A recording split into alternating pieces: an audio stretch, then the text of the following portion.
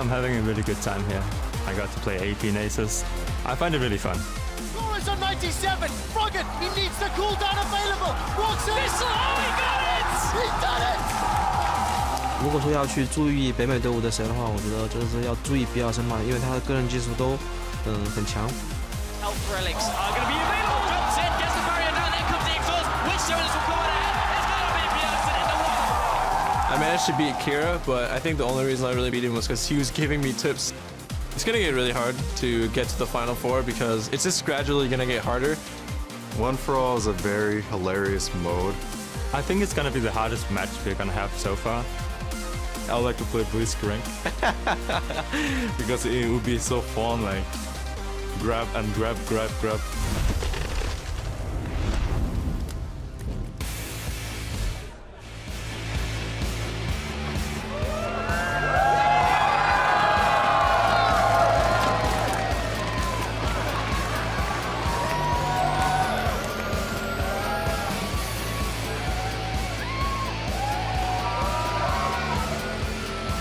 Welcome to day 3 of the 2015 All-Star event, coming to you once again from the NALCS studios here in Los Angeles.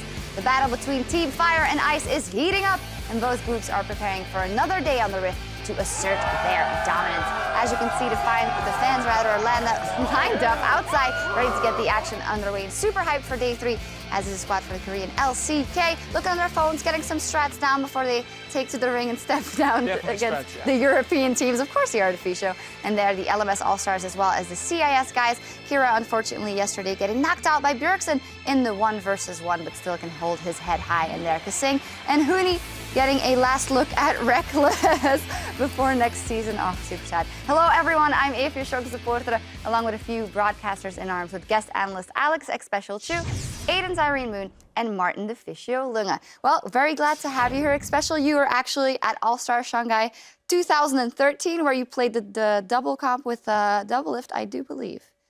Yeah, that was fun. They don't have the double teams this year. No, we don't have it here. You guys probably didn't do as well, and then they said we're just never going to do it again, or... Oh, I see. No, I'm just kidding. Yeah, they made it all the way to the final and fell to Mad Life, which is... Yeah, you're the reason we don't have Magma Chamber. Sorry. So. Oh, that boy. No, but how has it been for you just attending the event, a fun couple of days? It's been fun. It's really nice seeing all the teams come to LA for once, and a lot of really cool players there. I'm kind of sad they didn't get to go to Worlds this year, but it's okay. Yeah, it's cool that all the All-Stars are here and around, can take some pictures and talk to them. And yesterday, Team Fire, they came to life and they tied up the points with Ice, 350 and 350. And a lot happened yesterday. Let's talk about the 1v1s first, as we had some big moments. Starting maybe with Kasing versus Uzi. I talked to him this morning. He still doesn't know how it happened. I don't think anybody knows how this happened. Just Wolf biting away at him. He's still level 1, by the way. Kasing goes in level 1, and just the best reaction, like, oh, I don't even know how I did that. I don't know. And then he tilted Reckless for the game after. A guy who knows what he's doing, though, is Froggen. Yeah. I mean, he has planned so many things. AP Nasus yesterday, he played, got 100 CS. I saw him practice even more today. I know he's playing against Kira a little bit, you know, practice 1v1, make sure he's ready for the game. Yeah. I mean, he's my favorite to take the entire 1v1 tournament. Oh, Kira also has all the ideas, because when Bjornsson said Kira helped me. All go to Kira. Yeah. He will tell you what you need to know. Well, Kira didn't realize that he was playing Bjornsson, so they were just bantering about what the good strats were, and then Bjornsson was like, you know, I'm playing you later, right? And he's like, oh, well, that happened. And Cyrene, you wanted to bring up something from yesterday, the Clear Love takeout. That was my favorite finish of yesterday, was the Clear Love satchel, because it's absolutely perfect satchel here. Any other way that it had been placed, it wouldn't have been optimal. Right into the turret, gets him away from the relic, and he picks it up for himself. Yeah. It's so beautifully executed here that, you know what, it's a jungle one-on-one, but man, at least we got a jungler up there. I'm really happy. I think Clear Love is representing in that 1v1 tournament. Yeah, he is. And as the junglers, what have you thought of the 1v1 tournament? Some supports are still in, actually. I think Aframu is still holding the pride there. It's been really surprising. A lot of upsets. People are just really coming to play. Afro, really surprised. He's doing really well. I mean, I don't know what to say. And obviously, Froggen being FLICKR was a pretty surprising one, but FLICKR, I don't know, man. The Nivea 1v1 against Froggen. Yeah. That's kind of a uphill battle. That's such a strange thing, too, because when FLICKR is like, I'm going to play 1v1 against you in Nivea, he honestly has nothing to lose. Because if he loses, it's like, Froggen played his best champion against you. If he wins, it's like, wait a second, you just beat Froggen on his best champion with his best champion. So I thought that was something where it's like, FLICKR really can't lose this completely. And it was a really interesting match. Yeah, it was super, super, super intense. But those 1v1s, they haven't banked any points yet. Of course, there's only the top 4. Yesterday, though, the marksman matchup, it was a victory for Team Fire. And there was also a victory for Team Fire in Meteos versus IWC. He played Kindred, and he was all over the map, absolutely dominating. I mean, how is this guy a free agent? He's been on fire in this tournament. The Zac game against Europe was fantastic. This game here, I mean, when you mark the mid laner at the start of your game as a jungler, and you still manage to go in and gank them and get first blood, that's pretty impressive. That is a plan. I mean, he knew exactly what he was doing. Indeed. Well, that means that NA is not undefeated in those regional matchups, but EU and the LCK, they are undefeated. And we have to remember that the top regional squad from both Fire and Ice, they will compete in the finals tomorrow for 300 points. And any ties will be broken by checking out the fastest cumulative win times. But it does seem to be a battle. EU, LCS, and LCK are up there, and they will also be the very first match here today. How do you think this is going to evolve going on, Cyrene? I think that this is a matchup that has a lot of history behind it just in this year, right? Both semifinals at Worlds, it was EU versus LCK. And looking at the teams, these guys are just stacked rosters in terms of talent. You look at the LCK squad, 4 out of their 5 members have been in the finals of Worlds, 2 of them have won it. And then you look at the EU lineup, 4 of them have been to the semifinals of Worlds in the history. Almost. So there's a lot. I know, almost, almost. So this is kind of a grudge match here for EU. I think they're going to take this extraordinarily serious and try to come out on top to at least get that one victory over. And I think this is also a little look into what might be that last regional qualifier battle between Ice and Fire in that best of 3 tomorrow. Tomorrow, yeah. We'll take a closer look at that matchup in a bit. First, we're going to look at the schedule for today, as it is another action-packed day. We're going to start with that matchup, as we say, between the European All-Stars and the LCK All-Stars. Then it's one for all. Oh, very excited for that one. The 1 versus 1 tournament and Assassin mode is also on the books here today. A lot of action and a lot of fun modes. And I heard them say in the beginning, well, that 1 for all mode is something we're really looking forward to. What would you come out with and want your team to play? 1 for all? Yeah. Well, I mean, I think Wukong is really broken. I've been saying this the whole time. I feel like if someone picks it and the other team doesn't, then it's going to be one-sided. Oh, that's... I'm pretty sure you have some bans. You have some bans, I So think. you can get rid of Wukong. Syndra probably is super strong because you can use obviously all the balls on the ground. Malphite. Malphite? I would probably get rid of Malphite. Flash 5-man ulti and you're good to go. Easy. Yeah, it's going to be very interesting to see that. But of course, all tournament long, you've been choosing your top plays from around the world. And today we're starting in the European LCS, while Reckless puts his stamp on the summer finals with a penta. It's a kill to Reckless, rather. That's a double. He's looking for more. That's a triple. He's looking for 4. That's the quadra. He will get it. The reset forward, looking for a pentakill. We're in Sweden. The Swedish AD carry gets a pentakill. Yeah, amazing moment that was. But then we follow Huni to Worlds with a fight that he may not have started, but one that he finished. Is on the team out. There's Annie so low, but there come the teleports. Huni has arrived, and holy crap! Everyone's dying in this fight. Reckless goes down. Zatai gets a bunch done, but Huni, the double, the stun, the triple kill, the quadra kill for Huni. The quadra kill, I can listen to that all day. Finally, Power of Evil storms his opponent's base and secures a penta with Smite TP Orianna. Going low, however, and absolutely demolished. Gilius now is going to go for the dunk, but he does manage to grab Cabochard before he falls down as well. The Unicorns, they're going to try to end this one right here. A quadra kill, just like that, for the Orianna. Can he secure it up? Yes, he can! A pentakill for Power of Evil. Well, to vote for your favorite play from the European LCS, vote on Twitter by sending your choice to @LOL Esports with its respective hashtag, and we'll reveal the results a little later on. Panel, what do you guys think? I love that Power of Evil just because of the teleport smite. I mean, as a color caster, half the picks Power of Evil bring out, you just hate him for it. Because like, Smite, Orianna. It didn't really make a whole lot of sense, but then he gets a pentakill and he only plays it once and he never touches it again because it got nerfed after. He had the Smite Kale as well, which was horrible, and I don't think he played it very well. So it's strange because you want to always figure out what he's doing, but it's impossible to predict like what he's going to bring out. Yeah, it was actually pretty interesting because Jat did a League of Learning on it, and the on-hit build actually did a ton of damage, and I think actually out-damaged them on that patch with the Rune Glaive and had a really nice spike to it as well. My favorite play, though, is the Huni one.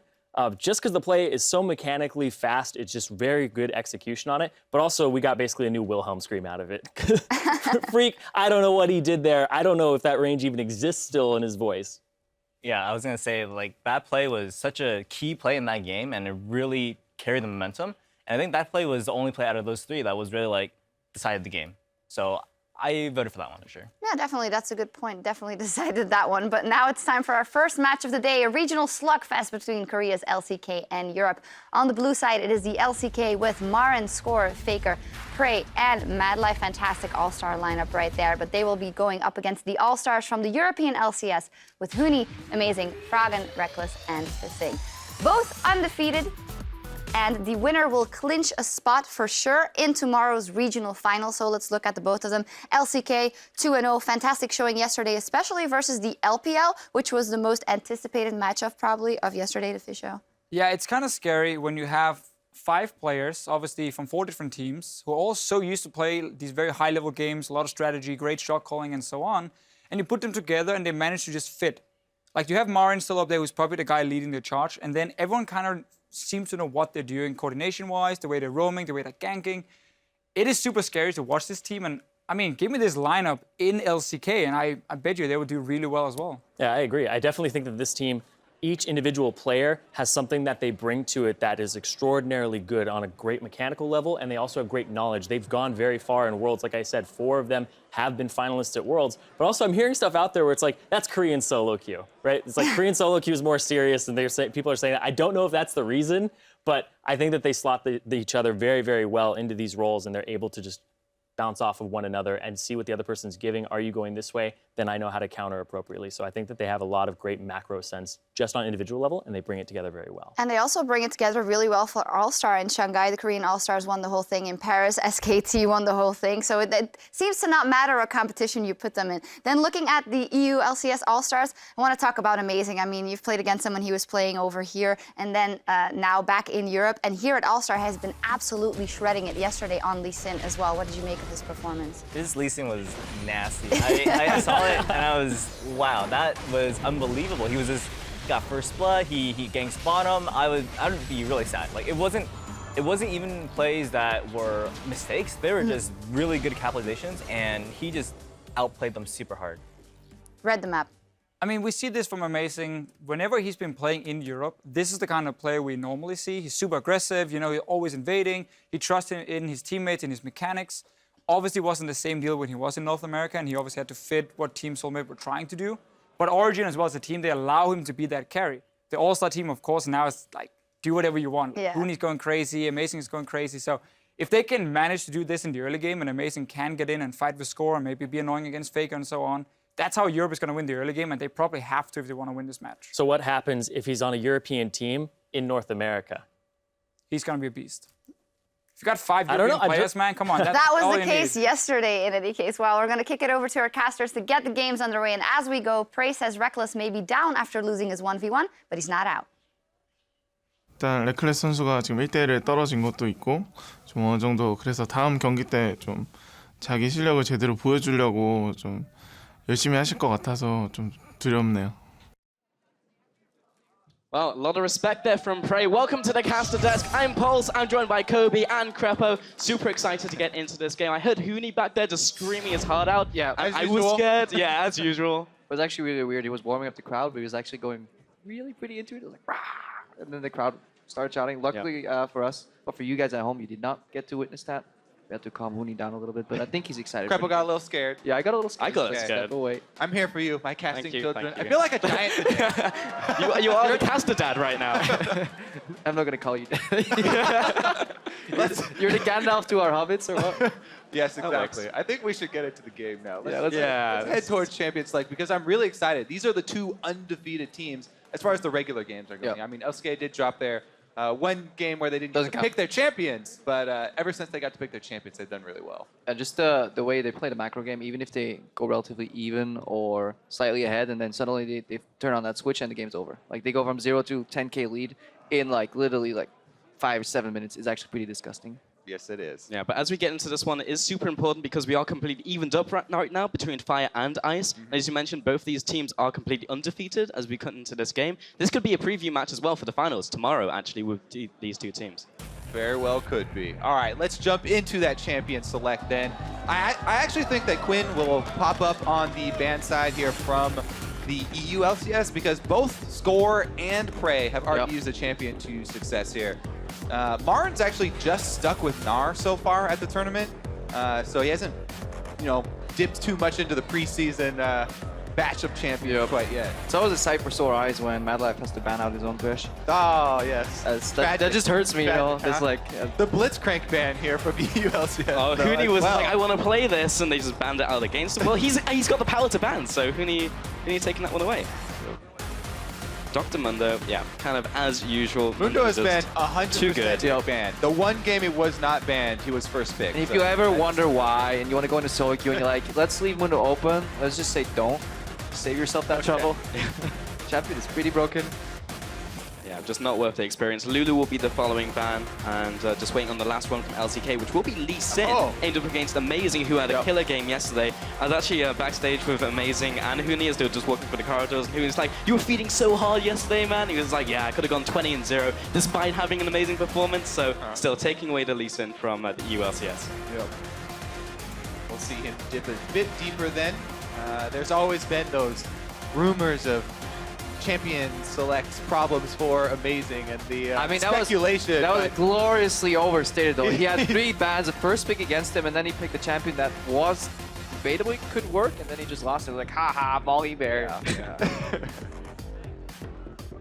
All right, so final ban, apparently on purpose. So EU just decides not to use their final ban. First pick will be Gangplank. Yeah, they want to trade it for 2 picks here on the second round. What are they prioritizing so highly that they banned Blitzcrank and left their 3rd ban open? It's not about the bans, it's about the message. See, like, Korea, we don't need 3 bans to beat you. Like, I don't need this. I don't need no 3 bans.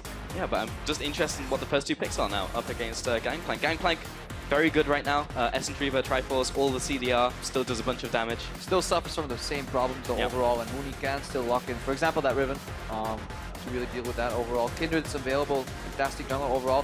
Usually, when we see Kindred, we do like some more like one-dimensional super tank in the top lane to kind of balance it out. Malphite would be okay later on against the Gangplank 2, could really just ulti him, shut him down immediately. Yeah, which would be odd to see since Huni rarely does play tanks, usually looking for more carries, so maybe that would put Kasing on a tank support.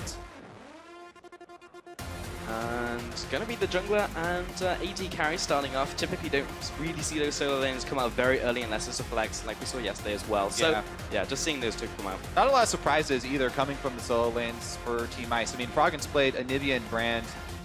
They don't really need to pick either one of those early. He's basically just playing very high damage AoE mages for the mid lane to try and win team fights. And that would pair fairly well with Misfortune, already a lot of team fight damage.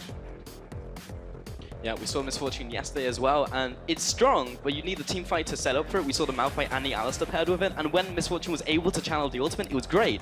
We never really got the full channel off and never really saw the full potential of Misfortune. Yeah, MF just needs zoning, some RTC in the front line, keep people away from her, and she does tremendous amounts of damage. Lucian pretty strong in this patch. Kalista is weaker due to the item builds, but the amount of utility her ultimate brings to the table still makes her a top tier AD carry pick. And surprisingly, Mad Life, sticking with the more tanky supports overall, doesn't really seem to be as interested in the mage supports. Braum is a pretty good counter to the Misfortune ultimate. If you can't get back to stop her ultimate channeling, then might as well put up the Unbreakable in front of it and block the entire thing. Yeah, he's like 3 answers. One takes slowly if you stack up the concussive blows. The ultimate travels at decent speed where you can kind of predict when MF's going to launch it. And then obviously, worst case, you just pop the shield. And then worst case, Kalista throws you in. So there's 4 answers already. Pretty good in lane versus her as well. Yeah. So if you can snag her with a snare. Especially since she's doesn't have an innate gap closer in her kit, it can actually work for you to just Q flash on top of MF and then auto attack immediately. That's 2 stacks. If you synergize that with your AD carry, there's 3 stacks. Usually Misfortune then doesn't have the time to even react, and you will always trade flash for flash in your favor. So definitely a really good matchup if they have the synergy. Yeah, have to see what EU LCS brings out to react to the reaction from LCK. It's going to be Froggen and Nivea once again, but also the Janna to try and mitigate some of that lane aggression, coming in already with the Brawl and the Kalista. talk about zone control. There you go. A couple of lock-ins right there. Nivea, pretty much the queen. Rise has been banned very heavily throughout this tournament as well. Double kite though, you're on the side for Ice. Like Nivea really wants to kite a little bit. Janna doesn't really offer too much except for disengage. So a lot of eyes will be on Huni and they definitely have dealing the damage really. They definitely have the range advantage as well on Team Ice right now. Kalista, while she's great at snowballing bottom lane, she's fearsome in the 2v2, not a lot of range, and Gangplank is going to have to get good chain barrels to get some extension there for the damage. Very kiteable for sure. So waiting on LCK's next 2 picks. This will highlight really where the Gangplank is going. Maybe Huni will be able to counterpick them as they have left the counterpick for Huni for the EU squad. And it will be the Lissandra lock-in, so another flex coming in, and Rek'Sai for the jungle. And the last pick, we'll see where that one goes. It will be top lane for Huni. It just depends what he wants to go. Yeah, these are actually 2 pretty good flex champions because Gangplank, attack damage, Lissandra obviously AP, so you can make them switch their runes at the last second. Yeah, maybe harder for Huni just to straight up lock Riven here. Doesn't have as much of a good matchup against Lissandra as it does at Gangplank in the top lane. So just hovering a Zillion for now. Kasing was toying with the idea of playing it before, but isn't going to be bringing it today. Yeah, definitely won't be bringing it. Very skirmish-focused lineup here on side of Fire. Just once Gangplank hits level 6, he doesn't have to join with teleport. He can really assist. Like, if Lissandra roams anywhere, Kalista opens up. I mean, so much crowd control effects. Braum has 2 built-in with the Kalista face call. That's 3. Lissandra has 2 in her kit as well. You have a knock-up, then you have Gangplank ulti. Yeah, and the LCK have been the ones really sticking to double teleports as well, holding on to those even after the nerfs. So they're looking at a lot of global pressure here from the LCK side. As the lock-in came in there, Huni, you can actually see him right there just screaming Quinn. The war cry coming out in Champion Select. I'd be intimidated. I would definitely be scared to go against Quinn. Wait, what's him? Anyways, Quinn wants to start his own chant, Quinn.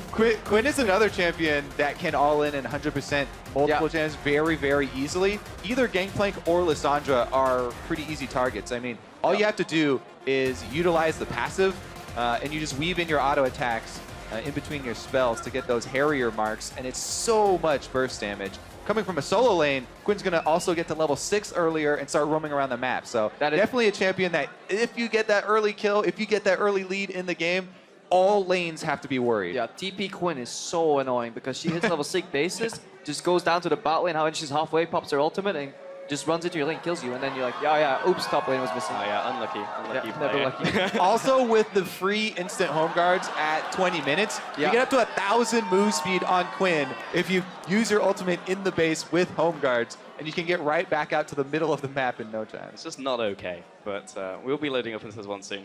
Yeah, definitely a good adaptation here by Team Fire. They're putting Lissandra top, so at least they can keep the Quinn at bay when she's charging in. Worst case, lock her down with ulti. We have a gap closer on the Lissandra, and then put the Gangplank mid a little safer. Can also get out of the Nivea stun to maybe get rid of some damage. Yeah, it's so scary to even try and go gank the Quinn lane though, because if Amazing is there for a counter gank, they will get destroyed. Well, here we go. Loading onto the Rift. Hashtag Firewin, hashtag Icewin, LCK up against EU. Both squads currently undefeated as we get into the Rift. All right, both heading towards top side. I like the looks of this. Maybe we'll have an early clash. Now, where are they going? All the way into the top side. Amazing. Squad's definitely spotted Amazing.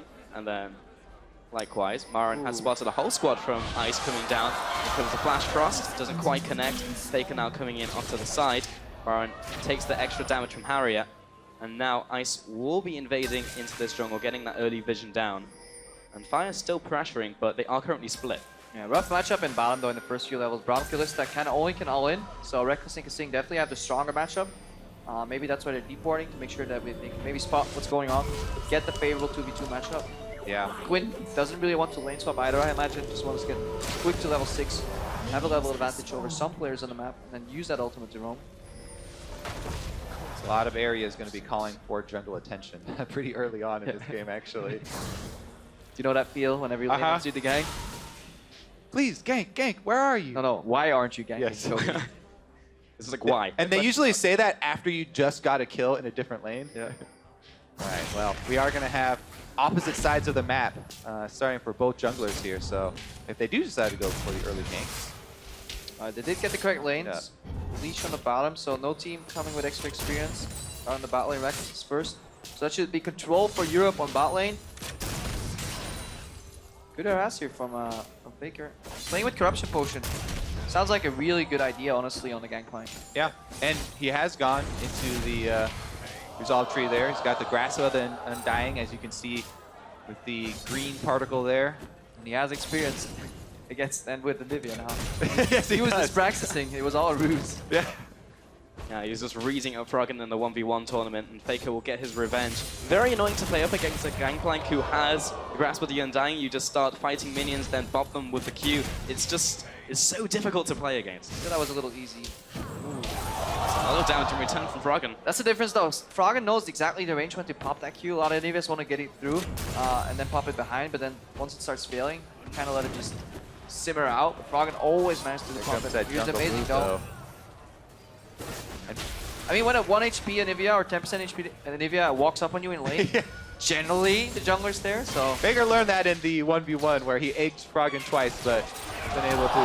Oh, the flash away by Mara, and Score looking maybe to clean up here. Huni just dings level 3. He'll be heading into the bush, gets the knock-up, red buff as well, flashes into the minion wave. Score will have to back off, aggressive vault into the bush as well to maintain vision. Amazing comes in, looking to get the extra damage out before he retreats underneath that turret. Score will get away.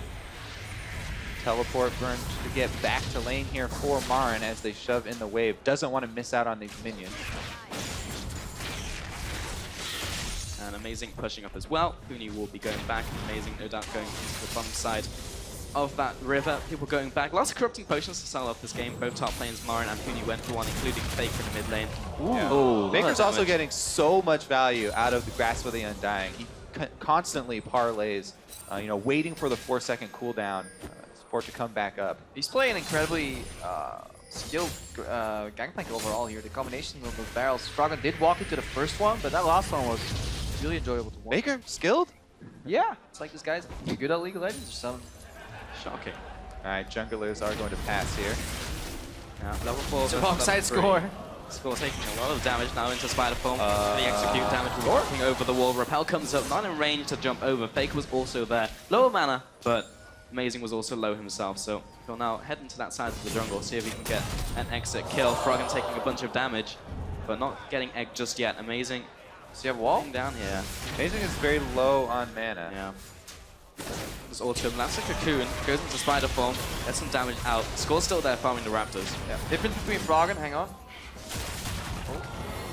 Froggen did not skill wall on level 4. He actually likes getting 2 points in Q with the additional harass and just the value from that spell. Whereas when we see Expected play, he did skill the wall. Could have potentially burned FLICKR's flash there if he had the wall though. Oh, teleport now coming in by FLICKR. Knockup comes out. Amazing forces the flash. Mad Light from the bottom lane as well. The roam coming out. Repels comes up. But Amazing already used the flash. Is being chased down. Preyseeker lands. One more auto attack for the concussive blows to Prog. That's first blood going over to FLICKR. Stays a bit too long, and there's the early payoff of the double teleport. LCK holding on to that. FLICKR gets back in time, fully healed. And Amazing definitely overstaying. Really good roam from Mad Life. Should not be allowed to get there unannounced, and communication issues there. Yeah, leaving Kalista alone versus MF Janna means that you're going to have to forfeit a bunch of CS for that roam. Yep. Roam did end up paying off, though. Did work because of just the wave manipulation. Kalista and Braum actually got the push initially, then the wave bounced back, so Mad Life knew that Prey could farm on the tower safely. There was no punish because it's incredibly hard to dive with a Janna, so Mad Life read that situation beautifully, backed off to the mid lane. And again, we see why he's picked that Braum into misfortune, canceling that double shot. Bot lane taking some harass in terms of items. There's Dark Seal now picked up by Froggen with the egg, still not popped. So much damage coming in with the Thunderlord's Decree as well, and the double damage coming in from Q&E. I love it when he sends out Q&E. It's so pretty. We're doing that all the time in the 1v1s as well. Yeah, most of Nivea is like, when you're starting to learn a champion, it's like, okay, Q. Okay, I hit E. But the problem is Gangplank can actually, I think, get rid of the debuff, and then you do less damage. If you send him out at the same time, he has to do it almost frame perfect. So, really hard to dodge the double damage then. Yeah, at this level, you might as well just wait for both to land so that you get more health back when you do remove your scurvy. Yep, bottom lane now. We're going back to base. And Reckless with the shield. Will be pushing this up to tower, maybe going back shortly. Score has gone back to base as well, gone for skirmishes. Still seeing a bunch of junglers pick that one up. And on the opposite side, his opposite number, Amazing picking up the Stalker's blade for the slow. Very slow attack animation on Nivea, so you really want to time that well to get that barrel. We saw it a couple times in the tournament so far, though. Barrel denial. Froggen misses, yeah. Guys, he's not running AD this time. It's a lot harder, you know, when you're not running AD and attack speed. Yep. Fragile snowflakes. Yep. Well, Score has a beat on Amazing as he heads down. Amazing's going to see him now, looking for the gank to happen. Huni comes out of nowhere there with a level 6. Score trying to get away from here. Will be able to get over the wall, survives with a sliver of HP. And now Huni goes back into ultimate form. And we'll be heading back top lane, I guess. Make a visit here into FLICKR. This is a drive-by perhaps onto Faker, comes in with the Sky Strike. More autos are coming in. It's the Harrier, the auto, and Huni picks up a kill. Yeah, this is exactly what we were talking about on that Quinn. Level 6 early, boom, there comes the roam. You have to be so careful. That's the second time that Amazing has been able to land the Cocoon as well onto Score to gain map pressure. That just feels so bad. Like, as soon as you get level 6, it's like just feels like there's 2 junglers and there's no way to get away from those ganks.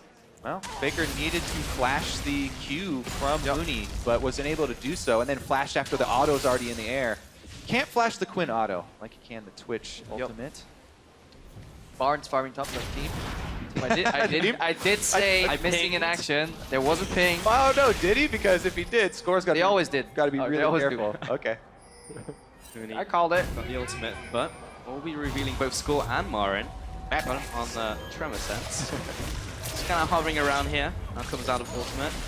Facial path comes across. Marin looking for the lockdown flash into ultimate. Score trying to get in range for the knockup, but the bolt comes down for the slow. And Score still unable to get in range. Trying desperately to do so as Huni retreats underneath the turret, returning damage with the Harrier. Yeah, that was actually really risky of Huni to even try and go for return damage there. He didn't even have any teammates around to capitalize on the return damage. But he was just very aware of the cooldowns. He knew flash was down. The early unburrow right there, just outside of range. That was that nerf to Rek'Sai a while ago where the range was reduced on it. And no knockup means Huni's able to get away with it. Luba, Donate coming over here. Amazing looking to contest. Preyseeker lands. I think Amazing may just back up here. Froggen comes down. Froggen might want to throw a Q in there. Yeah. No, not today. FLICKR did get past level 6 now, so he can actually assist with ultimate.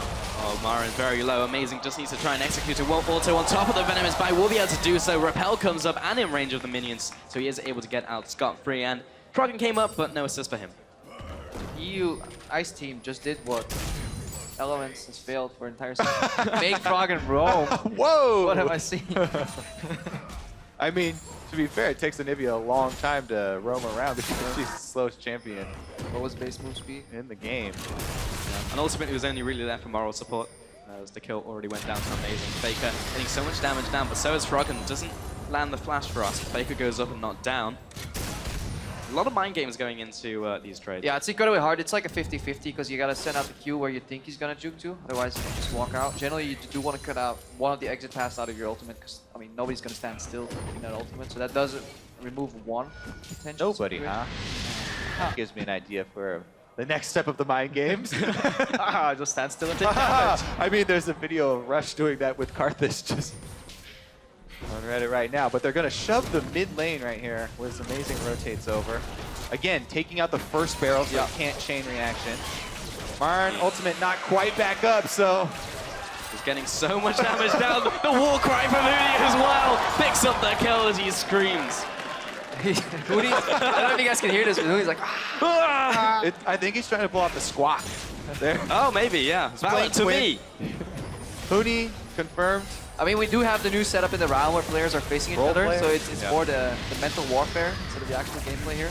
Teleport coming in on the side. There's a lot going on here. Huni now comes in. He literally just ganked his own lane and now here to gank the mid lane and jump through as well. All that damage coming out just on the retreat from the Score. Oh, all of ICE are actually going to rotate up to mid here. They're going to put a lot of pressure on this mid turret, try and take it down and open up more space for Huni to roam around in. Yeah, and Huni just overall is really good at stutter stepping in between his auto attacks. He juked the Lissandra Q in the top lane. That avoided him getting sold, and then he can actually chase to get that kill. So while it looked very minor, dodging that Lissandra Q from close range is pretty tricky, so it just requires an understanding of your opponent, where he's going to aim, and then just really stutter step in between the auto attacks. Yeah, also the cues that Huni has been throwing out, very accurate with the blinding assaults thus far. I mean, some people... Oh, here we go, another dive. Oh, I feel like I've seen this one before. There's the Gangplank ultimate coming in, clearing out those minions. Marin dropping low, has the ultimate, uses it on himself, gets the heal as well. Froggen will be tanking up the towers, he still has Egg. He's able to take one more tower shot as they are able to cleanly pick up the kill.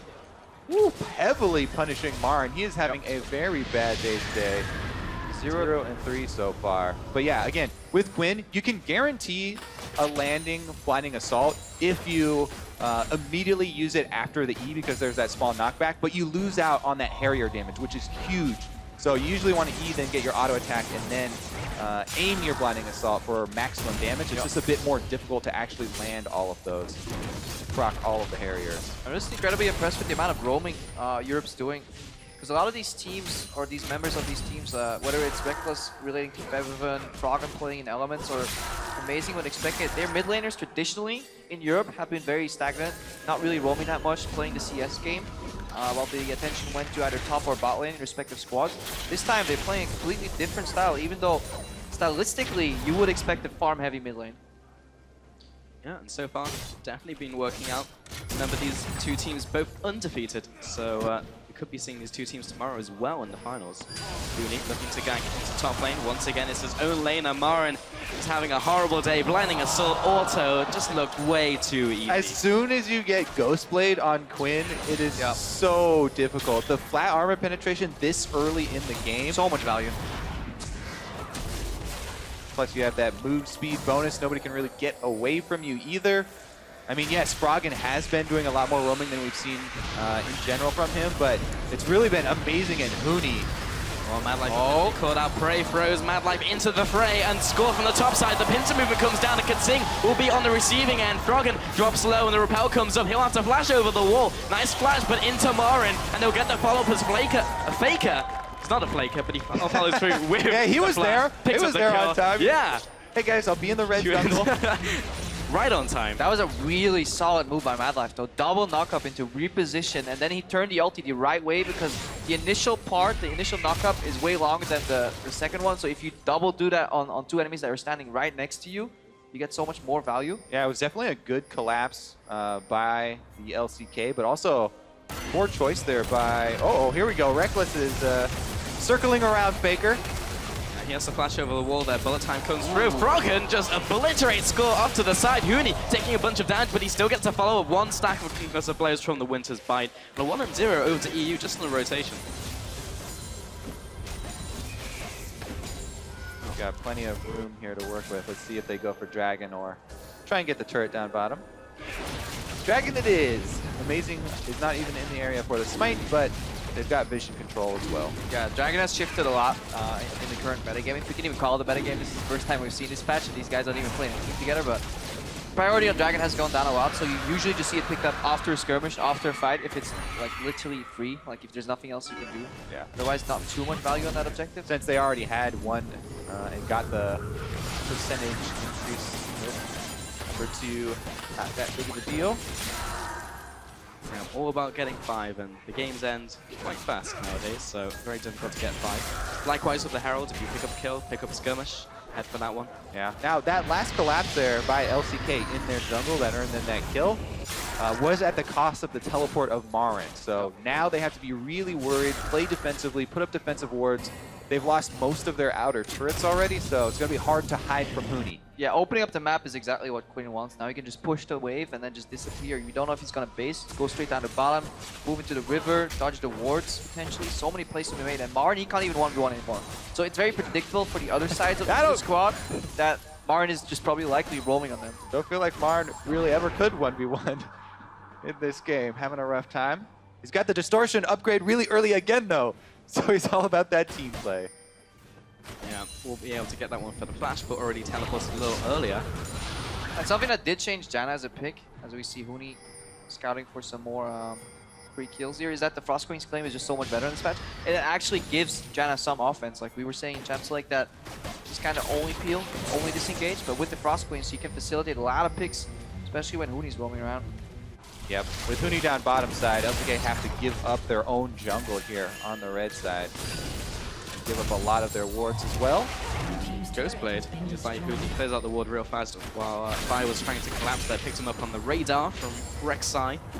Marin looking for the flank coming down the river, but doesn't really want to meet Hooney one-on-one right now.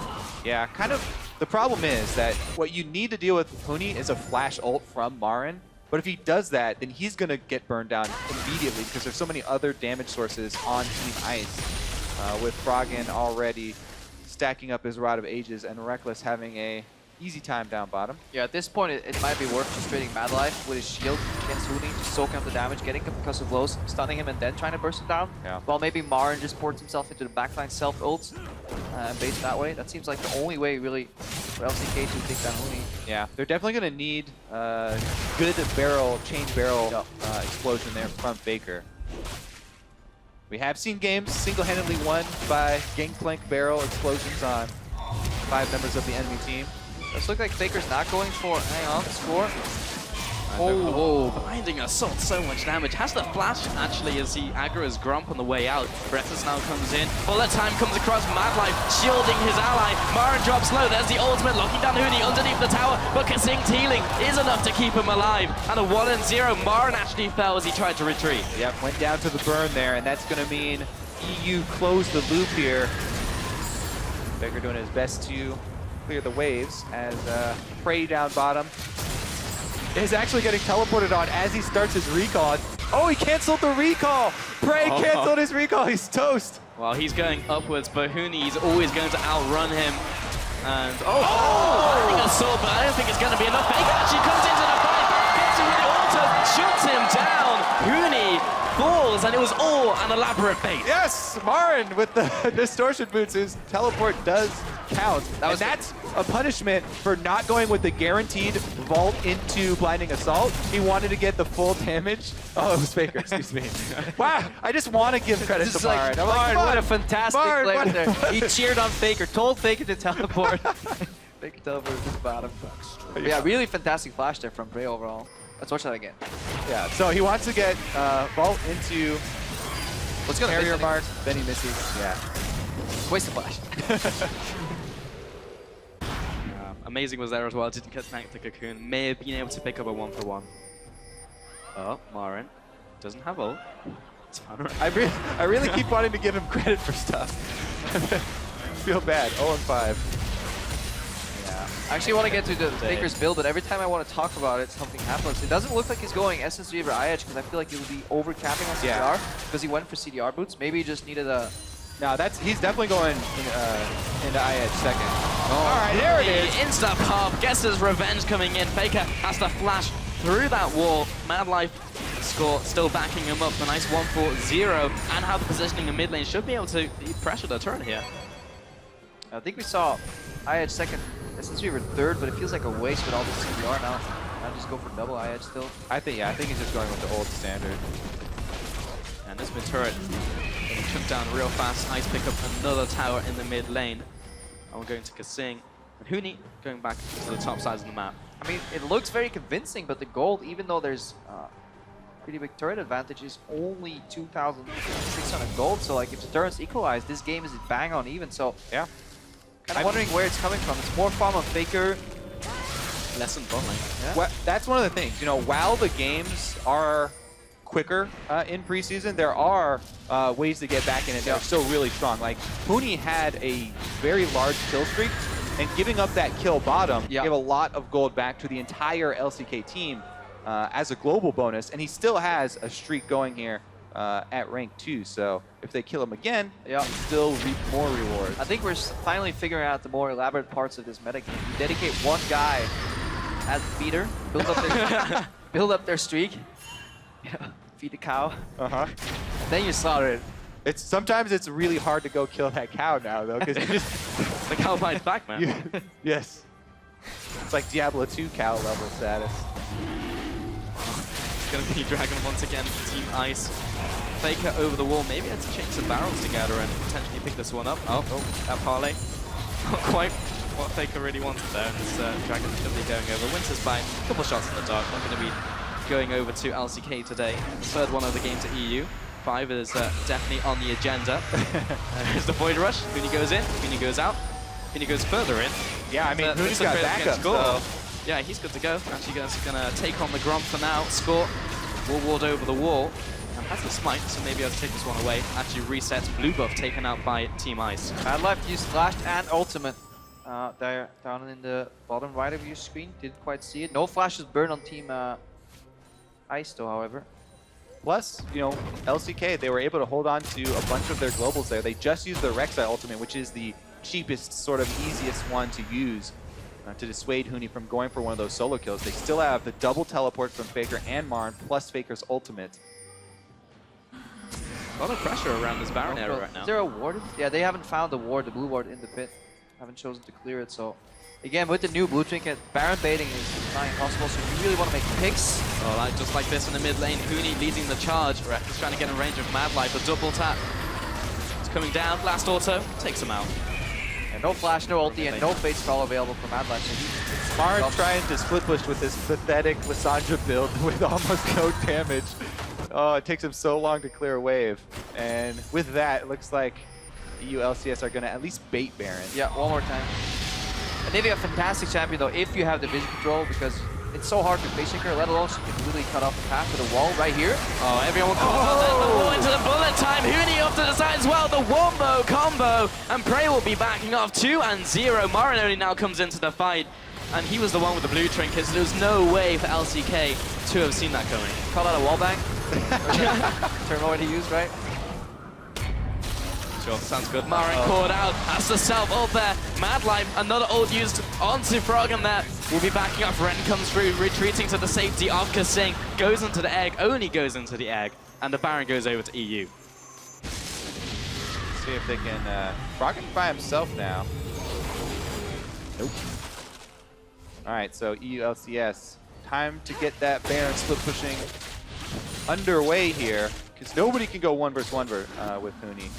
There have to be some globals coming up. Triple knockoff from Kasing Tornado, by the way, that he channeled. Then the wall comes in. Even though Score flashes, he can't really get fail flashes into the wall, and then beautiful ultimate overall from Rek'Sai. Even Huni coming in with the assault right there is able to keep Prey in Misfortune ultimate for a bit longer, for a couple extra ticks, and they take him out as well. Definitely underrated that massive knockup from Kasing's Tornado really set up that play.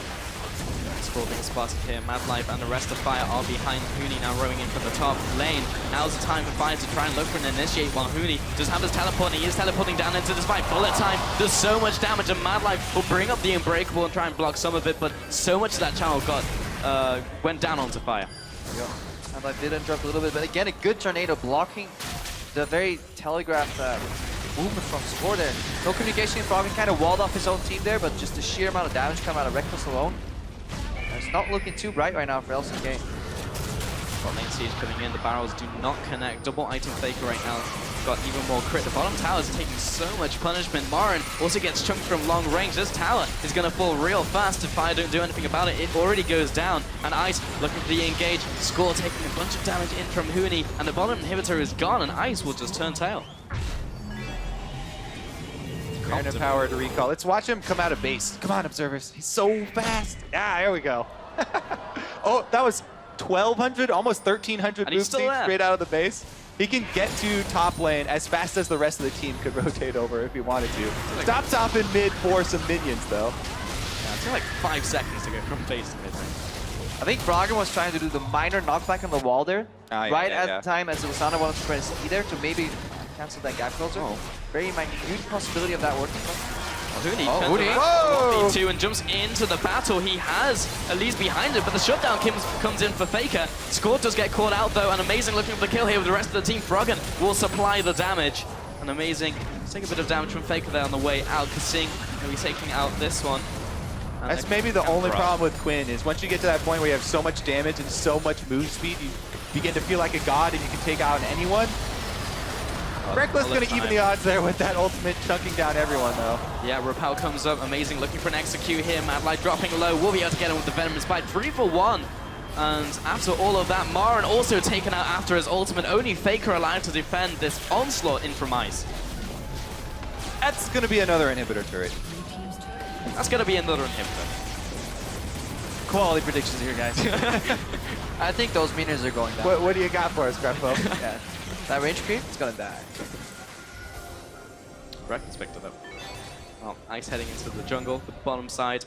Blue Trinket comes out. Let's take a look at that fight one more time. Watch how Mad Lion is blocking all damage and Prey pulls him out. Yeah. Actually think he's more damage. Well, Prey actually was also sidestepping with yeah. partial pose outside of the area that was being blocked by Mad Life. So he took damage the entire time. Yeah. Not much was actually getting blocked by that Unbreakable. Well, Huni, round 2. Gets damage onto FLICKR, then backs off. Teleport. But a teleport coming in from Marin. He has his ultimate, doesn't have the flash though. Sidestep, but he should be dead. 2 rights here as FLICKR picks up yet another kill. 5-2-0. That's something that we did see from Huni at Worlds as well. Getting a little bit overconfident when he got super fed on a split pusher. I mean, it is All-Stars, so let's just assume that he knows that he's playing a little bit over-eager. I'm just saying, we've seen the same things playstyle from him at All-Stars and in competitive at Worlds. Yep. Huni trend. Score over the wall. Mad Life trying to get in there. That's a lot of damage going from the bullet time though. Plus to make it rain. Skull will have to back off. He's way too low to continue fighting. Has the Void Rush if he wants to get back into the fight as well. Marin, 27 minutes, is able to take the top He's throw. also got a full item completed now. Oh, power spike, boys. He went for the Zonias, which is actually one of the most expensive AB items now with huge cost increases. And he's had a couple of Zonias in this game already where it just wasn't that much utility from it. And worse for wear is just whenever, as we see in the picture, Huni coming out there in top speed, but Marin will just get cancelled by Kasing. Kasing picked up a Mikhail's Crucible, so his ultimate is just entirely null and void, so it may just be cast better on himself rather than an opposing member. Yeah. That not much damage coming out of that Lissandra build. Rod of Ages currently right now is extremely strong for her. But going with an old style build, I don't think Marin's played too much of the preseason. Phantom Guns also picked up by FLICKR in the mid lane. Also going for defensive stats now. So he is doing a lot of damage.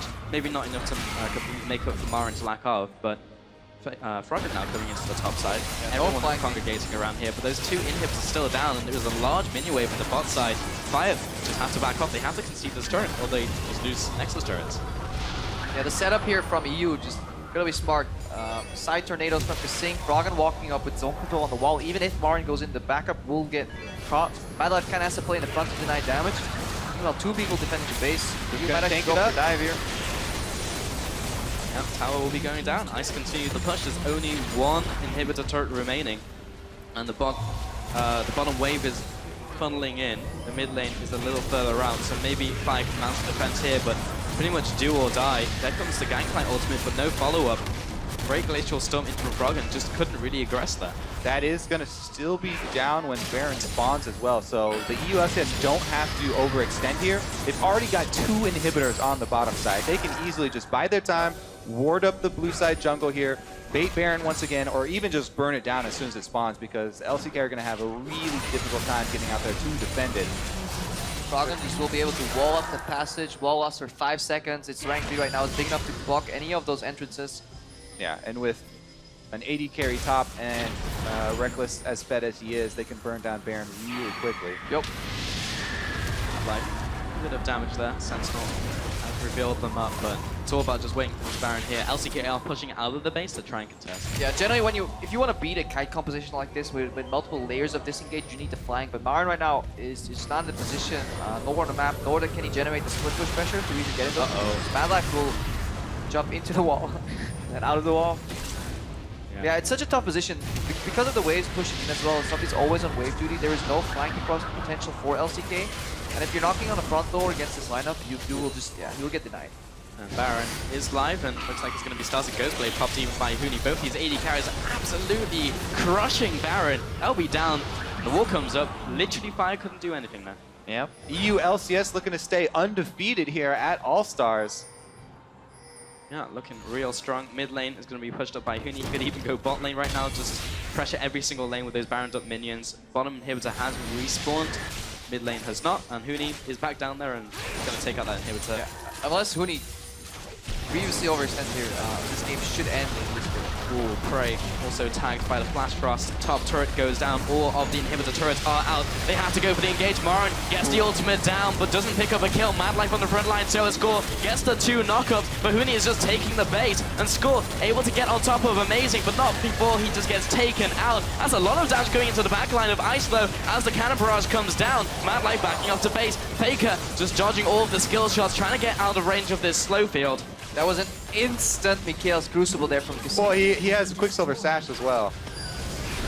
So okay, there are two answers. Both of them were used, so. That was an instant Quicksilver Sash from Reckless. Yeah, I mean, Lasandra, that's one of the problems with the champion. Very telegraphed. Towards the late stages of the game, when the enemy carries start getting so many answers for the ultimate, it's difficult to make much happen. He's got a lot of cooldown reduction. Oh, for that ult to come back up. Ran out of HP though. Wow, 7-17 has been a bunch of kills in this game. 10,000 gold lead, exactly. That's not typical. Oh no! Oh, Marin. He's already dead! 1v1. He's already dead! Huni picks up yet another kill. Oh, Score. Yeah. Like lunch. Follow up perhaps. Reckless in the mid lane, maybe burnt out here, but Prey goes down, so does Mad Life. And Reckless is pretty much the only guy who needs to do the damage there. Huni flashes over the wall. He wants the glory. He wants the kill. He picks up. It's time to shine. Highlight reel. 6 kills on him out of the 7. The 1v5. Can he make it happen? Sitting on the base. FLICKR! FLICKR! He's 6-2 right now. He's almost there. Not quite. Oh, chunks down Froggen with the help of the laser, perhaps. Maybe able to get his Spectre down. All right. Ice doesn't actually win unless they. Oh, they kill him! Oh, they get the Nexus. There we go. EU picking up the win up against LCK, looking incredibly dominant and undefeated, 3-0 right now. And North America welcoming their new Korean. They're trying out the chant, see how we like it. Sounds pretty good. That was a pretty good game as well for Huni on Quinn, making it so difficult for Team Fire to do anything in that game. As soon as he hit level 6, he was roaming. Yeah, I mean, with Huni making all the roaming plays, though, Reckless, 0 deaths, 7 kills there on the MF, huge ultimates, able to stack up pure damage items as well. I mean, I just really like the map play that you brought to the table. Just the early roams, Froggen leaving his lane multiple times, joining in with Amazing, because you can definitely tell that the communication there. Kasing, very vocal player overall on his team, Amazing. Probably with Biffy had the best jungler support synergy in the West. Just bring that to the table here too. Yeah, Amazing constantly looking for those 1v1s with Score, chunking Score down. Wasn't really able to pick up the kills, but took away all of the jungle presence from Team Fire and just allowed the lanes to earn their own advantages. Yeah, overall, a dominant showing from EU over LCK. FLICKR now 0-2 against Olivia. Yeah. Found the kryptonite. I know. Finally, we found a way to beat him. Feel bad for FLICKR this All-Stars because he's been getting some flack, for the play in the last couple of games. But this game, it was the best performing member. He was 6-2 on the Gangplank, and this is the game that they lose. Yeah, the build actually, for people that didn't pay too much attention, went to the Phantom Dancer Starry's Gage later on, so did not go for SS Reaver. Yeah. He was doing a lot of damage and was pretty tanky because it was pretty hard with Hysterics and with Scurvy, remove Scurvy, he was incredibly hard to pin down. With the way the game was going, he had to do a bunch of damage as well as stay alive. He was kind of a one-man army. Yeah, but with Marin so shut down and basically doing no damage, it was so difficult to do anything. He was like the sole damage threat on the team. We saw at the very end there, Prey just got obliterated in the 1v2 even against Reckless. So it was just so hard as the game went on. Definitely true. Not much you could do. That's one of those points where you're like, team, please. Can you guys stop? Yeah, but when even the top lane is roaming. Yeah, but the lesson to be learned here is just ban Quinn or make sure you pick it because they were Booside could have picked it earlier, I believe. Did give Huni that Quinn. Yeah, he had the counter pick and the very last pick as well. Yep. So he had time, but yeah, no respect. No respect for the Quinn. It's so hard to deal with it because there's so many play patterns, like so many plays to be made. Usually, in a meta game that gets kind of stagnant, you see a lot of like maybe 1 or 2 options for everyone. With Quinn can take so many paths. It's the same way we saw in the NA game where they actually used Bard and Zac for example to really make creative plays that people just really didn't expect. Like you bypass wards, you go over walls. The same with Quinn. She just shows up at different timings than people expect. Usually it's somebody's missing, so all right, guys, I have about 30 seconds. We actually have to start thinking about this missed call. He's already in your lane. Plus, with the way that you were talking about with Frost Queens being really prominent in the bottom lane, picks are so easy to get with supports. As soon as the outer turrets start falling, it's very dangerous to be roaming around by yourself. See the people setting up for one for all, I believe. Wondering what champion will come out. I'm pretty. Five Tom Kench. Oh, Tom Kench, you can make like your version of the Babushka dolls. You could actually do leapfrog. Yeah, I want to see Riven. I think that'd be great, but I'm not sure if Huni's playing. But I know what Huni is doing. He's about to be interviewed by Dash, so we're going to send it over to Dash with Huni. Thank you very much, gentlemen. That's right. I'm standing ringside with Huni after that victory, which makes Europe undefeated as a regional team in the tournament so far. It means you're going to represent Team Ice in the finals tomorrow. So first off, how does that feel knowing that a lot's going to be riding on that finals tomorrow in order to take it all home? I'm really happy about like we undefeated and then we 3-0. It was just my maybe last present for my Euro fans, and then it was really having fun. Right, because next year you get to show up for NA and 3-0 for us. Yeah. Alrighty. I got to ask you though. You came out with the Quinn pick as the last pick here, so you had seen the team comp coming from the LCK. Why was it that you went with Quinn in this composition? I thought that they were flex picking like there was GP and Lissandra, so I didn't know who's going to come top. So I picked I didn't want to get counters, so I picked just a good burst against both of them. When you went pretty ham on that champion, a lot of kills picked up early. Next, though, I have to ask you about your early exit from the 1v1 tournament. When I interviewed you at the very beginning of this whole event, you told me you were going to win it all. What happened? I think Prey is too good. That's a good reason. That's a good reason to lose, I guess. So then I have to ask you, given the 8 remaining players, who do you think is going to win it all? Is Prey going to be the one to do it? Prey should win because that's why I'm losing guy who. Right, so you're basically second then. If he wins, you get second. Oh, of course I'm second. Okay, I'll take it. And finally, you're about to play in the one for all mode that's going to be coming up next. What do you think is the trolliest champion that your team could pick in one for all? I would like to play Blitzcrank because. I mean, it sounds like a few other people would like to see some Blitzcrank.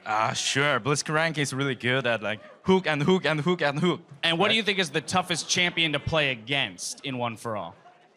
Like, what would you be scared of having to play against? Like kind of brand like this, like stacking CC. That would be disgusting. Stacking like passive like this. Mm-hmm. Yeah, 5 brand ults and a bunch of pillars of flame. Or it could be 5 Tom Kench as well. Eaten by. There you go. It's like a Russian doll thing, Danny. Sure. All of a sudden, 5 Tom Kenches come out of the other side. That'd be bad. That'd be scary. Well, I feel you there. Huni, congratulations on the victory there for all of Team Europe and Team Ice, of course. Thank you for your time. I'm going to let you go set up for the one for all matchup. And for now, we're going to send it back over to Shocks and crew to break down that match.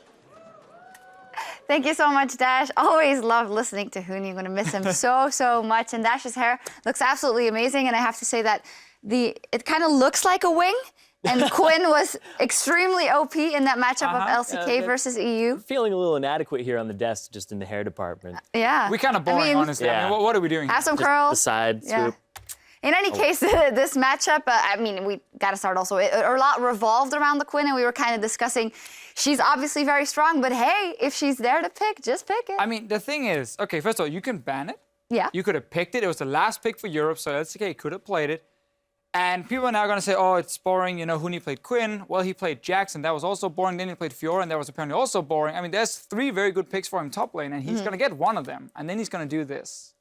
Yeah, he's going to completely take over the game. I think Quinn has been underutilized this tournament. There were 2 games so far in the regionals where it wasn't picked or banned, and I think that's a big mistake. And also, it's only been picked twice, once by Huni, but the other time it went to 80 carry for Prey.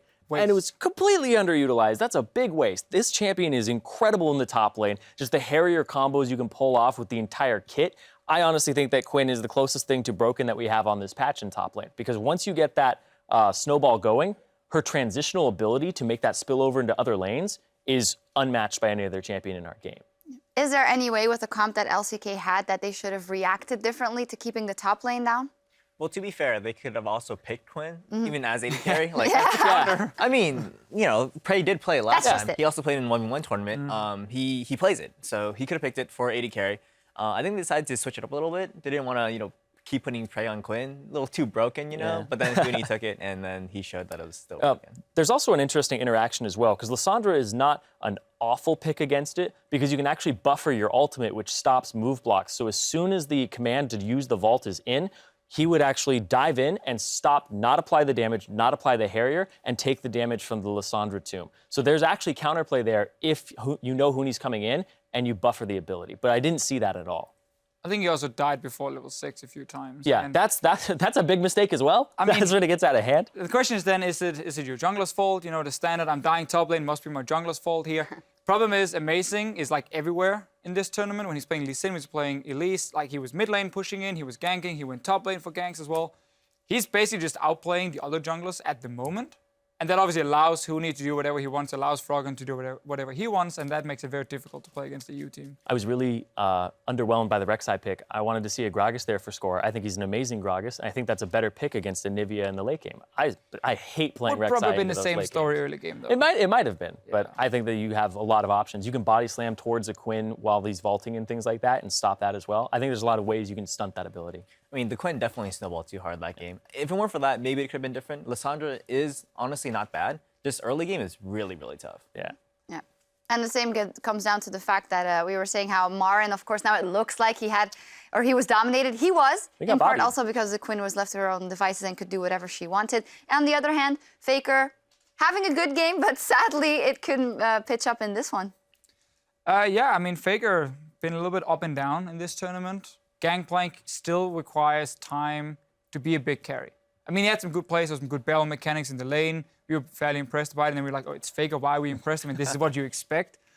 Still, when his team falls so far behind, because bot lane as well, it's just like reckless farming versus Prey, nothing really happens, and all about top lane matchup, and obviously when Quinn is so strong and can snowball, it gets out of hand. Yeah, absolute snowball match. But with that, it's kind of fitting what it banks Ice another 100 points, 450 versus 350. And it also means that we will see the EU LCS All-Stars tomorrow in the regional best-of-3 showdown. And it's looking likely that it might still be against the LCK, of course. It could also be the NA LCS if they manage to win their game later. And they do it faster with cumulative game times than the LCK All-Stars. But if it was to be a repeat, LCK versus EU in that best-of-3, who would you give it to? Well, if Quinn's banned, I think, honestly, I think LCK is a better team just because they're just really good. I mean, even though they lost that game, they had really good moments, and ELCS had really good synergy as well. But I think without the Quinn, it's going to be a lot harder for them to win without Snow. They have to kind of snowball, I feel like. I think LCK is just overall a smarter and stronger team, but EU is really good as well. Yeah, I also think it's the difference between a best-of-1 and a BO3. EU is going to come out with the strongest things very quickly and say, we have to take those power picks. And Korea is going to say, well, we can play that best-of-3. Even if we lose a game down, we know how to adjust and come back in the next two. So I would think LCK would be able to adjust and take it home. I mean, we see this from Korea very often. They leave some of the OPs open in the best out of one, and then when you get the series or the best of series, they ban them or play them. I think the teams are very even, because I think like Froggen and Amazing and so on are able to challenge FLICKR and score. I think the bot lane is like basically just a farm fest every game. So it's about Huni versus Marin. And I think if Huni is not on a snowball champion, doesn't get this good of a start, Marin will be better.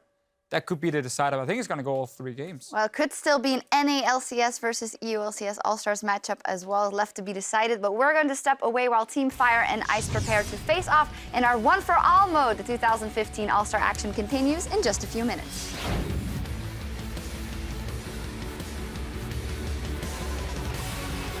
Wait, so if you take Lee Sin, what does Amazing play?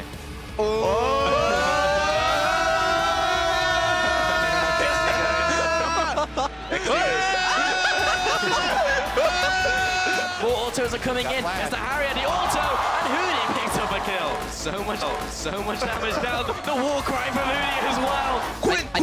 Oh my god. Oh, everyone The wall into the bullet time. Huni off to the side as well. The wombo combo. Yeah. No flash. No flash.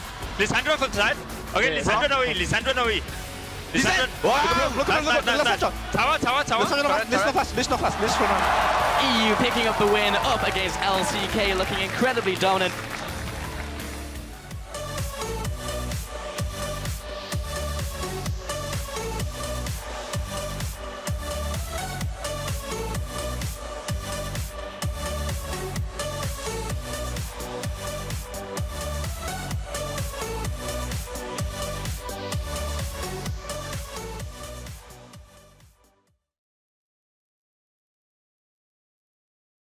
镜像模式我是一次都没玩过的。如果说特别想玩的一个英雄的话，我觉得是蛤蟆吧，就是河流之主。因为我看过就是别人视频里面就是那个河流之主一直在推人，我觉得特别有趣。Welcome back to the 2015 All-Star event where Teams Fire and Ice are making their final preparations for the next match, a one-for-all with 50 points waiting to go to the winners. Let's start by taking a quick look at the starting lineups. After this, I said 50 points.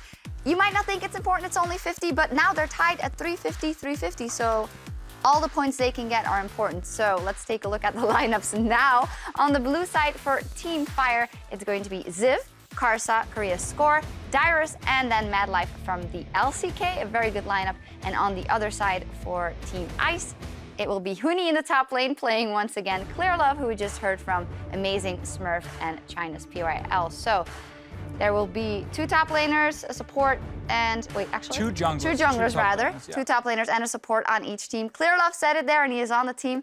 And you guys also said it. Tom Kench is what we want to see. Oh, I really want to see Tom Kench. He was the one that I had the most fun with, and he also has a lot of ways that he can win. It's not just devouring people, it's trolling your own teammates with Devour, and also if you do want to win, just throwing the tongues out there, you can actually continue to stun one person over and over again if he has 3 stacks, and it's amazing. I had so much fun with that. He doesn't have any wombo combo though, which is going to be the big one. For a lot of these picks like Ziggs or whatever, 5-man ulti down on someone. Fiora is not wombo combo, but I think Fiora as well. The fact you can probably, I'm not sure if you can proc the vitals for everyone else, or also if you can constantly like lay down the ultis for it, like you can be super annoying, but it's not a wombo combo though. I don't know if anybody knows because Fiora's rework was after One for All was I don't know. disabled. Yes. Alex? I mean, those are some pretty annoying champions, but I mean, there's still Echo. Echo, he just, playing against an Echo in One for All, you don't even know where the stun's gonna be. They can stack the stun. He goes back in, and you know, 1 Echo is really annoying, but when you have 5 Echoes, then it becomes really, really annoying. They're really hard to pin down too, because you go for one and then he just gets out of there and you can't really focus any of them down. So yeah, that would be definitely really annoying. Yeah. Or you play Wukong. Yeah, that's if pretty you open. really want to win, you play Wukong. Pretty strong. Maybe we see 5 versus 5 Wukong. We'll see. The teams are ready, so we're going to see what they pick up, and we're going to head over to the casters. Thank you very much, Shocks. We are here in the studio getting ready for the one-for-all matchup. Hi, guys. I'm Devin Pyrotechnics Young, of course, still joined by these lovely gentlemen, Crepo and Kobe. And we are getting ready to kick this game off. Gents, what do you think we're going to see? I hope that we don't see Alawi, because 1 Alawi, the tentacles are already too much for me to keep track of. You think it's allowed? Might be a little quiet. There's actually a list of champions they can pick off, so I don't know if she's actually on there already, because there's some interesting interactions. Overall, I just enjoy, like, I don't like the whole wombo combo vibe. Just skill shots is what I like. I do enjoy blitzcrank. I hope there's no brand, because that's yeah, just brand not... is just like chaos. It's really hard. I do like the Wukong ID 5v5 because it's like a Beyblade match. You can really go back to your childhood for that one. But we already heard about the Tam Kench, too. I mean, that's always a possibility. You just keep eating and spitting out. But you lose track of where you are after a while. I wonder if you can actually pick up spheres from Syndra from other players. Oh. I mean, your ultimate will do more damage just because there's more spheres Yeah, on exactly. the ground. So that actually makes for a very like one-shot type of situation at level 6. So that would be enjoyable for me to watch. Well, I think there's a lot of possible surprises in store. I actually really like the Ezreal one. I played that a lot in the original one for all mode. And it's all about the skill shots, but constantly firing all these globals is really useful. And you can do a lot of cross-map stuff. Jinx was another one that I saw as well. And kind of can't keep track of where all your rockets are coming from either. Yeah, we'll be... I wonder why we have 2 color casters here. a wealth of analysis. I might for this have mode. a bit of an imbalanced amount here of talking time for sure, I but mean, that's look- okay. I've actually never played One for All. Yeah, I actually never. Not even the mirror? Nope. Oh man. We get so Well, little you're about time. to see it. We get so little time that the time the games we do play is just standard rank 5v5. Grind that rank, baby. Gotta get that elo. Absolutely. Well, these guys are going to be lit your grind as well. We're getting loaded up and getting ready for that champion selection. So, we'll have to take a look at what they decide to go with. We already had a few particular things that they said they were going to be looking at, but we'll have to take a look at the bans first. Hecarim, Cassiopeia off the board, Orianna, and Leona to follow. Yona. I mean, why? 5 Sunlights. And the Diana as well. Oh, good lord. There's the Blitzcrank. There's the votes. Are they going to Who get do you- gave away their strategy? If you're wondering why they're picking different things, if you've never seen, it's a voting system, obviously. Yeah. Everybody can vote for a champion. Otherwise, even if they do lock in different Look at champions. this. Unanimous from Team Fire, though. Yeah, I mean, they're all on the same page. Definitely see Fire with a more cohesive team comp here. Definitely on the same page. Smurf and Amazing. Nobody listen, PYL. 10 Blitzcrank, 10 PYL has the vote right now. Is he gonna go for it? PYL chose. Majority Blitzcrank. Okay. Hook City, Hook City. This is actually Hook City. This is You literally think, Hook City. you think you did Hook City before. 10 Blitzcranks. Guys, I think the time of menace come to an end here. And Mad Life in it. Mad Life in the middle of it all. Can you spot the Mad Life in this game? Let's play Can You Spot Mad Life? Can we turn name tags off and see if we can, everybody gets a guess at which player is Mad Life? So Hooney's got to be happy he gets to play it, but I don't know how he feels about playing against them. I mean, this Team Fire lineup is not exactly going to be easy, especially with Mad Life on the other side. So we are playing on Summoner's Rift. Let's remember that this is not an ARAM map, or I don't think the players have to go all mid too. So there's still... You can go wherever you want, Yeah, so yeah, Blitzcrank 80 carry, Blitzcrank support. See how many smites they decide to choose. Right now, Ice sitting on 2. I do like a couple of smites there just to get rid of some minions. So you can hook through. I wonder if they set up an elaborate conga line too, where you have one guy in the base, one guy in the brush, one guy at Raptors, and then you rely on the first guy hitting his hook, and then all you have to do is chain him. I want to see somebody get pulled all the way through multiple towers, just taking tower hits as they're getting pulled all the way back to base. And then that one guy in front misses the hook, and you have to wait another 50 seconds. Well, looks like Team Fire is actually going to be a little bit more in sync with all this one. They already had all the votes lined up. They already knew what they wanted to do, but there was some dissension in the ice ranks, so maybe they're not going to be as synchronized with these blitz hooks. Yeah. We actually have a little spoiler on the loading screen. Team Fire, I believe it was, had the perfect skins. They're all rocking lineup. the max today. Yep. So once we get a game, you will notice perfect skin synergy here on the side of Team Fire. I Blitzcrank. No, I Blitzcrank. No, I Blitzcrank. all right, you Blitzcrank. That's fine. We're loading up, though. Coming onto the Rift. Are they all just going to go mid? Are we playing old school ARAM? That looks so cool, man. No, this is an invade. Usually when you have blitz, you invade. When you have 5 blitzes, they're cheesing. Oh my god, look at the movement speed difference. Oh, no, I thought they all skilled W, but they actually didn't. That was just the Okay, get ready for Hook City. Well, it's all... Choo-choo! Down, they start rolling, and the casualties are already mounting. Ignites First blood. Blitzcrank's down. They answered back.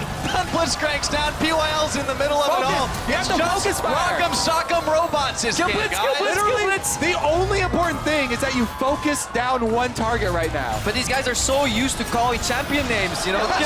Kill Sandra, now you're stuck. Which Blitzcrank? Team Fire has the advantage because they're all the same skin even. Yeah. They can call out which skin to kill. Yeah, now Score's going down, though. It's a 2v2 in just a minute. If Score can hustle his way away, he might be able to save his life, but clearly... Can you hit the hook? It's all you gotta do. Score's still actually yoiking him away. It's Dyrus that grabs him, and Clearlove's gonna get denied. Team Fire dominating already, and I would expect nothing less from the team that actually has Mad Life on it. You know, they planned on playing Blitzcrank, maybe coaching. Let's really want to do that. No! Hooney's in trouble now. Oh, no. Who's grabbed who here? I think it's Smurf getting double grabbed, to be honest, but he's surrounded by enemy robots. 6-2 already. Not even 2 minutes in, guys. UIL wants a piece, but he's on a ward. Walk over a ward there, yeah. All right, who's got the kill bounties on him then there? So, like Dyrus is level 2 Looks on like the second Dyrus creep. is king of the Blitzcranks with 3 kills to his name. All right, so if you do play 5v5 Blitzcrank, let's take a look at these items. Yes, let's do that. We've got one jungle Blitzcrank here. Score is gone into his natural habitat. So instead of analyzing the item builds, all we're gonna do is just look at the most skills and then by power deduction. That is the preferred one for all. Yes, Blitzcrank. So Dyrus, Corrupting Potion. Dyrus found his new calling. He has not retired. He'll come back as a support. Or mid lane, or top lane blitz. Mid lane blitz sounds pretty good. It actually used to work back in the day. Shushe, hang on. Mad Life's going in. Yeah, PYL is the target, but oh, that's Smurf though. Dangerous. And now he's the one grabbed into tower, takes one shot, and there's another, and Mad Life steps up to the plate, but he has to back away. Pushing might actually be detrimental. You definitely don't want to like siege towers against this composition. The late game has to be so hard to finish. How do you get? Let's how do you talk kill about towers? that strategy, Crepo, because it's going to be a lot about neutral objectives, I assume. Turrets are very dangerous. Here comes the first jungle gank. Scores going Red buff Blitzcrank. Surrounded by Smurf, the knockups just keep on happening, but Mad Life's Mad Life's going down. Down for his trouble. Just PYL now, though, and the minion gets hooked. Score! Does not score on that one. Oh, PYL does! Oh man, PYL with the expertise right there. Takes the red buff. I want to see the penta hook for the one shot, just tearing some of these parts. One limb flying everywhere. Fatality. But yeah, Shushe actually used to play an AP Blitzcrank. Go Ziv. Everybody has Thunderlords, by the way. They're not level 6 right now. All the lightning bolts you see are Thunderlords props. Uh-oh. Karza. Got the knock up on PYL. PYL is taking over the bottom lane here. I mean, We're obviously just one joking. player. We're obviously joking when we say they suck, by the way. Just let's not play Blitzcrank. But you are. Kobe. Yeah, Crepo is very, very mean. So what is the optimal 5v5 Blitzcrank matchup, Krepo? Well, 5 Blitzcranks on every side. What? All right, there you go. No, I don't. AP Blitzcrank used to work a little bit. So when Shushe played it, we can never get to the story. He actually went for early home guards, walked into the lane, pressed R to clear the wave base, and was back before the next wave was there. Oh, Scores are just on a warpath here. Another Blitzcrank gank coming in. Uni already PYL deaths for us. PYL has teleport too. We might see some TP shenanigans here. Dyrus getting caught. 5 versus 3. Who's catching who, though? There's a teleport coming in as Clearlove's a little bit low. Gets the yank in. Teleport will finish, and PYL is going to be running as fast as he can. Hooney's trying to catch up to his team. Dyrus going to flash the hook, though, and Hooney's going to get pulled in by Ziv. Now it's a 3v2. Clearlove's going to get away. Dyrus is the level 5 Blitzcrank. He's the raid boss. king of the Blitzcrank. He's like the gym leader. You gotta go through the trainers. Uh-oh. Oh, he's going to take down the king. They want that shutdown gold. Oh, they're going to get it. And if you come at the king, you best not miss. Amazing did not miss. Let's see how long it takes him to finish this blue buff up. Not very. I feel like the majority of the crowd won't get that reference. Well, if you haven't seen The Wire, then right after All Are you Stars. serious? That's our plug for The Wire for the day, I guess. Let's see who builds damage. I don't really care, about the strategy that they're going into, as long as everybody starts building lots of damage. The first Sheens that come out, I'm happy with these. Team Fire's on board. Technically, CDR tank is the way to go because you get more hooks and you are tanking. You survive way longer when they grab you, and it's very deceptive. But it's not Technically, fun. one punch is the way to go, as far as I'm concerned, Crepo. But it's not fun. So I do want to see more Sheens. Yeah, we more got movement speed, more got jukes. some mobility boots rush for Team Ice. Because I mean, the best way to dodge damage is to just not get hit. Yeah, the best way to dodge damage is to dodge damage. I gotcha. God damn it, Kobe. Or hooks in this case. Ziv just demonstrated.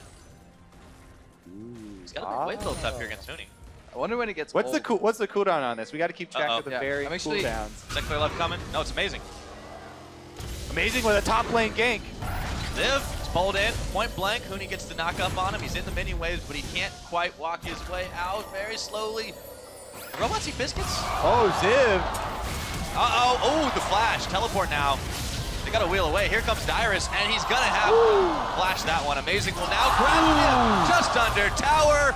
Goodbye, robot.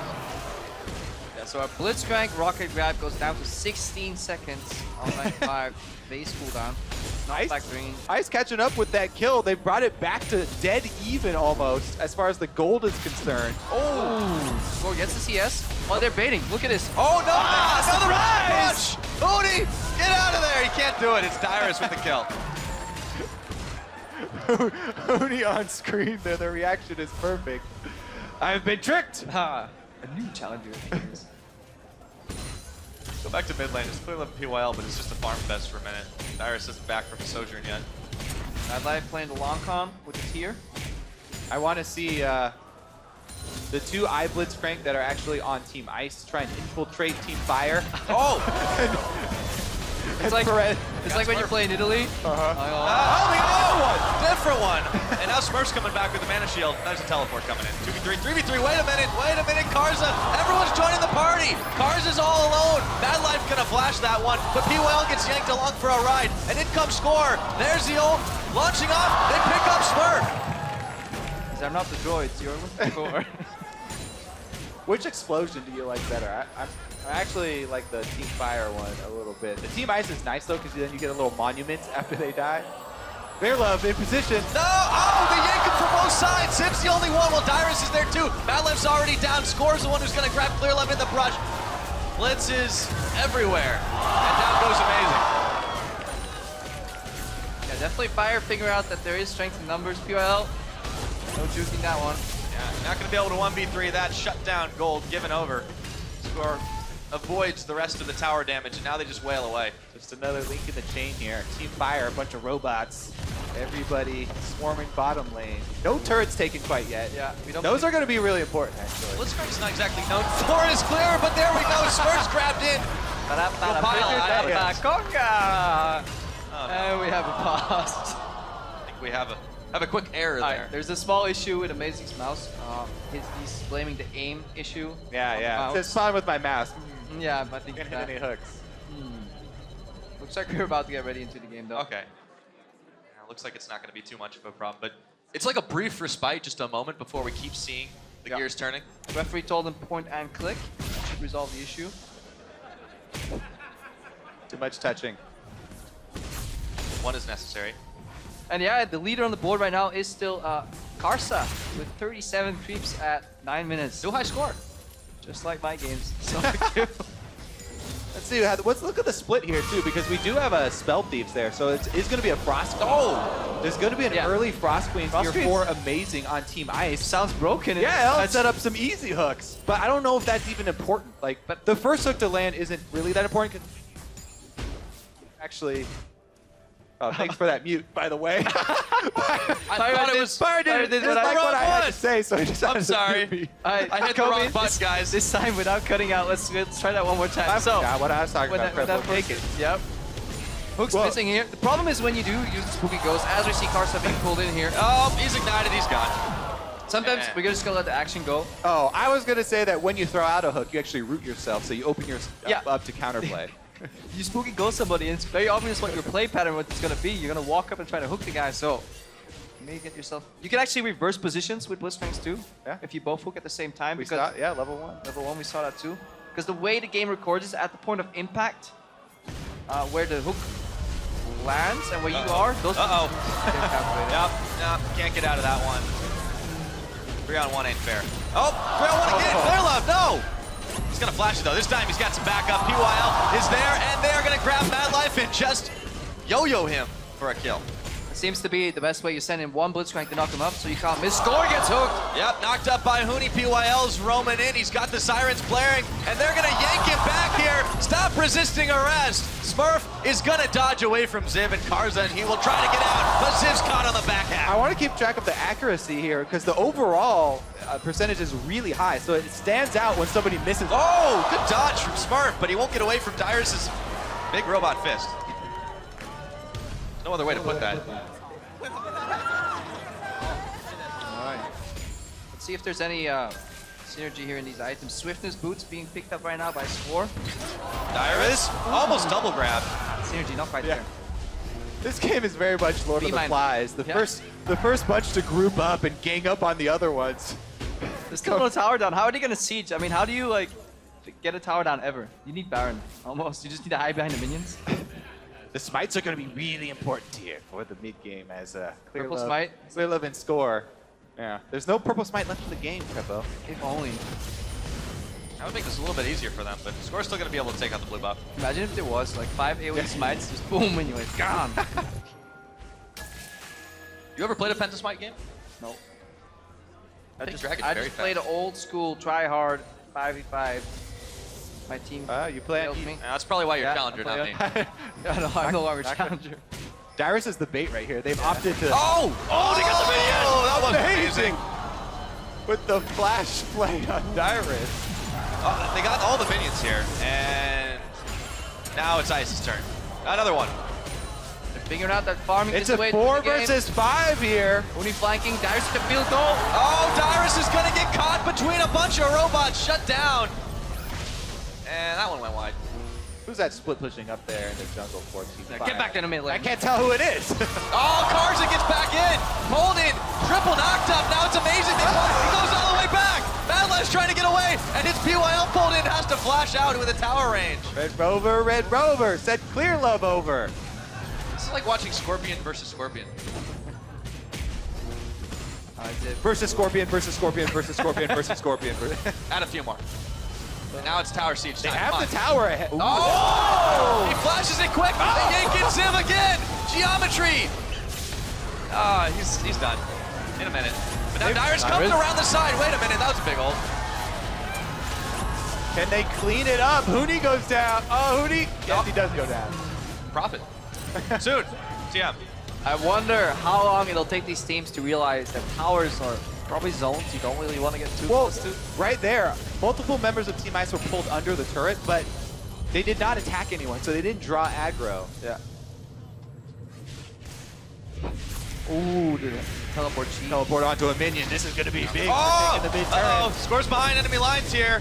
Gonna take a lot of tower damage. aggro, Focus just that like you turret, said. boys. Tower aggro. Keep finishing the job. If they work in unison, they get done a lot At faster. the first turret of the game. See fires. There has to be an elaborate knock-knock joke somewhere. I know the answer, though. It's always Blitzcrank.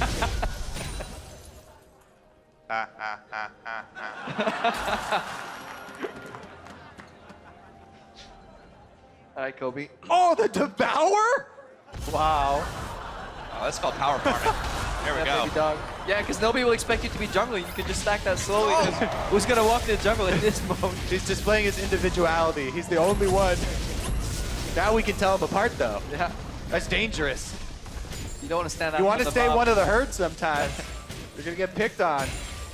Blitzcrank Nation All the individuality. all the more reason to get it sated quick. Everybody's equal here. Smurf. Setting up for the hook. Outnumbered. Dyrus. Any teleports available? Going in with Mad Life here. Burning the cattle. Oh, they knew he was going to get grabbed, but Karj is coming in for the last shot in. Steals the kill away. Grabs the glory for himself. Gotta be careful. Don't cancel each other's hooks with those knockouts. What happens if you hook from opposite ends and you The both last land hook at the end? applies. The last hook applies. All. Even if it's the exact same moment. Yeah. Well, technically it's never the exact same. All right. Down to the millisecond.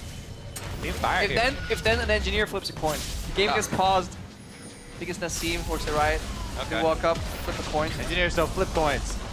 Well, They get programmed. Ziv gets flipped up. Uni's grabbed back into tower range, but he's got a mana shield on. And Oh, Ziv's the going turret down. was still on him. Just barely.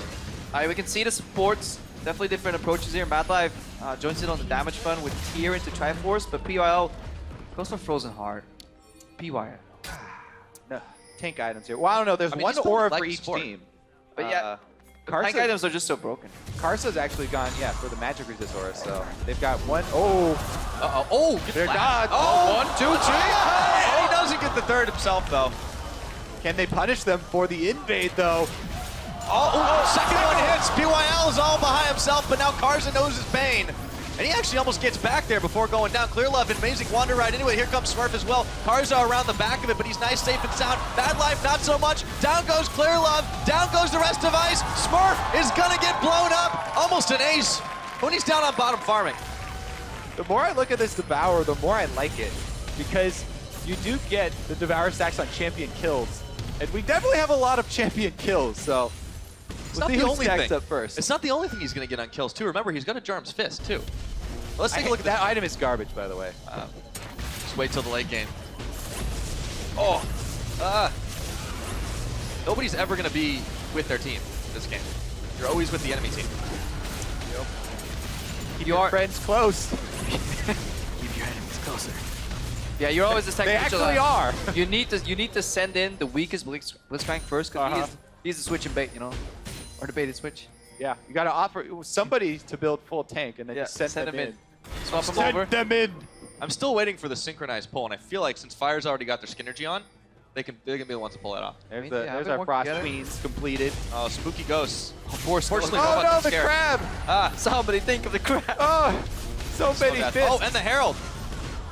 Oh, he doesn't know which way. He can't fight. Well, you got to be careful about resetting him right there. Yeah, He there we changed go. his targets too many times, and he's gonna Run out of paper. reset. But they did get it. This is dangerous though. They all use their movement speed. They're gonna slow down right now. Oh Amazing no! to start the offensive. He fires on to score, and Amazing is yet grabbed into the team. Now it's going to be PYL. They're trying to even the odds as Dyrus is pulled in. Ults just keep flying. I don't really know what's happening with these health bars, but it looks like Fire's going to take the fight. Mad Life.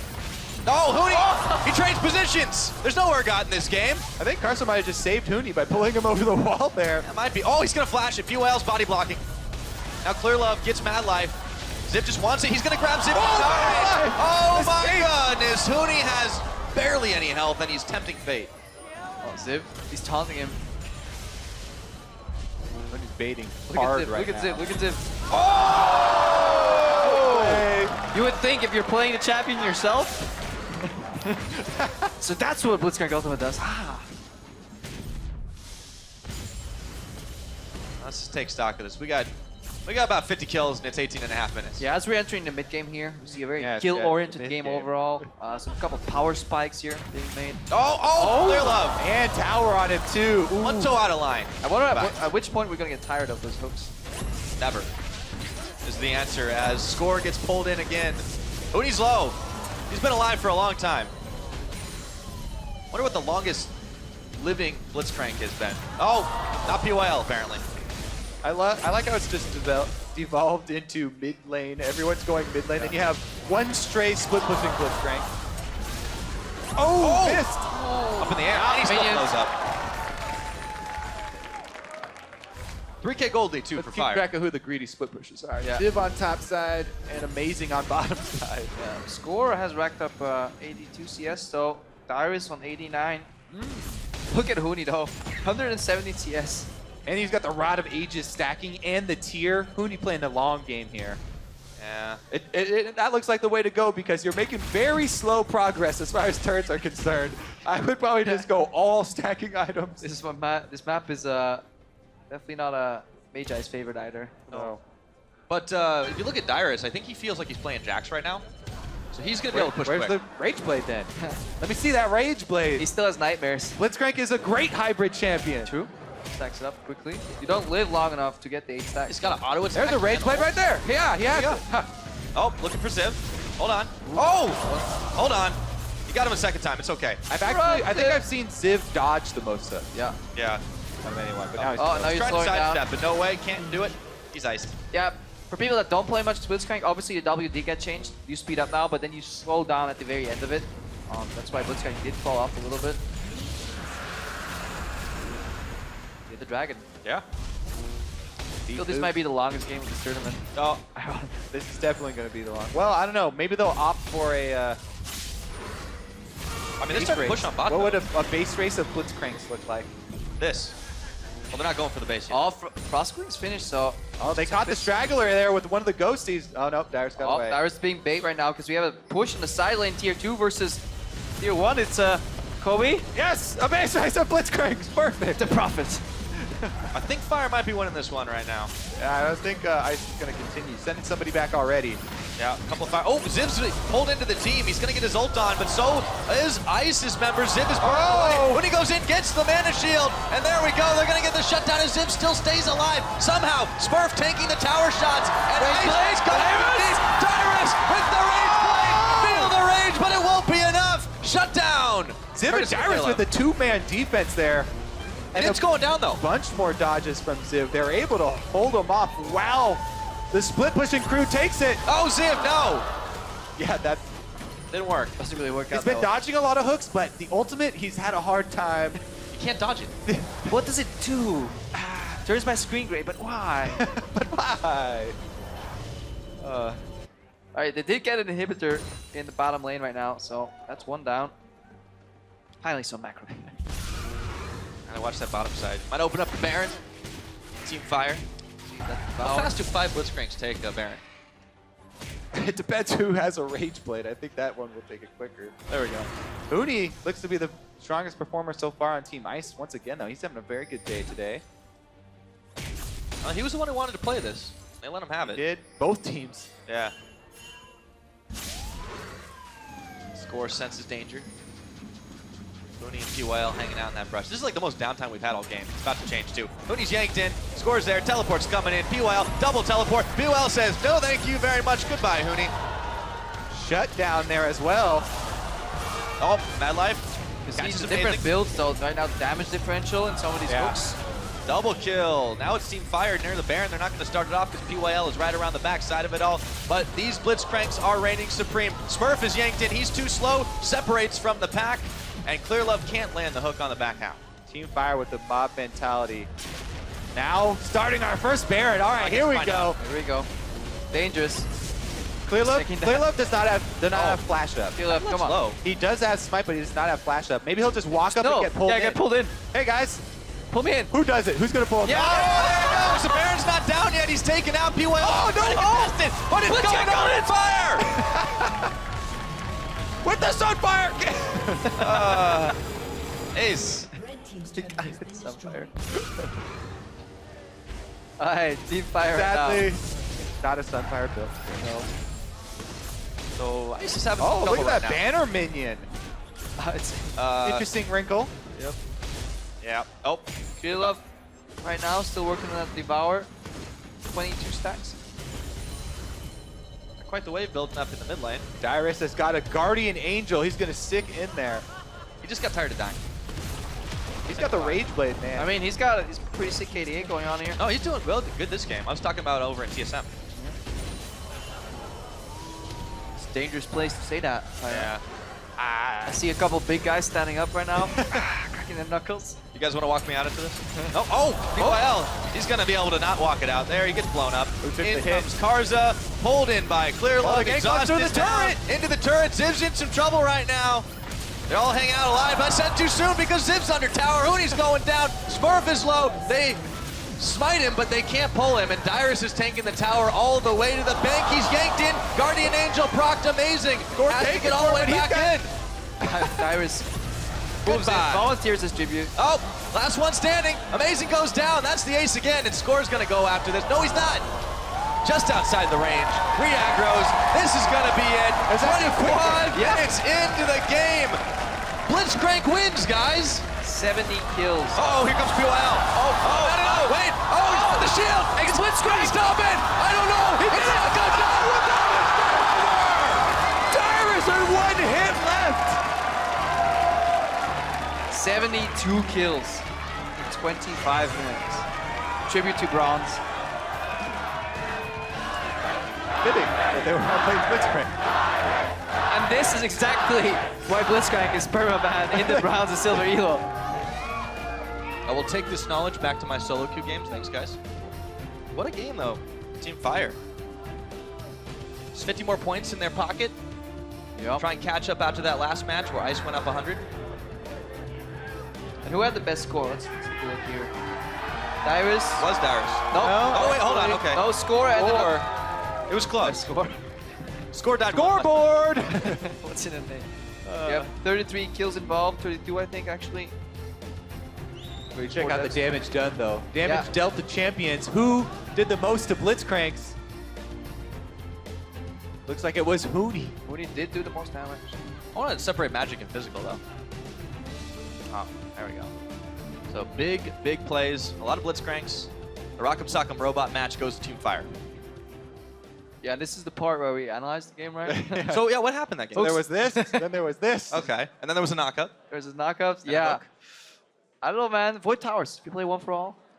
Nobody built an Ohm Wrecker. I thought as soon as one team gets a lead, then you build an Ohm Wrecker, and if the enemies pull you in, doesn't matter. That's why I didn't need you as a code in COVID. Yeah, well, on that note, maybe we'll get him in the ring next time around. For now, though, we're going to send it back to the analyst desk to break that game down. Have fun.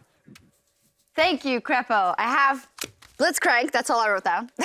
I mean, let's take a look at the team comps to start team off comps with. were very, very exciting. I think skins said a lot. And one team had coordination. Yeah. We saw that in game. They pulled them on the towers.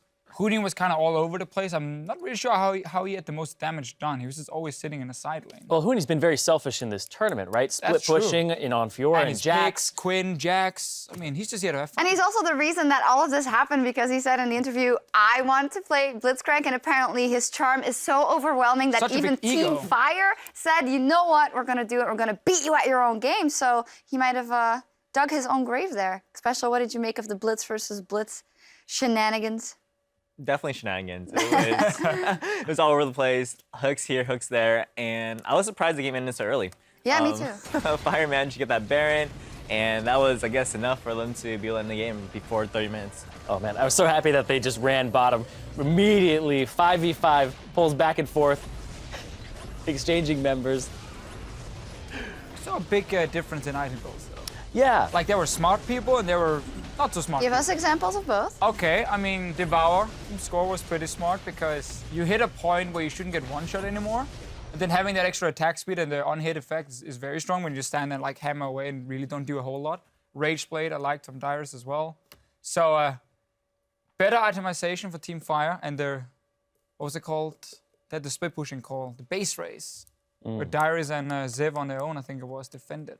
And they won the game. It really felt like because Ice went for more AP and then Fire went for some MR and then some auto attack damage, that they could actually kill people. Whereas it felt like Ice kind of just got the hooks in, but then they couldn't kill him. And then Fire would just walk up to them and just start autoing them and just doing damage. I love that we're analyzing this, by the way. It's amazing. It's awesome. Cranks fighting, just running around killing each other, and we're like, yeah, the build, yeah, that build. It's about every time when there's this one for all, after a couple of, or like 10 minutes in, you're like, but how is one gonna kill the base in the end? Because it's impossible almost to get the towers down with this one. Well, it was almost a base race, but in the end it was Fire that was able to get down enough kills, yeah. Well, I thought we were going to an interview, but we're not yet, so we can analyze some more about Introduce Blitzcrank, Irene actually. instead. Yeah, go. So, Irene, what did you think of the Blitzcrank matchup? I thought it was awesome, and then I got to the point where I was like, how's somebody gonna win it? And then it was the AD and the AP builds, and I've played this mode with Blitzcrank like twice, and I have no idea how that ended so early. Because some people build like Trinity Force, you get fully stacked tier, and then people are like one-shotting each other, and if anybody makes one mistake, it's 4-on-5, and then you have to fight from behind. So it ended like 25 minutes. That was really fast for a one-for-all game where they're both Blitzcrank. Yeah, definitely was, seeing how you don't have any attack range whatsoever. You just have to go up to the tower and hit it. 50 points in the end. That means for Fire, who won. They're winning all the fun modes, by the way. Yeah, they're doing really good in the fun modes, and that also puts them now at 400 points, 450 still for Team Ice, but still a lot of points to pick up. 100 for the 5 versus 5s. We have the Assassin mode today as well. We're gonna have the top 4 in the 1 versus 1 coming out. A lot left to be decided. I mean, this fits really NA so well. It's all about dank memes and having fun. So they're winning all the fun modes. When we have the serious games, like Europe is winning, you know, China, okay, they lost to Korea, but they should be able to beat NA later today. If they do that, well, Team Ice just gotta win the final, and then it's easy peasy. We'll see if that happens. But now we are going to send it over to Dash for a word with the pro who is in the running for the 2015 OP Play of the Year. Thank you very much, Shox. That's right. I'm standing here with Phoenix as well as Homin, who's going to help us with some translations if needed. I do want to start, though, by asking for your opinion about that one-for-all match. 10 Blitzcranks was absolutely insane. Team Fire comes out with the win and the color-coordinated Blitzcrank skins, but what's your opinion on that match? I think both teams like almost same champion and same champion, but Team Fire was on the same skin, Ivory skin, so they have a lot of teamwork, so I think they win. And that game, I want to gameplay that mode in. Yeah, they definitely had a lot more coordination, as you mentioned, starting from the skins, but even through the play of the game itself. You know, next up, though, I do want to talk about what Shox mentioned, which is the real reason we have you here. You've already been voted as the OP Play of the Year for North America, and you're in the running for the OP Play of the Year around the world. As it's a fan-voted category, I want to get your opinion on how it feels to know that everyone voted your 1v4 Azir play as a top play in North America. I think they play pretty good play, I guess. And I can do that again, maybe later. And You're being very modest right now, very humble. Yeah, but if I have a chance like that play, I just want next time I just want enemy team come 5 people, then I can pentakill. Okay. All right, we're raising the stakes on it. Maybe we can get that for you next year. Moving on down the line, 1v1 tournament is what we're going to be coming back to in just a moment. We've got 8 players left in the running. Who is going to be your pick to win it all, and why? I think Biox will win. Because when I'm watching his 1v1 game, he just wins so easily. Like, He just wins too easily. Yeah. Do you think that 80 carries, because we saw Froggen play Nasus yesterday into 80 carries, but do you still think 80 carries are the way to go? Yeah, I think 80 carry will be strong. All right, so we'll see. I mean, Bjergsen's been on that train. We'll see if he continues that trend. And lastly, later today, as people are cheering for it all. Later today, we have the Assassin mode coming up. Since you're a mid laner, I wanted to get your opinion. If you were playing in that game mode, what would be your top pick for champion and why? I'll pick Echo. Echo, really? Because he can arrive as his ult, so when Assassin trying kill Echo, he just run away. He just ults, so he basically gets a little bit of tankiness while being an assassin. All right, well, thank you very much, Phoenix. Best of luck in the fan-voted category. We'll see if you do end up being that OP play of the year for the entire world. Again, thank you for the time here on stage and home in for being on hand in case translations were needed. We're going to take a quick break, but when we come back, we're returning right back here to the 1v1 arena to get our quarterfinals underway. Stay with us.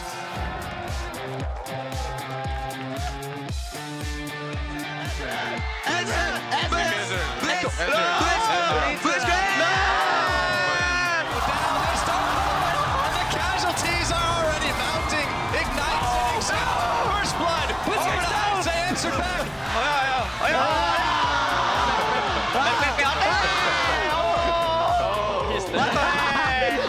Oh, Karza gets back in. Pulled in. Triple knocked up. Now it's amazing. He goes all the way back. No! Yes! Bad life, not so much. Down goes Clear Love. Down goes the rest of Ice. Smurf is gonna get blown up. Kill. Oh, here comes POL. Oh, wait. Oh, the shield. It's Blitzcrank. Stop it. I don't know. No, it's game over.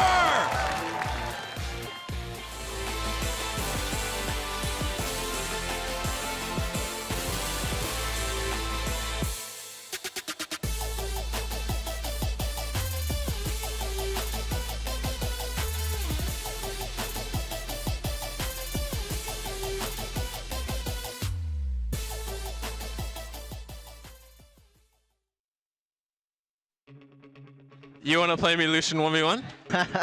If you will not ban, I will pick it. Okay. Okay. Very OP. You're cheating, man. Why? You said you take Ignite. If I lose, it's because you have better setup. Okay. Kappa. Keeper. What fan? I don't know. It's up to you. Bye-bye, Kindred. Oh no, it was my only chance, man. And I saw your Corki. Your Corki is so good. Yeah, my Corki is head, so... So? Bye-bye. Oh my god, man. 아이고, 떨린다. 네? 뭐였어? 안 알려드릴게요. Wait, are we troll banning? No. Don't worry. Your Eli is fearsome. I'm just being cautious here. I gotta be careful for your pocket of Mumu. Solid strat. I think I've seen your Nocturne on stream once. I'm gonna plan it out just in case. I play a pretty mean Nocturne. 紧张了，没想过这只啊。我也是今天刚刚练的这个英雄，布兰德不好打1G，我打过。你知道我会选1G啊？因为我看过你的战绩。Should I play Bard? Yeah, why not? They want you to. Do you let me win? Yeah. I'll pick it if you let me win. Yeah, maybe. Maybe. Come on. We just need to have some fun, man. Come on. Yeah, we will have some fun. We're back. All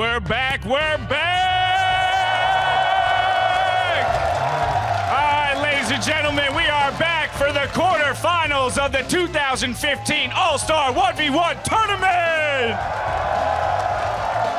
All right, plenty of energy out here. Let's see if we can give some of that energy to our contenders. First up, on the blue side, coming all the way from China's LPL, playing for Team Ice. He cleared a path through the 1v1 minefield, is now angling for a spot in the semifinals. It's Clear Love!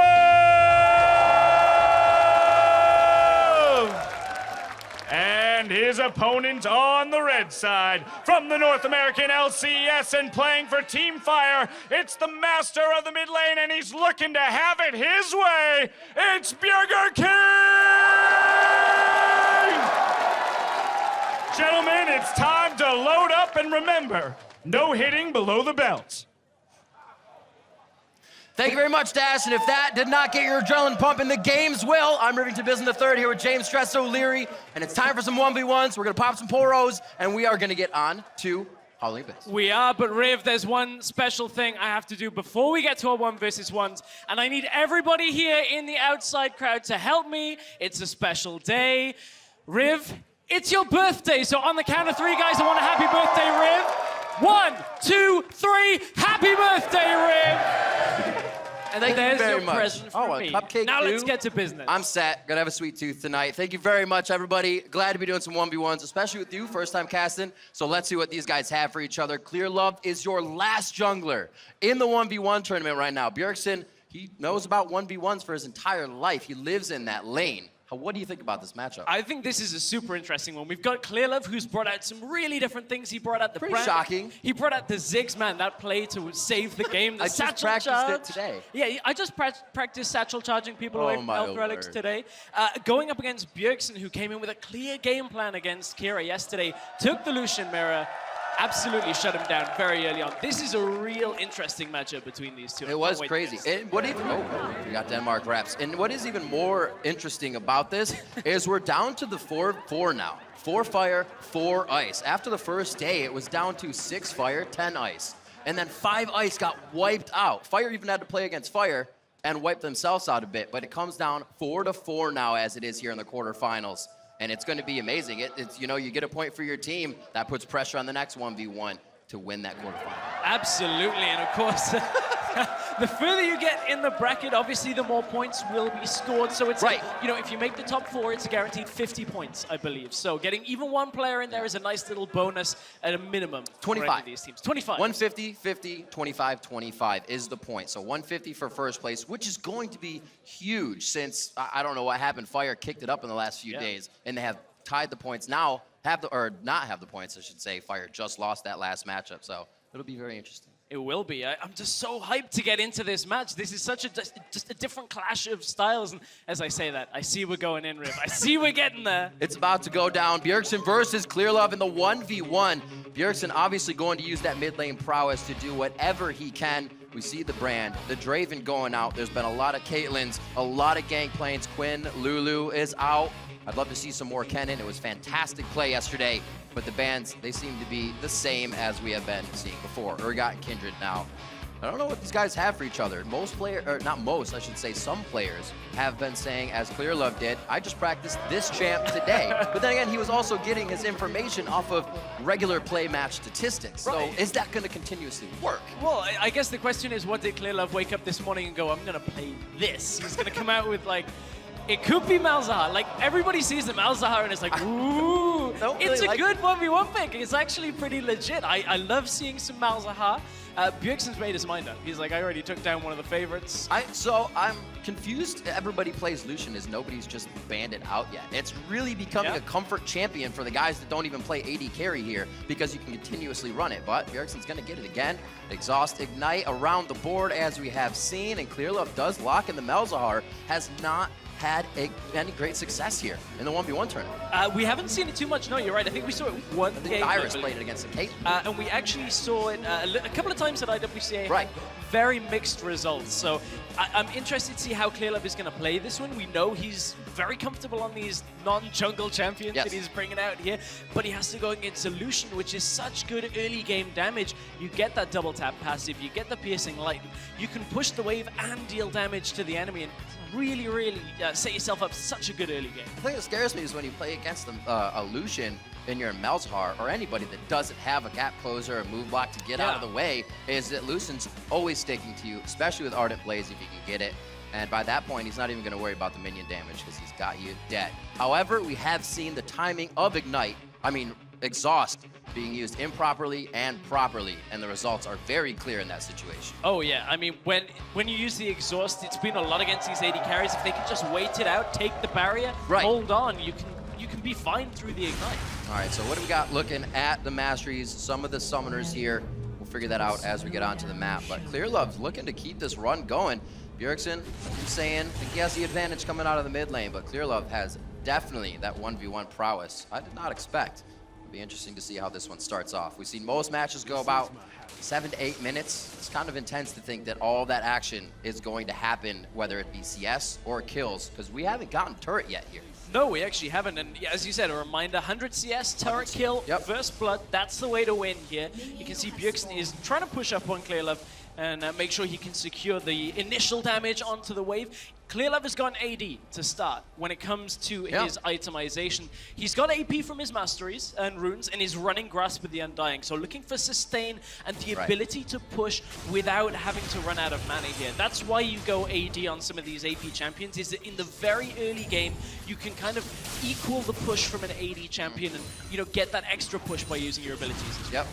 One thing that scares me about Malefic Visions is it's almost harder to get the CS if it gets too cluttered, if things get too scary. And Malefic Visions could actually start to cost you a little bit. However, Clearlove has not used that yet. Just going for silence. That double tap you can get off the middle of that ability. But you can see from the abilities from the extra AD that Clearlove has here, the ability to push. Bjergsen's had to pull back away from the minion wave because as this 7th minion dies, Clearlove gets level 2. Bjergsen equalizes it though, off that front wave, is able to get the timing of the level up and really just shuts Clearlove down. But look at how punished Clearlove is for mana. That mana! There's Grasp of the Undying for both, but Bjergsen says, I have the advantage here. I still don't want to miss minions, plus I get an extra one out of that. And we'll see how they continue to play it. Both Clearlove and Bjergsen have made their way to this point in the quarterfinals by kills within their 1v1 matches, so I expect to see that again. And if Clearlove can kill the first 3 melee minions here before Bjergsen, he'll hit level 3 and could look to use that Ignite. That would be a timing for Clearlove, but I don't think Bjergsen's going to let it go without evening it up himself. It actually looks like Bjergsen is ever so slightly ahead on it and will hit the level 3 first. Does get it. Clearlove kind of hanging back in the brush. No vision been used yet. Bjergsen or either side, but they do get that 2-minute looking at the relics for themselves. Yeah, there we go. There is a 3rd minion. I was wondering whether it avoided it, but it was tucked away behind the cannon creep for there. But Clearlove, you could see how punished he was for mana very early on in this game. That's the drawback of going AD. Your actual mana pool is lower, so you have to make those spells count. Let's see what Bjergsen does. So he does any taunts here, tries to get in the head of Clearlove. Does not look like it's going to happen. Will he back, though? A few minions to wait for. Looks like he's just going to get the relic, refresh that magic, mana, I should say, and get himself back to the lane.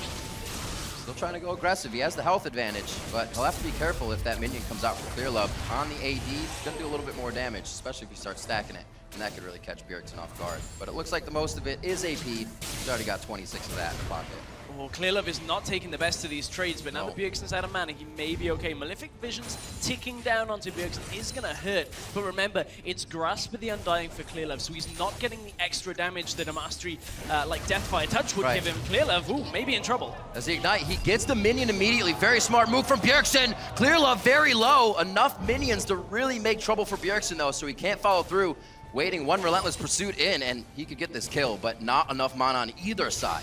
And Clearlove right now has to play. Oh, Bjergsen's got the health relic as well. Clearlove is in such a rough spot right now. He's falling behind in CS a really big amount. 34 now to 26 in this situation. Clearlove has to wait for 6. That's pretty much his only hope in the next couple of minutes, is try and get another all-in at 6, or at least trade onto Bjergsen, but it may not be enough for him. I mean, Clearlove is very close to being, you know, killed in this 1v1 early. Oh! If he let the auto hit from the passive, it would have been enough, but he also would have taken more turret shots, so Bjergsen may have chosen correctly in that Ardent Blaze, but not enough mana to go into the brush. And it looks like they're both going to take the time to back here, and this is not good for Clearlove. Like you said, rough position. 41 to 27 at this clip. He already loses the game to Bjergsen for CS. And man, look at the item disparity. Clearlove is waiting just for the last little bit of gold to get himself the Amplifying Tome, but it's double Doran's double longsword into Clearlove, who was forced to go Doran's Ring to get that extra mana and the extra AP from this. Yes, you would normally pick that up anyway, but it puts him a whole component item behind. Bjergsen can just look to go Hex Drinker as his next back. See how it works out. It fares for both of them here. Bjergsen actually getting hit by the double touch there, but come out pretty even on both sides. All swords pointing to the right for Bjergsen. So OCD is correctly fixed now. Don't have to go crazy on that. The Biscuit still for both sides. They can use that for a quick pop of health. It just saved Clearlove pretty much last time as well.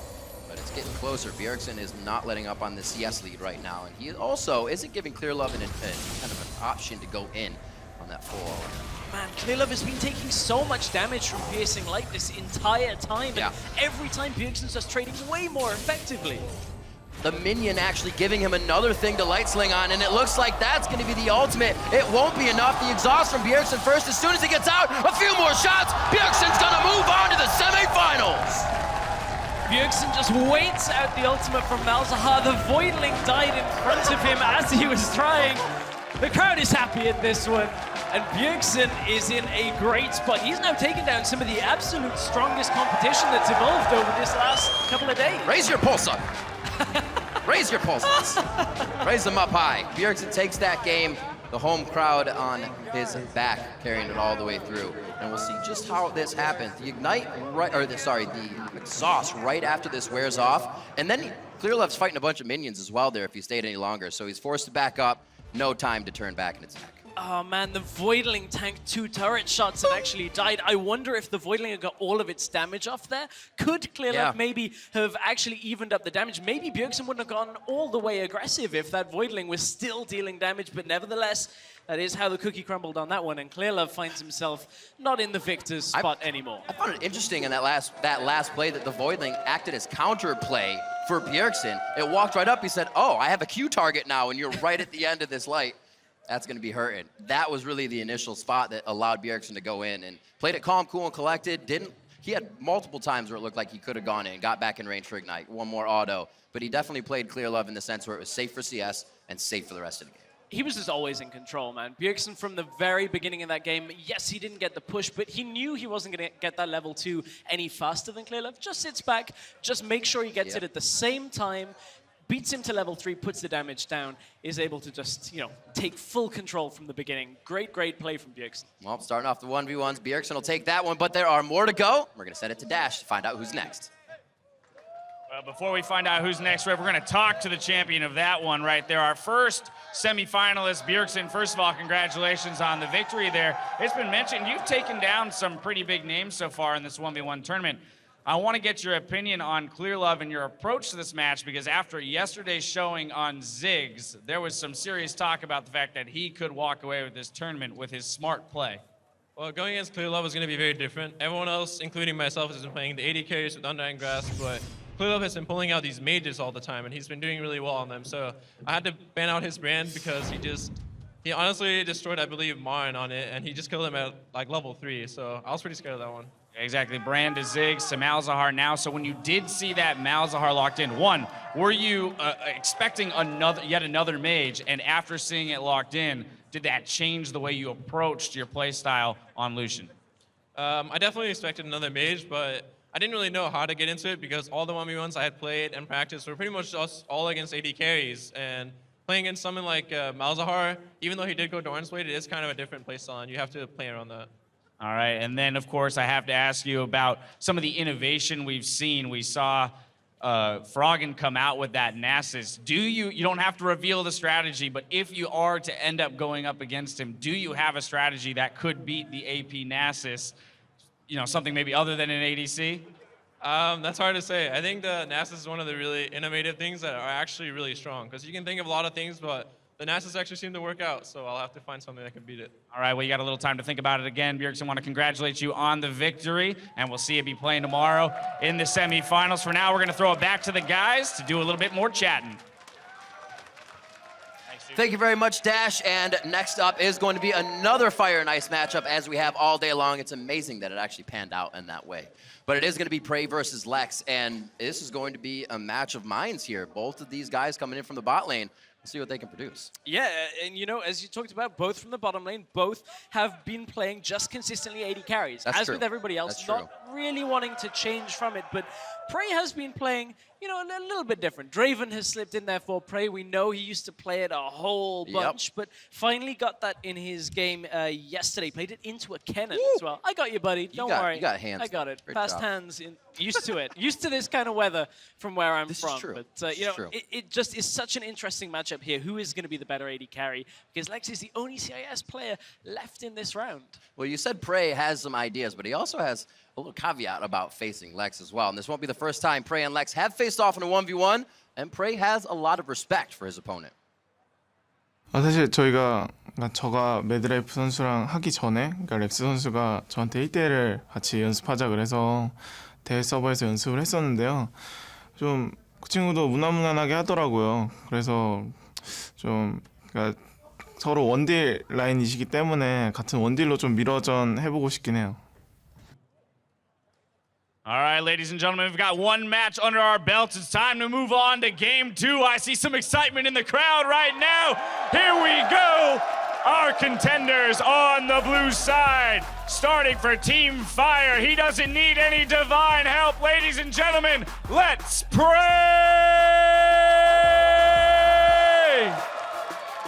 And on the other side of the rift, battling for Team Ice, he's got the fastest win in the 1v1 tournament, and he has proven that Lex Rex.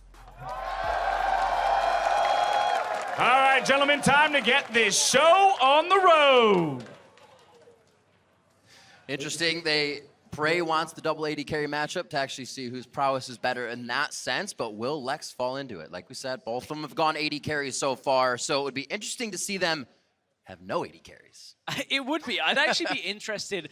This always sounds really boring to everybody, but a Caitlyn versus Caitlyn mirror matchup is actually very intricate. It sounds boring, but the one we had in IWCA was BRTT versus Kira, and it was such an intricate matchup, just how trap usage went, Peacemaker All right, yeah, I can see there were new traps. All right. It didn't get to 100 CS. It was like level 4, level 5s. You know, Kira got the kill. It was an interesting one. You can basically attack each other from each turret. I hope it doesn't go to 100. It's good. I hope it's not Caitlyn in some respects, but, you know, we've seen Kalista mirrors, we've seen Lucian mirrors. I'd like to see something a little different. I see a Quinn mirror. Quins mirror. Blind each other back and forth. I don't know if it's going to work, though. What would you choose in a one? What would I choose? I did choose Brand in a lot of the 1v1s that I did as practice leading up to this. Didn't go so well. You know, I think that was more because of what I was playing against, but, you know, not my fault. Always blame it on other people, Rick. That's what I found. Of course. That's how you go through things. That's why we 1v1, so that you can never blame it on other people. Yeah, we've seen the Kindred now on the ban list, going away once again. Way too powerful once you get that level 3, even level 1, 2. Definitely too strong to be in here. Team Ice Ban, Prey, already smiling. I love that these guys go into this, they're like, yo, I'm nervous. Are you nervous? We're like, hell yeah, I'm nervous right now. Sitting out here 1v1, testing my skill in front of the entire world that watches League of Legends, and I might suck for a second. That could make you nervous. I just love that they can talk to each other as well. That's, if they say they're nervous, perfect. I'm like, are you nervous? Are you really nervous? Like, I just start actually just poking and prodding at these I heard you were nervous earlier. vulnerabilities. So ADs are actually getting hit here. Kindred still kind of falling into that sense. Lucian finally gets banned. Thank you very much. Get it out of there. Everybody's been using it to get their victories. And now, what will they go for? A Caitlyn ban? A Triss ban? What are they going to ban? All AD carries here? Urgot Mirror is an Kindred interesting on the edge. I think we'll get Urgot ban here because Urgot Mirror tends to be whoever gets the first auto away. The reduction is just... you just, oh, my passive worked first. You're tearing your hair out crying. Oh, there it is. Urgot's gone. All right, okay, so they do take out the Urgot. Is it going to be Caitlyn here, or are we getting a Caitlyn mirror? I say just love this to now. see them both net away and hit each other with bullets you can still hit. Like, oh, no, okay. Caitlyn gets taken out. So now, 45 seconds. I actually don't mind that Use so it. much because now I hyped it up. It'd probably be the most boring, like actual 100 CS. Both of them get to 99, and it's the first one. Like, that does we'll be Qs. back in 10 minutes. Yeah. We'll leave them to it. Do it. You may get your wish. I want to see Quinn. Come on, let's go. Give me a birthday wish. present. Give me a birthday present here. So it's going to be Barrier, though. Barrier exhaust. Maybe. We'll see where it sits. They're talking about it. I'm thinking. I feel like one's locked. I feel like that works really well because as Quinn, you vault and then you Q, and you're not, unless you like ignite while you're vaulting, you're not in range to really get that back because you're pushing the person away trying to get your attack in. But it can still work. It can still work. We actually, we're not getting the mirror. Okay, I can deal with it. Happy birthday gift is fine with me. So this is actually going to be pretty interesting. I still am not super keen on Ezreal in the 1v1. Just because of how Mystic Shot blocks a lot of your damage. The same can be said for Quinn, although her Q does deal AoE, which is really annoying. We were talking about this backstage, actually. Riv, you were It's actually so annoying, getting but I triggered love by it watching Huni. because I've been playing Quinn. It's just that you can vault people back into their minions when you're playing her top lane, and you can still hit her with Q because you said AoE. It's just so much fun. And right now, she's super, super powerful, and I think Prey really has an upper hand here. I'm sorry, Lex. I was going to say, and I think Lex, I was like, you know, Ezreal could do good, could actually, well, can avoid a lot of the chase potential from Quinn. You just arcane shift away. So that actually may be an area that Prey does have a slight advantage. I wonder whether Lex spoke to Huni after watching him play Quinn earlier, because Huni wrecked LCK as a team with Quinn and the rest of Europe. He but, did you know, wreck. it was a lot. He's going to do more of that in NA this year, too. I'm so sad. It's going to be fantastic. All right, we're about to get into the match. It is Prey versus Lex for your next 1v1 of the quarterfinals. Remember, moving on grants you 25 points for your team. If you can go on from there, it's either 50 or 150 if you can take that first place spot or second. And these guys are definitely trying to win it for their teams. That really bringing on the nervousness as well. With how close the points are, there's a little more pressure on the shoulders. Same start from both sides here as we would have expected. What are we looking at, Runes and Masteries? Just Grasp of the Undying. Yep. As usual. Grasp of the Undying, 668 for both of these players. Okay. So looking for the sustain game is what the two of them are doing. You can see Prey has established control with the walls. Yep. I mean, Lex already just assumes he's there anyway, so it's one of these situations where it's like, oh, you've confirmed my suspicions. Nice, got it. Shoot it. I was right. Where's the BM? Shoot him up. One thing I'm kind of interested is how fast Prey can actually kind of counteract the push that Lex would have. You can see Prey got the first damage onto the minions, but I imagine Lex should be able to just Q to kind of make up for that. Ooh, actually gets Prey and both of the minions. That is huge, and follows up with the empowered attack, gets the Grasp of the Undying. That was such a good Q from Lex. That is Quinn. That is Quinn. That is Quinn. 3 simple words. I missed. Oh, no, I didn't. Oh, it's another one. Prey losing a bit of health here, but it's not going to be too bad for the first points. He gets it back with a very nice Mystic shot to even up the HP. Showing out those emblems. I like it. First minions at even timing, so we're now looking for the level 3 between these two. But, you know, as AD carries in this, I think they're going to be fairly content to just farm out the first few minutes. I wonder exactly whether Prey is going to go aggressive with the Ignite in the early levels for him to really get his damage down onto Lex. He has to bypass Lex's minions. If he takes minion aggro, those range minions deal so much damage this early in the game that it's so difficult to trade. He'd definitely be playing a lot of this with Mystic shots from the brush. Lex would probably hug the right side of the minion wave, but he would still be able to stay safe, get his shots out, find that CS line, because it just lines up for you, right? Mystic shot across the board and get what you need. Trading on Siege minions right now, so a little bit less focus for Prey as he got that one down, but misses threading that Mystic shot through on Lex. Lex is winning the auto attack war here, but still takes damage from minions, so it's somewhat evening out, as well as those Mystic shots Prey is always finding once he goes back. 17 to 14, so the clip for CS is pretty even here. Yeah, but you can see Prey has managed to stop Lex from just getting a couple of CS from the first few waves. That denial of CS early on is actually pretty significant, especially in a matchup where you expect it is going to go later. Anytime you can make your opponent miss 2, maybe 3 CS from the wave, that is a big, big win. Gotta be feeling good then. Almost catching up here. These two should go into the turret. If Lex can't get him, he actually stops it from happening. Nicely done to take the fight there. Actually saves his minions, but he loses the health as he tries to go for the fight.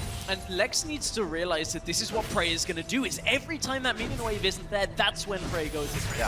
There's only so many times that Prey can actually land damage onto Lex that if Lex just plays this smarter and backs away, he will lose CS in exchange for not losing health, but Prey honestly is winning in both of those scenarios if that happens.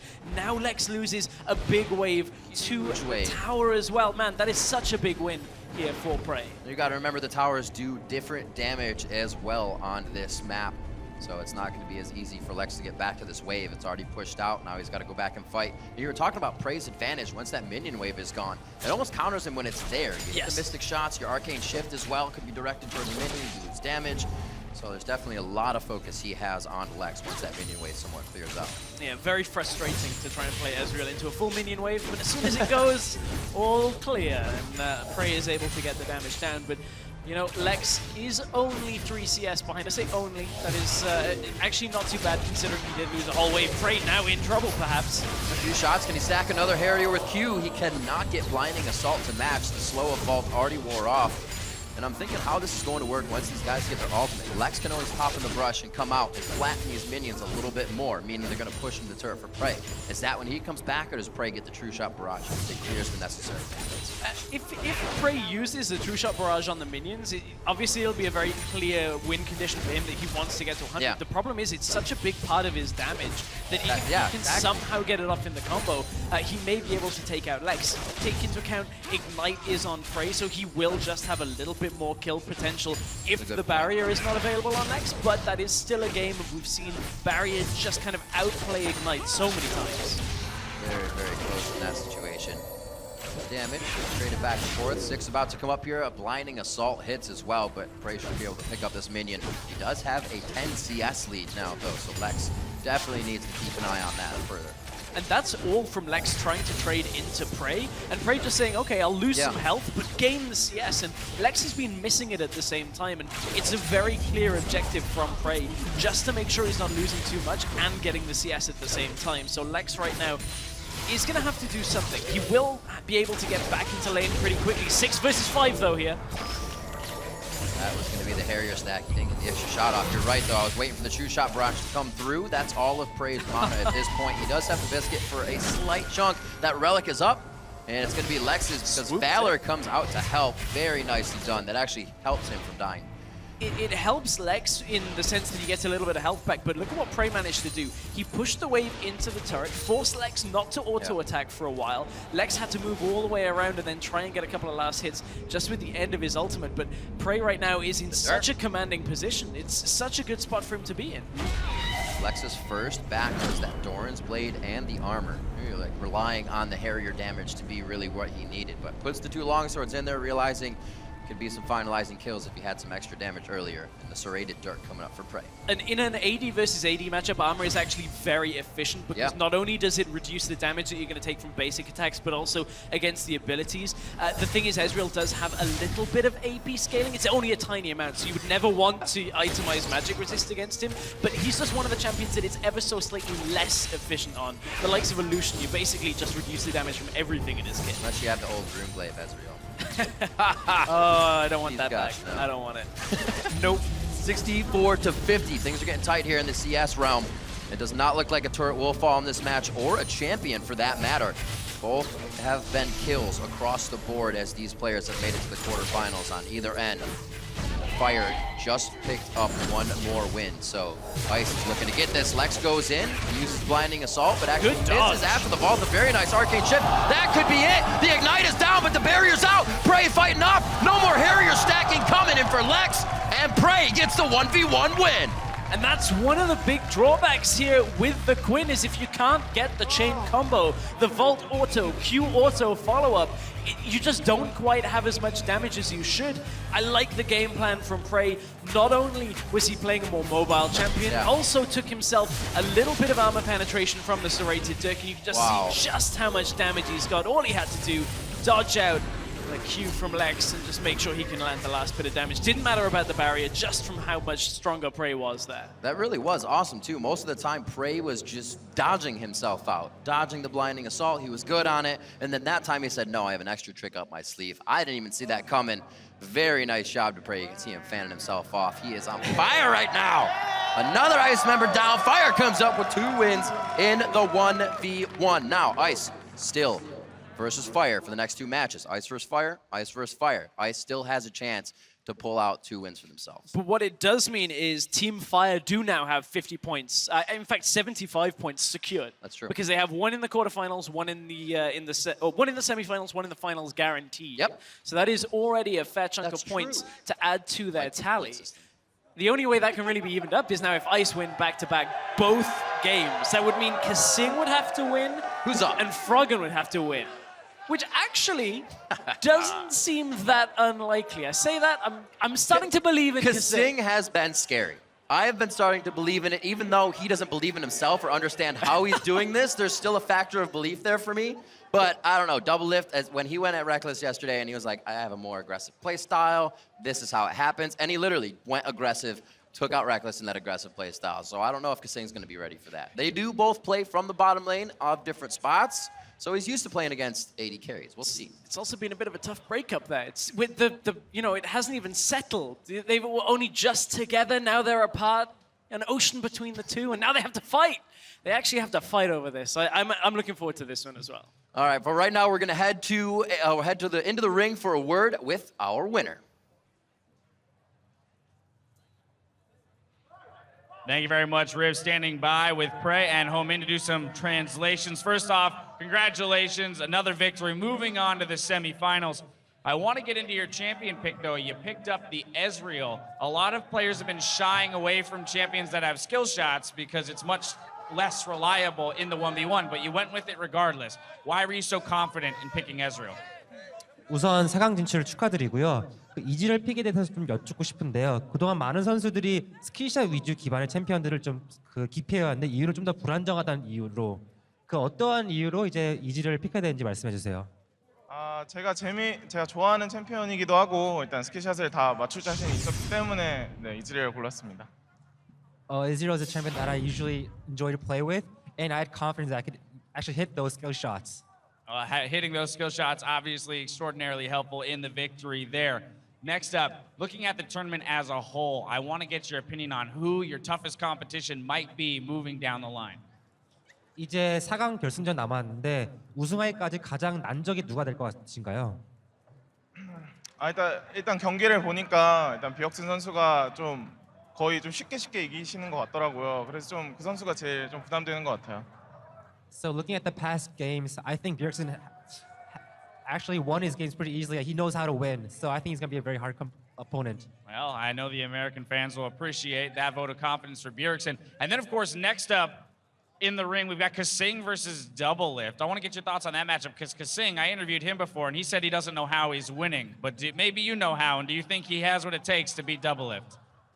다음 경기로 카싱 선수와 더블립 선수가 경기가 있을 예정인데 이전에 카싱 선수 인터뷰했을 때는 본인이 자기도 어떻게 이긴지 모르겠다라고 얘기했어요. 혹시 프레이 선수 보기에는 카싱 선수가 어떠한 이유로 이기고 있는지 지금까지 말씀해 주세요.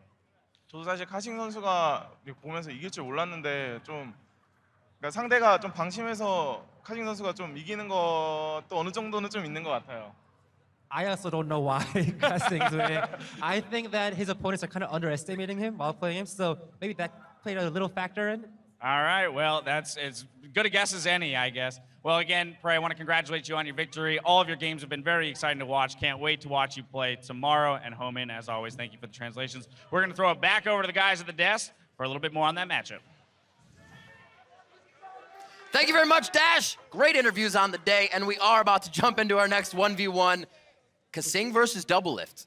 Will it happen for Ice? Will they be able to get this win, start pulling points back in their favor, or is Doublelift just going to run over the bot lane here? Like we said, these guys played together for a little bit, so yeah, there's some knowledge love there. I would like to think that Kasing basically, like in those 2 weeks, absorbed how Doublelift plays, and it's like, I've got this now. Well, Doublelift has never underestimated an opponent before. No, never. I mean, yeah, you could never say that was actually a factor in Doublelift's play. But, I actually think Kasing, even though nobody knows how he's winning, I think he could pull it out. I actually have a little bit of faith. It's scary. I'm actually scared saying that, Riv. It kind of pains me. Well, we're going to get a closer look on the players. There's only one man that can do that. Let's throw it to Dash. Oh, you're too kind, Riv. You're too kind. But here we are, ladies and gentlemen, moving into match 3 of the evening. Let's waste no time. On the blue side for Team Ice, and by the transitive properties of League of Legends, the new best AD carry in all of China. He doesn't know how he does it, and neither do we. It's Kasing!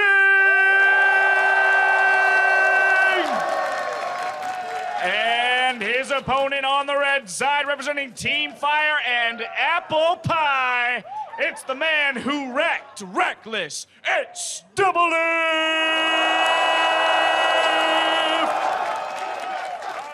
All right, guys, it's time to put your money where your mouse is.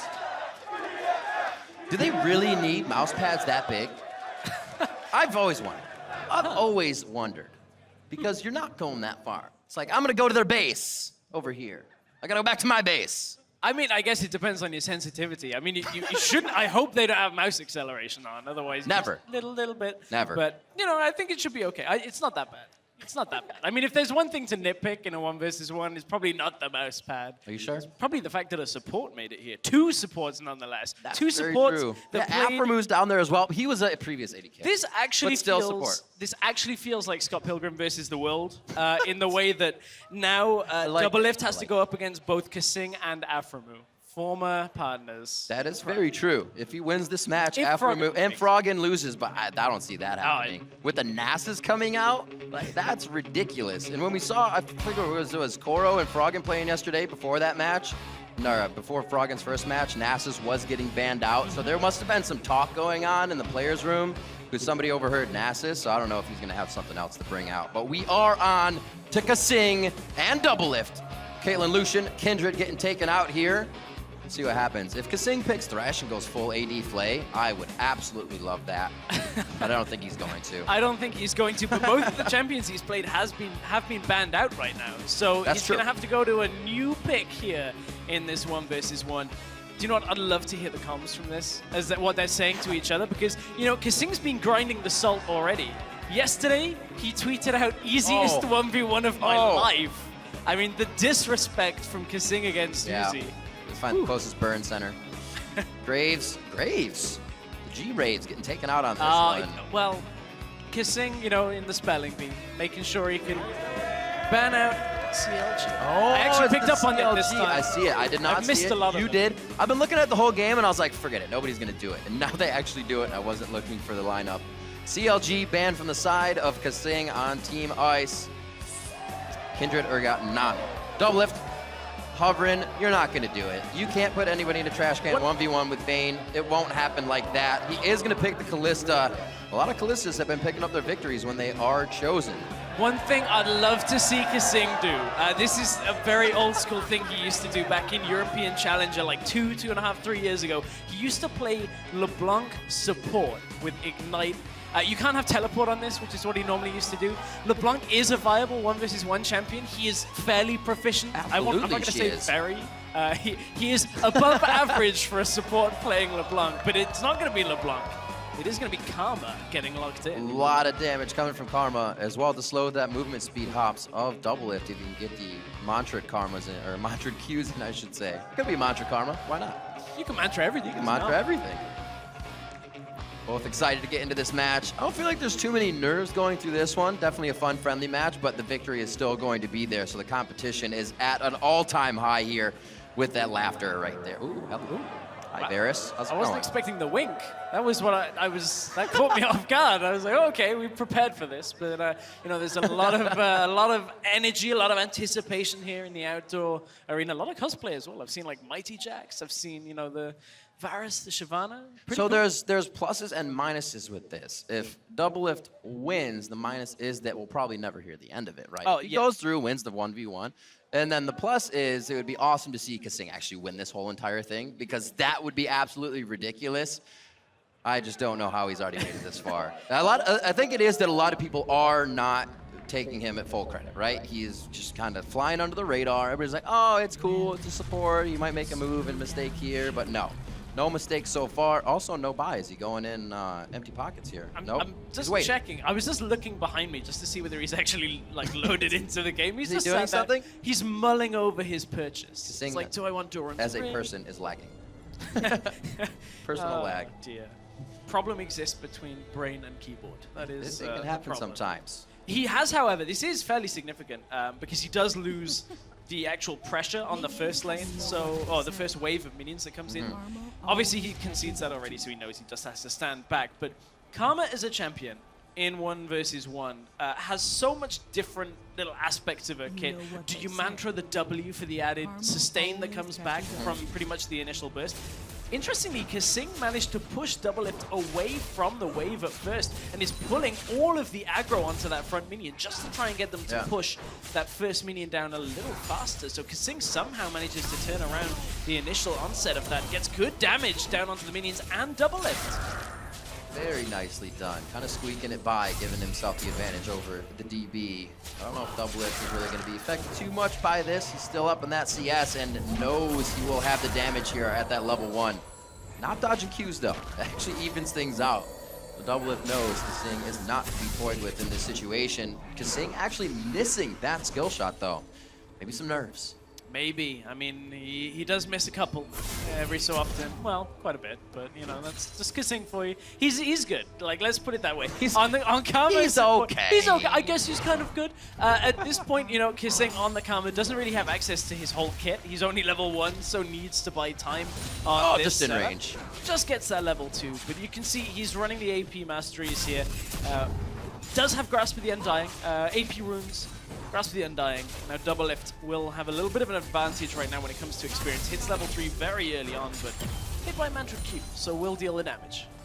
Looking at how these guys got here. All kills, again, across the board. It seems like it's the one way to go. We've only had a few actual CS takedowns. Like we said, no turrets. This one looks like it could be something of the CS. We'll see, though. 19-7 right now. Kasing not having a great time. Been a level down each time Doublelift is leveling up. That he cannot seem to match that right now. But it'll come here with this wave. He has a moment to chill. It's fairly interesting that Doublelift has opted for the Ignite rather than the barrier here. And I believe he's just... Oh, he's denying so much CS to Kasing here under this tower. Oh, this is so painful. He's going to do it again. Hop back. I like it. He's using every bit of room he has within that turret aggro to do what he can. This is going to be another Q from Kasing. Actually doesn't have time to get it out off the cooldown. But what he got from that was the Mantra W. Got 25% of his health. Okay. Where'd it go? It's gone. Now it's gone. And it's gone. Because Doublelift now is just going to be able to effectively trade with the Rend. I think he has a hole in his health bar. It just seems to be dripping out right now. But he has actually brought Doublelift down. Both about half health here. No Mantra Qs really Kasing has been using. That one would have pushed the wave maybe a little bit too much for him. So he's definitely playing this so it stays in his favor. Missing quite a few CS though with this pressure from Lift. He is a massive number behind, 30-17 right now, and Kasing is going to have to try and wait this out, look for a kill. One of the real ways he can look to end this, because there's no barrier on Doublelift, is kill Doublelift somehow before the exhaust runs out, so Doublelift can't rend. Because Kalista has to wait until the exhaust is gone, and then the rend pops out. Without the barrier, Kalista can die during that exhaust. He has got exhaust to try and shut down Kasing's damage at the same time. Whoa, that's an early exhaust. Knowing he needs to get in for that damage. The Ignite's still there, coming from Doublelift, so. Really interesting timing on that exhaust, actually. Doublelift wasn't going to be able to get the kill there. Like, there's almost no way of him getting a kill with the 100-0, so now uses a summoner very early on, and he's going to go for tower damage. One of the first players we've actually seen look to get damage on a tower very early on. Working really well. Even if a Mantra Q came in, he'd hop back off of it, so Kasing back against a wall right now. Doublelift showing again that aggressive AD carry prowess, always going in, trying to get a few autos down, making sure he gets a rend on minions, can keep it on Kasing. Yeah, at this point, Kasing, with the summoner's advantage, all he has to do is last another minute or so, then recall. He should be okay in this matchup until that exhaust is back available once again. Should be able to sustain through, has the Grasp of the Undying, has the ability to Mantra W if he can. But he's got to somehow get in range. Doublelift's trying to hop around. Yeah. What are you doing? Oh no, that is not going to be good at all. Kasing was in the top side of the brush the whole time his relic was up. Doublelift gets both, and he is in a much better position now. Oh, respect the Ignite. Oh, 1Q Ignite. And an auto would be able to win this for Doublelift. Oh, so close! Oh my god. Oh, he goes back in, he throws down the W. He does get the health back on that one. He was hoping Doublelift was just in range for the turret, but he stepped back on his last attack. Wow, so close for Kasing to go down, but that would have been the bait. That's what he was looking for pretty much this whole time since he's been down. And that may have been his chance. Oh, watch the Q rend. That's the problem here for Kasing. Right. Doublelift, If he hits, it explodes. However, if he goes under the turret and Kasing has enough mana and the cooldown on his ultimate, which is nearly up, he would have been able perhaps to have taken that trade. Ooh. Whew. Indeed. Tense. But Kasing did have to trade both of his summoners to stay alive. Doublelift's exhaust will be up first, and then Doublelift will have that one summoner advantage. Big thing to look at in these trades, because the summoners deal just so much difference, whether it's the damage reduction or the added damage from Ignite. The exhaust will be up, as we were saying, for Doublelift. Can you stack Dark Seals? Is it unique? It is. Well, the passives are unique. Right. I mean, there's only You're one. looking at the... Yeah. I mean, obviously you're never going to get the passive stack anyway, so I guess the healing from potions seems to stack. I've never actually seen this be a scenario, so this is a new one for me. Oh, the relic goes to Kasing. Doesn't have the tether on. It's already gone down, and Doublelift just taking shots right now. That Rend, though, almost taking Kasing down to 0 and give Doublelift the W. We will see if he can do it a few more times. Look at the regen from the potion, though. Look at, like, Kasing's health was flying up. Got him. Now he's Also got the W. sustain. This is actually working from Kasing. I'm amazed. I guess it wasn't just the play where it was under the turret that he was baiting in. He knew what he was doing here. He's had to have been playing the numbers or just playing the items at least. He is going to miss more CS here, however, with the turret damage that he's working with. But wow, Doublelift is really taking it to him at this point, and he's going to make it difficult. But Kasing may have something up his sleeve here. I mean, Kasing can't win this on CS. Absolutely not. He's going to have to go way crazy. Behind. The thing that wins for Kasing is Doublelift doesn't get an ult, so maybe he just face checked into it. Missed the Q though. Well, there's the ignite, or I'm sorry, the exhaust, so he gets that out. Oh, sometimes you're like, he's away, but then you rend, and you lose all your health. Also had a minion there, so he got the double rend out onto Kasing. Tries to go back in, misses that, and has to bounce backwards. This could be what Kasing wanted, but as you said before, Stress, no summoners for Kasing after that last battle. These are actually half-decent trades for Kasing right They now. are. He's trading health very effectively against Doublelift. And the fact that Kasing is not going for CS means that trading his health, which he can regen very easily against Doublelift, is what could potentially win him the game here if he gets the right kind of engage. Ignite is due up in about 30 seconds from Kasing, and that's going to be the point where he has to go. If Doublelift recalls between now and then, which he is free to do because of the CS lead, Doublelift should be fine in this game. But I think they might go at the same time because Doublelift has his backup, and that may make him go aggro, which he will get exhausted and then full-bodied from Kasing. A very nice Q to keep him in the lane, and this could be the time. It's not going to be up just yet. He still has a few seconds. That would have almost been it if he could have got under the turret as well. But he got the Hex Drinker and now forces Doublelift to go all the way away. So for nothing else, well, if nothing else, Kasing holds on in this 1v1 for now. Now he's zoning Doublelift away from the minion wave. Doesn't matter that he takes a turret shot because he does manage to get the health back from the W already. Man, Kasing is actually playing this out really smart. I'm amazed at this point. This is crazy. He came back with an idea after that first buy. Hasn't even really been working the relics around the map, but still stays in the face of Doublelift to keep that pressure on. Doublelift now back. Gets himself some Zerkers to get more attack speed. Oh, Doublelift and is movement. Still, oh, wow, the damage traded back though is pretty heavy from Doublelift. Few shots. That exhaust goes out. The ignite's still up. Remember, Doublelift's ignite is up as well. This is going to be one hell of a fight, and the shield goes to Kasing here if that relic isn't picked up. And look at the attack speed that Doublelift's got, because all he needs is enough Rend stacks to be able to take this trade. As long as Doublelift now gets the Rend off with enough stacks, Kasing should die. Here's the all-in! The ignite goes down! Doublelift very low! Kasing low! Doublelift lives with less than 10 HP! So close! So close between these two. It was just enough Rend stacks. That was like one less Rend stack, and I think Kasing probably had that. That's ridiculous. All on the attack speed buy. I want to watch this again. I want to see just how much damage this did. I thought the shield would save Kasing. I think Kasing did too, but look, it's pretty much the drop of vision at the beginnings forced Kasing just to run around. Oh, the auto was in the air! Yeah, it was just going to be enough. No exhaust from Kasing meant he couldn't reduce the damage from Doublelift. It was all on using that exhaust like 10, 15 seconds earlier. That was a super tense 1v1 between these two. Fire again. Fire picks up the third 1v1 of the day, leaving Ice short on points. And this is going to be up to now Froggen and Afro Moon. The bird has been the word for him, but also he's been walking that dog, so it could be pretty much anything. I think both will be banned in this situation. It's all about the menagerie. What next? What's the animal next? I mean, is he just going to pick Udyr and go full animal mode? Go full Superman, stew in bear, this? pig, tiger. I don't think Udyr is particularly good, so... at least you not in might this just format. get kited in this. You may do. It wouldn't work too well. But yeah, Doublelift now moves on. Again, these guys go kills all the way across the board.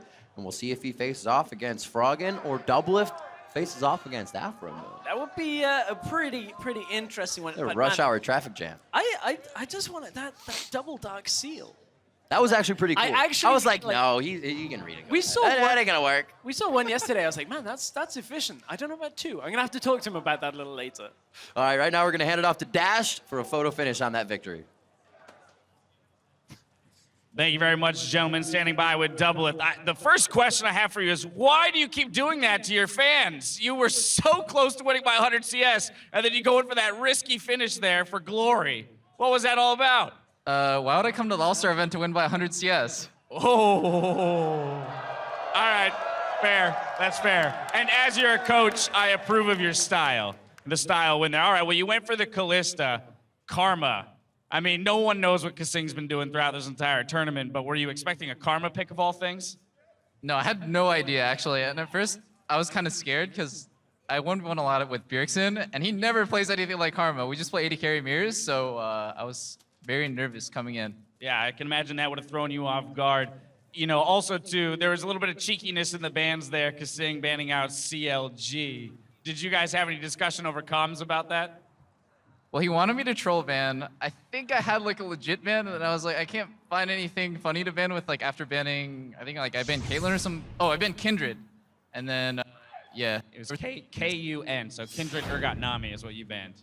Oh, you have good memory. Yeah, I don't remember anything. I was just like, I'm going to kind of try hard with Callista, but I'm not going to win by 100 CS. That was my goal coming in, so. All right, that's fair, and I respect that. You know, next up, we've got Froggen versus Aframu. You're going to be playing the winner of that game, and then you quite possibly could be playing Bjergsen in the finals. So 2 people that you're very familiar with. Froggen, I guess you're familiar playing against him as well. What are your thoughts on the remaining matches you have left in order to grab that title? All right, well, I hope I match, well, I'm guessing Froggen has an advantage versus Aframu, just because Afro he plays support. I mean, I want Afro to win. I love you, Afro. But the guy's standing right there, Doubleth. But Froggen's been playing 1v1 for 4 years, dude. Like, I think he has an advantage. I want to play versus Afro, but if I play versus Froggen, I hope it's not a resident sleeper farm off. All right. Well, he heard that as well, so we'll see if he takes that into consideration. You've got a day to figure that out. Either way, congratulations on the victory there. It was very exciting down to the last sliver of health. Best of luck tomorrow in your future matches. Going to throw it back over to the guys before we introduce our last match of the evening. Thank you, Dash and GG, Doubleth, and the rest of the Fire winners. Today we are moving on, and we might just get that snooze farm fest. It's only been CS wins for Froggen all across the board, and I wonder if that's what's making him feel comfortable. We saw Aframu bringing out the old ADC Draven in some previous matches, so he's going for the aggression and the kills, but will he be able to get through Froggen and take him down? You say that, but just when you think you have all the answers, Froggen changes the questions. He's the mad scientist, the mastermind. He's probably got some level 1 strat where he just like kills you. You just walk in, you try and drop a ward, and he's just got something out You're there. telling me he's gonna like 40 box the first brush with Shaco and just win this game? Basically. Well, maybe. I'm thinking about it now, Riv. You got me thinking. I can't think as well as Froggen can in these 1v1, so I'm super hyped. What's he got? Afro's going to have to come out with something a little different as well. Absolutely. Well, as we head to the stage for our next clash, Froggen tells us how he's not underestimating this next 1v1 challenge. Aframu in 1-on-1, I think he's really good. He has also experience with playing multiple roles, like he used to be an AD carry in the past. And right now it's mainly AD carries being played. And that's obviously like in his favor. I've never played AD carries really, so we'll see. So far I have Anivia versus Anivia matchup, so that's not really like that's something I'm familiar with. Then I had prepared some cheese for the second match, so I don't really know what I'm gonna be bringing today. Ladies and gentlemen, it's our final match of the evening in the 1v1 arena. Let's hear it for our contenders on the blue side. Representing the European LCS and Team Ice, he's been trolling his way through the entire 1v1 tournament. It's the new master of Decane, Froggen! And his opponent on the red side, representing the North American LCS and Team Fire, the man with the $1 million smile. Allegedly. There it is. We got it, ladies and gentlemen. We got it. It's Aframu! Gentlemen, let the farming begin. That's probably 110% true. You're pretty spot on. But this game definitely going to be a farm fest maybe for Froggen, unless, like you said, he pulls out something crazy. That's within his mind. The guy pulls out most of his crazy plays when he's in like to 16 hours of streaming, so I don't put it past him that he can do anything. Pretty much. I want to get a camera. Like, get a camera on the screen. He was warming up. He was showing us what he wants to play. I mean, got to get those secret strats already. We'll see. But so Aframu actually went through a kill-kill game, and it's been CS against Koro and FLICKR for Froggen. Aframu has taken down Amazing and Majke. But he's gone against AD carries. And Froggen said he doesn't play AD carries, so that could be a mismatch here for Aframu as well, where he thinks he's going to be playing against that range. But what Froggen did very well was show us an anti-AD carry style, where he took Nasus with the Wither, with the high armor, the extra health that he gets from his ult, and then just build AP. Just blast the minion wave out from in front of you. So I wonder whether Froggen now has something else. Maybe he's got something like a Rammus. You just taunt them into the turret. The AP Rammus, you just wait for 6 and bust down the turret and the member of the champion. Actually, I'm looking at it like AP Rammus. I don't know about in a 1v1 normally, but if you're Froggen, I believe he's like one of the people that could do that if you really wanted to. What if... No. I was going to say, what if you take Yi and just troll Alpha Strike every time you get attacked, but then you can still be put in a bad, close melee position, get auto-attacked to death. We'll see. He'll do something crazy. Zyra getting taken out. Alawi as well.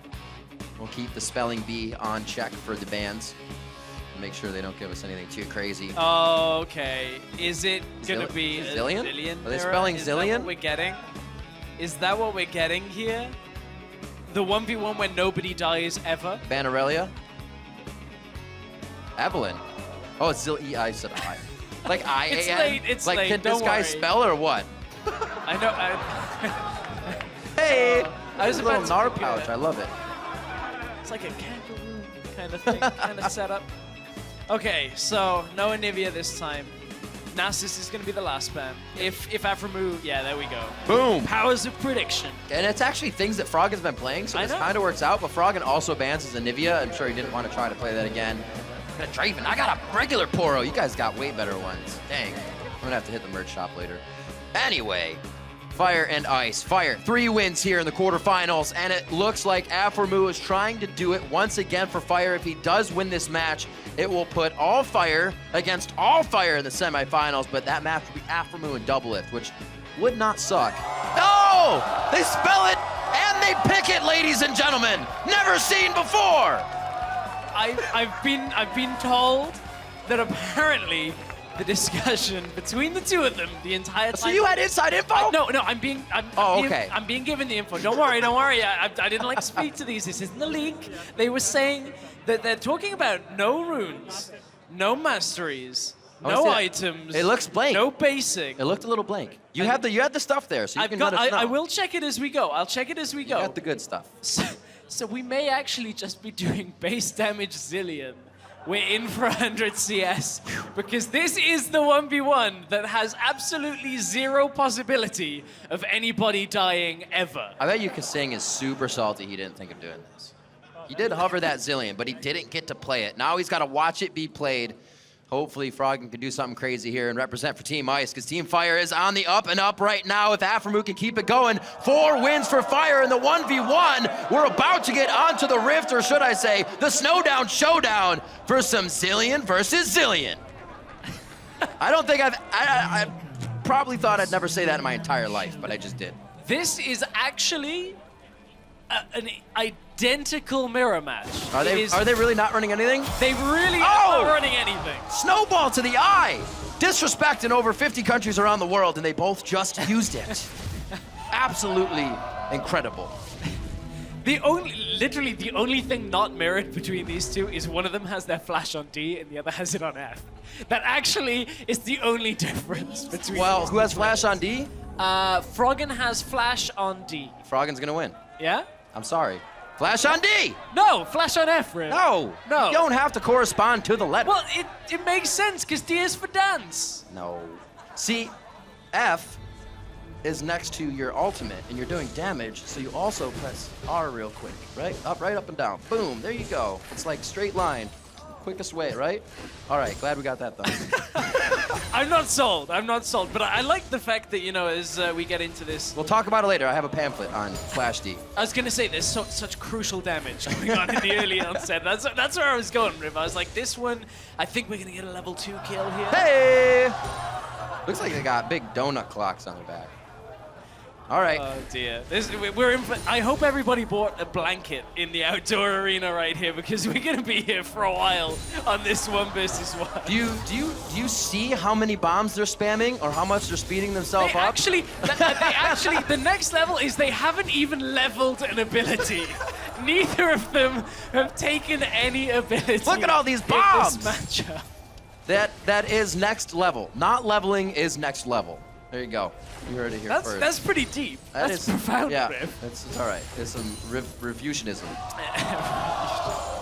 That was some BM right there. You guys saw that auto. Look at the APM though. We saw the keyboard hands. Yeah. Like just spamming away. This is like some StarCraft status. They're moving at like 150. Yeah, they're actually going so fast you just can't see it. Nope, absolutely not. Level 3 at the same time. And they can speed themselves up with time, so it'll go even faster here. And they will when they level it, which it will be level 6 if they want access to their ultimate. I've actually never seen a zillion do either. It looks pretty, a little boring, but they are, whoa! Whew, got that. Froggen with a huge advantage! We'll see if he gets it anytime soon! It looks like it'll probably be another 15 minutes! That seems about right. You're damn right, Riv. You're damn right. It's going to be about 15 minutes. Oh, but at this point, word. 20 CS. Aphromoo is out farming Froggen right now. Oh, you see him push him out there? That was aggressive. He's just advancing on him, like, you know, fluffing his feathers, trying to like. Once they see the white of each other's eyes, they have to attack. Oh, the emblem BM. That's all right. That's all right. Those Froggen. aren't mirrored. Like, that's another thing we have found that is not a mirror in this matchup. That's true. That's true. We're looking for the differences. What is different on the screen? So what do they do next? Because that's kind of what we're waiting for. I'm gonna guess an auto from Aphromoo. Got it. There it is. High-level prediction. I was within like 0.5 seconds. That was good. Like, if I could predict that well, I think, you know, it would be good. We actually may have had a better bracket if my predictions had been so right. But no, I think we're good. We're good. Okay, you just got to reach into the deep corners of your mind and come up with this stuff. Hopefully you don't get lost on the way there. That's the extra wisdom. Sometimes I do. You know, another year on, more wisdom. You know, That's right. They're just much better at these predictions. Absolutely. Let's see what they have. Nobody's even used their snowball once again. They haven't gathered enough snow off the ground just yet to rethrow. Aphromoo has been doing more damage to Froggen, but I actually think Froggen's taken more damage from minions than he has Aphromoo throughout the situation from auto-attacking Afro. Yeah. And that is Afromoo's way to win. He allows Froggen to attack him, the minions kill Froggen, Froggen goes 1v1 and wins. Oh, look at this. Or Afro goes. Look at the courtesy. Afromoo's just like, take your health relic. I will let you pass. No, so what I actually want to see is once they get to like 95 CS, they level everything they can and they just go as hard as they can and then see who's better off in that situation. What I'm looking for is they both get to 99 and have a gentleman's agreement to just race the last CS. So you start in base and then it's like 3, 2, 1, go! And whoever gets that CS fly wins. out of lane. Yeah, it's great. At that point, one of them levels W and the other doesn't, and it's like, ha! I cheesed you right at the end. Got it. I'm pretty sure if they're gonna race, they'd both level their speed up steroid. It depends on whether you want to be, you know, gentlemanly in your conduct of still not leveling anything. Whoa! Afro 6. Froggen, what are you slacking, man? You got the same amount of minions. He's also at half health right now. Very scary situation for Froggen. He could go down any second. I'm actually quite surprised at how big of a lead Aphromoo has just from farming at this point. Like, as the support. Yeah, Froggen has missed a lot more CS than I feel like he should have. I feel like CSing with a Zillion is kind of like CSing with a Nivea. It's like really weak, so you should, like you said, he should have that prowess to be able to get these minions in the mid lane. Because there only is a mid lane. Oh, he got it, okay. I mean, Afro has been this is the thing. Afro's been pushing it into tower, and I'll take this time. We have plenty of time to explain how the tower works on this version of Howling Abyss. 2 tower shots will kill a melee minion. Yes. 1 and an auto will kill a range. So you have to auto on the melees first, and then one auto follows. So it's, you know, it's very different to Summoner's Rift. It's caught a few people off guard, but they take to it quite quickly. That's why they are professionals and not leveling their skills up. Wow. Got the snowball coming up for Froggen in 2 seconds. I don't think he's going to use it. In the immortal words of John Bon Jovi, whoa, we're halfway there. Well, we're over halfway there. But at this point, I can't find anything more to go with. That would have been fantastic for Prey. It would have been. I was actually trying to go that way, but then it was like, Prey, Pratt, no, I've got it. I lost it. Like, the pace of this game is so slow that I just wasn't firing on all cylinders on that one. Oh. Oh. Oh, look at him corral those minions! Oh, he stole it! Whoa! Oh, thief! Froggen's like an IndyCar! I feel like this is more like NASCAR than IndyCar at this point, because only one thing is happening. It's just like CS. Just keep CS. One way. Just go in the oval. The revolving door. He's evened up the CS lead. If he can How is this possible? It's because I know, it's a big one. Yep, you got it, Riv, you got it. All I'm saying is he can now force it under tower. Afro is losing CS here. He can't even get that because the base damage on Zillion auto is He is so getting low. slaughtered by these caster minions right now. He needs to do something with This himself. is so good for Froggen. Afromu basically missed the entire wave. Froggen just turned it all around from stealing that health relic and forcing Afromu back from the wave. Yeah, I really just want one of these guys to BM each other. Like, if Froggen leveled everything up right now and just went all in on Afromu, that would be perfect. And then you throw on your Zillion ultimate, and you go can't on the lose. turret as hard as you want. Yeah. Afromu will be finger fumbling, trying to get his ult leveled. It could happen. It could happen. We'll manifest it. Everybody think. Manifest this. Okay, we're about 3/4 of the way for Froggen getting to... If this one ends in a kill, this will be the weirdest 1v1 we've ever had. I would actually love to see like a tower kill come. Just whittling it away. They get to 99 CS and just wait for the wave to slowly push to each side and get as many clock hits as you can. Oh dear. This is slower than watching that Quinn from yesterday with no boots. Oof. That was actually pretty great when you figured that out. I enjoyed that situation. It was just like, oh, that's underwhelming. It looked like one of those like mobility scooters just flying down the lane. Like a little rascal. I'll get there, I'll get there. I'm coming, you just wait. All right. We're actually getting close to something that might be intense in this game. Yeah. We're at 80 CS right now. It's building. I can feel like there's just this hushed silence energy in the crowd. Like, yeah, it's growing. Yeah, it's like there's a Baron. Energy. 4 Barons about to be taken right now. That's like what this is. I actually think this entire 1v1 is going to be like the play of the tournament. Yeah. Like, forget Huni's 4-man stun. This is it. This is it right now. The entire 9+ minutes that are going to happen will be a live review. You know what this actually is? You remember when we did the Earthitation? Absolutely. Initially, it was going to be the gentleman's game, very slow, methodical. This actually is what Nerf was going to be. And then it was Froggen that was one of the people that messed up the servers. Hammed it up. Turned into Earth. There's some ham in that sucker. Yep, we can thank him for getting there. That goodness. It's very close. 91 CS for Froggen. Alframu super low right now. He is trying to auto Froggen a few times, but the minion may just kill him. I wonder, can the crowd like count this every time? 7 to go. Count it out, crowd. Look at 6 of them. 5, 6 more minions. I thought he was going to get one, but he did Afro not. actually might die if he doesn't skill his ult here. He's got to be careful. We're at 5. He's going for the back line. We're at 5. Aframu taking shots. Froggen could easily have the kill here, but the gentleman's agreement stands true. They will not break the thread. 4 more for Froggen. Will he be able to do it? The crowd knows. Froggen knows. Aframu. He's down to 2 right now. This could be the win. Can you see us better? Froggen looks like he will be able to get the win. Slowly happening. He throws it out. Froggen clock blocks Aframu. That is the best 1v1 we have had the entire tournament long. Yes, you shake your head because you know that was disappointing. Here we go, slow motion replay. See, Afro should have skilled everything and just gone all in here. See right here, Froggen's like, oh my god. CS win. Got it.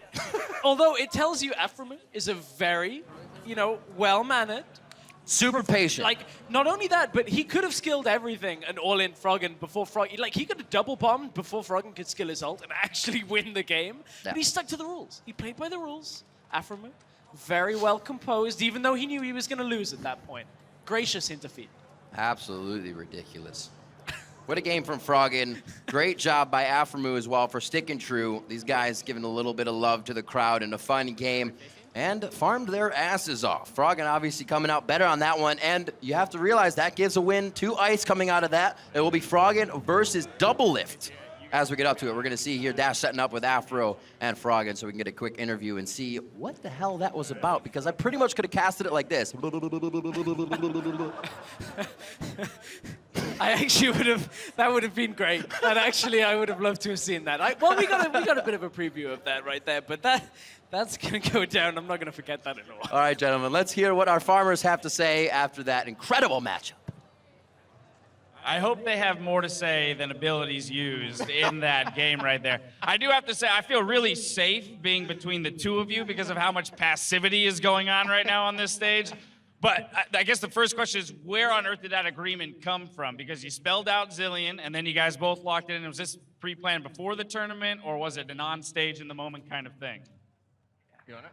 Yeah, like we saw Double Lift versus Kasing, and it was super close, and we thought, how could we possibly make this even more exciting? So, so I was like, all right, why don't we play Zilean against each other? Right, naturally your mind went to Zilean mirror match, no abilities, no items, no runes, no masteries, because that's extraordinarily fun. No abilities. No abilities, nothing. All right, so then, you know, as the game developed, Afro, we saw that there was like the pushing that was happening on your side. Was there any kind of like wave manipulation that was in your head in terms of getting small advantages in this CS battle? Early on, yeah, I wanted to push it into tower since Zilean has a hard time CSing. What is his base auto damage? I didn't even bother to look. It's 51. like, oof, that is rough. I don't know how many people here, I don't know how long it would take me to hit 100 CS with no opposition. Yeah, and then Froggen started standing on top of creeps, so it was hard for me to CS as well. Oh, you So- dirty. I don't know about that one. We might have to play the whole thing over again. What does everybody think? Should we? I'm kidding. I won't do that to you guys. But so there was a little bit of trickery happening, huh? From my point of view, he started that phase. Oh, okay. All right. Well, all right. We won't get too in the weeds with that. Now, why was it Zilean of all champions? What was the significance of Zilean? Yeah, his auto attack is very slow. It's a traveling one, and it's very low base AD. So that's kind of how I got the idea. I would have suggested Anivia, but I mean, I would have an advantage for that, I guess. Like, okay, all right, that's fair. Aframu, I do have to ask you, you're looking at Froggen moving forward in the tournament. He's won with the 100 CS rule a number of times now. Do you think that that's the only way he can win? Wow. Wow. No. I'll get your response in just a moment. Don't worry. I think Froggen is having a lot of fun, and you know he wants to do it in the most flashy way possible. So. There you go, flashy. I would call yesterday very flashy. I do want to get actually your take on yesterday's match because I didn't get to speak to you after it. Where did the Nasus come from? How long did you have that in your pocket, the AP Nasus, to go against an AD carry? I mean, I got the idea from my old analyst that I used in Elements, but I couldn't get it to work before, like 10 minutes before the match. And then I figured out, okay, I can actually do it this way. And then I just went ahead and played it. Well, and it worked out. Well, anyway, gentlemen, I want to congratulate you on the victory. Congratulate you on being such a rock star and taking that challenge. Thank I mean, I wouldn't have done that myself. But again, congratulations. Thanks for the interview, guys. We'll see you again on stage inside. For now, though, we're going to toss it back to the analyst desk to break down all of the 1v1 tournament. Thank you so much, Dash. And first, we also want to welcome CLG's Titan of the top lane, Darshan, to the analyst desk. Welcome. Hey guys, how's it going? Yay. As a welcome gift, you get to analyze the 1v1s we had today. I don't get a welcome. Yeah, we've seen you already before. Hey, Kobe, hey. I'm here too, hey! Darshan's totally new. Super happy It's about my that. first time, guys, come on. Yeah. Anyway, let's talk maybe first about that last versus one, of course, Froggen versus Aframu. You don't just comply and play Froggen's game with him. I don't know. How do you expect to Afro win? was winning for the beginning of it until he let the creep wave build back up after crashing into the turret. He merely adopted the farm style. Froggen was born in it, molded by it. You're actually looking at some more details of the Farm Fest, though, Mitch. Yeah, just like pushing is very much so in your favor. And then tanking the creeps a little bit, blocking. I initially thought it was just going to be an auto-attack based match in which minion aggro. At the start of the match, when they both were like taunting each other, it was like, oh my god, this is so smart because they know if he auto-attacks the other guy, they were still gonna kill each other. Yeah, if he like auto-attacks him right now, he's gonna get minion aggro. And then they stood there, they kept standing there, and then it slowly dawned on me that okay, this is gonna be a snooze fest. Yeah, I actually thought Afro was gonna win that when he was up 10 CS, and then the wave froze back, and then it just came to his turn, and he just missed every single one of them, and then I was pretty sad about that. But... No, I'm just turning actually. Okay, I thought you this wanted chair to is say going out of something. control, so I gotta not very stabilize. exciting, but it does mean we're going to get to the bracket in just a second. But Froggen is now the only representative of Ice that is still in the bracket for that top 4. That means that at least 100 points will be going over to Fire. And we need Froggen to take away the 150 points, which is first place in the bracket. And I have a kind of a double Who's feeling. we? Ice? Whoa. I thought we were impartial. Oopsie. Oopsie. Hey, there is a European. Whoops, she let it slip. Yeah. Anyway, in any case, I don't know if I can condone it though. I mean, I like the Farm Fest off, but the next one is Double Lift up, and Double Lift, he's just gonna go ham. He's just gonna farm quicker, go in there. But Double Lift said there's no way he wants to win with 100 CS. He had 100 CS win right there and decided to almost throw it away. He goes for the very risky all-in. Kasing getting the Mantra W and Q's off right there. So close. Yeah, that's how you tilt Double Lift. You just out-farm him constantly, and then you force him to make really dumb engages. I think that's the approach. But when Double Lift, who goes only for kills, meets Froggen, who goes only for CS. When an unstoppable, removable object meets an unstoppable force. I think my man Double Lift has got this, guys. I think if he pulls out an AD carry, I don't think Froggen will be able to out-farm him. Just gonna go in for the kill.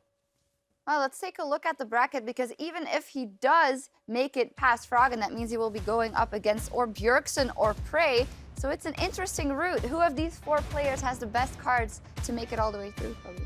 I'm actually gonna say Bjergsen will win it all. Yeah, I think Bjergsen is definitely the favorite here. Bjergsen has the mechanics, and he also has the strategy. He was talking heavily with Kira, the winner of the International Wildcard All-Stars 1 versus 1. I think they have it down, pat. I think Double Lift's gonna win this one. You know, I think it's an AD carry 1v1 tournament, and he mains AD carry. Pretty good at it, so gonna root for him. We'll see. That seems to be the meta, 80 carries or the farming. I hope it just turns into all-in level 1, fight. But Well, you know what we have coming up that should be along those lines is the Assassins mode. Indeed. Assassins mode is coming up a little bit later in the day, but we've got some more 2015 All-Star coverage coming your way. But first up next is the next regional match between the LMS taking on players from the CIS. Stay with us. We're back, we're back, we're back! That's going to be the ultimate. It won't be enough. The exhaust from Bjergsen first. As soon as he gets out, a few more shots. Bjergsen's going to move on to the semifinals. Hey Rex. Yep. How about playing Israel? Israel? It would be fun. You wanna win so fast?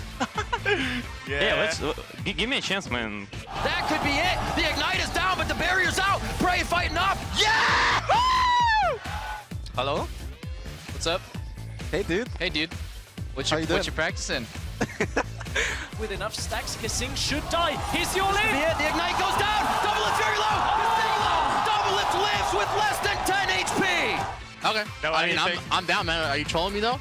No, we're not allowed to base, all right? Okay. Wait. Spell Zillion with bans, dude. This actually is what Nerf was going to be. Looks like he will be able to get the win. Slowly happening. He got it! Froggen clock blocks Afro move.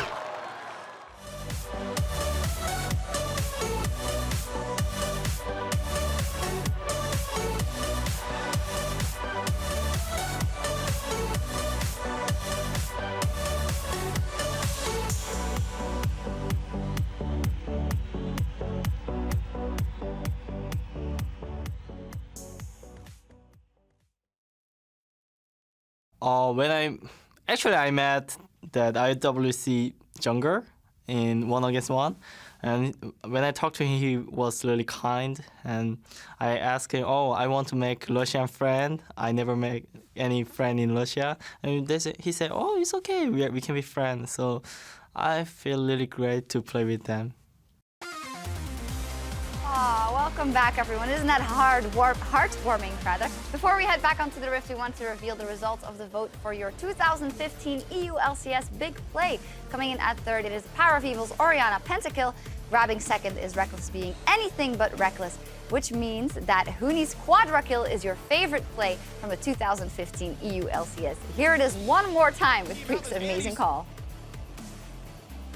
Team out, there's Annie so low, but there come the teleports. Huni has arrived, and holy crap! Everyone's dying in this fight. Reckless goes down, Zatai gets a bunched on, but Huni, the double, the stun, the triple kill, the quadra kill for Huni!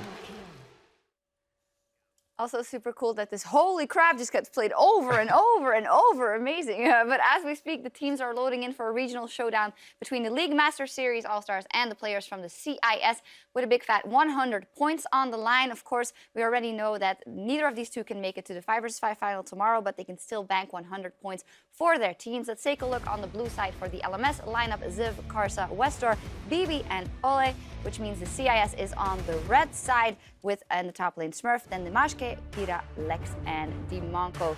These teams are both still winless in the regular 5vs5. We have definitely seen development out of the both. Who do you think has the upper hand here? I mean, coming into the tournament, I would have expected the IWC to just get totally smashed, but they've actually put up decent performances so far. Yeah, they're crumbling at fatal moments, but at least this match, for me, will be closer than maybe at first expected. I've seen every team that's played against LMS continue with the old strategy of banning out Westor as well.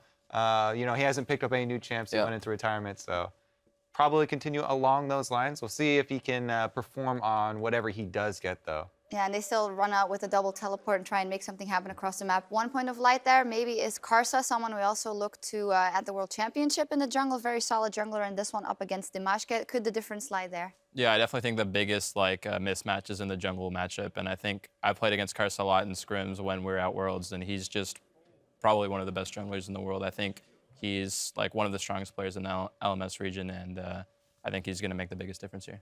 Definitely on a patch where there are some jungle picks that can really break the mold. Oh, yeah. Maybe Kobe knows more about that. Yeah. Huh? Oh, I think they're very obvious. We've been saying it over and over. It's Quinn, Mundo, and Kindred. Rammus? Take over the game. Rammus is, he's good, but I wouldn't say that's a champion that you're going to take over the game with. We'll see. Maybe.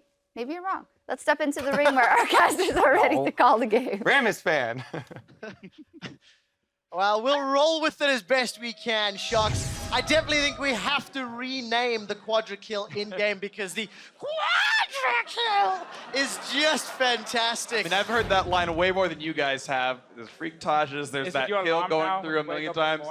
No, I mean, it already gives me nightmares, so I think I'm still asleep if that one is going to play. So. Well, hopefully we get a few more of those epic Quadra Kills. There is 100 points on the line, and as it stands, with 3 members of Fire in the top 4 in 1v1. Yeah, you know, individual skill, North American LCS representing the top half. You didn't do anything. I mean, just saying. He's powering them, channeling them up. I mean, being near me makes you better. We got 2 teams here now. Yeah. We didn't win a game yet. But I will say their wildcard teams have been very good in the fun modes. If they can pull that onto the Rift here, this is the game for them to win. And individually, they've shown up. Smurf Kira yesterday on the gangplank was fantastic. Kira in the 1v1 is Anivia yesterday just dunking double lift. I mean, they can channel some of that, but will it work against Westor, Ziv? I don't know. Why not? I mean, Westor has not been looking too good in this tournament, so Kira can definitely beat him. There we go. Picks and bans as we jump onto the Rift. LMS representing Team Fire on the left-hand side of your screen. And of course, Team Ice, IWC and the CIS. So, right-hand side. LMS has banned Gangplank, Mundo, and Rise in both games they played so far. Now they are on blue side. Do you want to first pick a Mundo? I don't think necessarily you want to. Well, IWCA teams did. But there was a slightly different meta that had evolved, and Nivea rose in priority, and Kira's relatively proficient on that champion. And if you have Karsa, do you want to put him on a Mundo? Do you want to put him on Lee Sin instead of something where he can shine, really. I want to see what they want to do. Yeah, and also at the same time, like Ziv is a great gangplank player as well. So there's plenty of other like great top priority solo lane champions out there, and pitching things down is, I think, really important. Well, poor old Westor never gets to have fun. Fizz band, TF is open for him. Not that he looked too great on it yesterday. I guess, you know, we might see the Mundo first pick anyway, because they still left off. Well, teams will have to decide. What else have we seen banned out from these respective teams? We're not seeing yet. Cassidy was a target, with Mundo now removed again. Yeah, I think it's the right choice for LMS to ban that champion away. You talk about champion pools and Nivea being good against it, what kind of players are going to play what kind of champions. GP being removed by IWC, I think also smart as a sort of reaction to that. And now, the question is, I want to know if Westor is going to want to play Lulu here, because I still think with Ziff and Karsa being that good, getting a snowbally top lane or getting him rolling is a big deal. It's also a denial from Kira. Kira and the CIS squad have first picked an early pick Lulu, often, especially when Vayne and Tom are available for. The weird thing, because when they played their Protect Lex comp, it never really did anything because Lex fell behind in lane, and he's most likely going to do it again, or we have seen it from time to time. The bottom lane has been the weakest point for this team. So there's no reason to protect that AD carry if he's not going to get ahead in the laning phase anyway. It just sets you too far behind. And we'll see if the laning phase turns out okay. They know the Morgana's already in there, so you can think about support matchups already, unless that's, for some reason, solo lane Morg. Karsa looking at what he wants to play. His Nidalee was definitely super great. We might see her played in the Assassin mode later on. Lee Sin going to be the pickup, though, so hoping to replicate amazing success from yesterday and a big playmaking early game jungler. That's what we talked about. Yep. Give Karsa a champion where he can jump around, carry the game. I mean, you can carry on Mundo. It just looks very boring. I mean, you just run in, you hit the guy once, and then he kind of dies, and then you move on. Well, you hit them a few times if you're Dr. Mundo, but for Karsa, that Lee Sin could be impactful because when CIS have looked good, it's been in their individual plays. We've not really seen a whole lot from Damashka's ganking necessarily. He's kind of lost on the map. But he's trying to find his way, maybe some backline protection with this Kindred, especially if they had a Ziggs. You've got a lot of range, a lot of poke, and some defensive peel. Sure. But either way, you've got two really good buffing supports right here. This sets up for a long range, like a high auto attack uptime AD carry here. So BB is actually incredibly well supported. The one downside being there's no real tank on this team right now, and unless Westor again is going to play Lulu, he doesn't play tanks either. That is very true, and BB has played a lot of Tristana leading up to the tournament. He picked it in the 1v1 as well as the only guy. Sadly for him, he lost in the first round. I believe it was to Koro on the Urgot. Yep, taking the tower shots, in fact. Tad over-aggressive. This time around, going to sit a little further back. The makings of a wombo combo with Malphite and Misfortune. That Malphite worked out very well for Dyrus yesterday. But Deficio, I feel like every time Misfortune comes into the meta and she becomes strong again, every team's like wombo combo. I mean, we just have to try and build a wombo combo, let the MF shine, and it happens so rarely because it's very hard to coordinate it and set it up properly. Even though you have like Malphite ulti, Morgana ulti, and everything to try and lock people down, the other team is just not going to group as 5 and allow you to do it. Unless, of course, we see mistakes from LMS. Sure, but of course you're looking at the types of champions picked up right there, right? Cassidy and Hover, Lucian, pretty dynamic as well. And yeah, okay, you've got a team that's actually pretty good at spreading around then and you know, trying to flank, trying to get these oddball positionings. Of course, the problem is that the Malphite that's normally has a pretty hard time staying in lane. As time goes on, you can outscale his defenses in the one-on-one matchup and kind of double down and killing off tanks. Lulu's not that kind of champion. Lulu's not really going to push Malphite around after the first 5 levels here. And now you don't get a lot of split push games. Is Cassidy ever going to get enough damage to kill off a Malphite? You'll probably run out of mana first. So even dealing with that split push and getting rid of the tank, I think, is very unlikely. of course, for the LMS, they have rounded out their composition. More A lot of mobility, combo. a lot of flanking, but there's no real front line. So if by some miracle the CIS can get a strong advantage, they can use that Kindred Malphite to sit in the front line. But Kira has played Anivia in the past, has played Victor in Melbourne. Gonna look for a control mage most likely. And it would again just give a little bit more tools for Ice to play with, have some pick potential from the Flash Frost or the Dark Binding. And I do really like Anivia here just as the queen of wave clear in the mid lane. It just kind of guarantees the LMS have even less avenues to split push, to get aggressive actions done, and it further funnels the team towards having to fight for dragons, having to fight for barons, which is what IWC wants to do here with this kind of Misfortune Malphite composition. I mean, when I look at this LMS comp, they're basically saying, okay, we know the bottom lane for the wildcard team is the weakest so far. Lex and Demonko have not been doing too well. Not that BB and Ole has really been winning their lane either. But you get Lucian, Nami.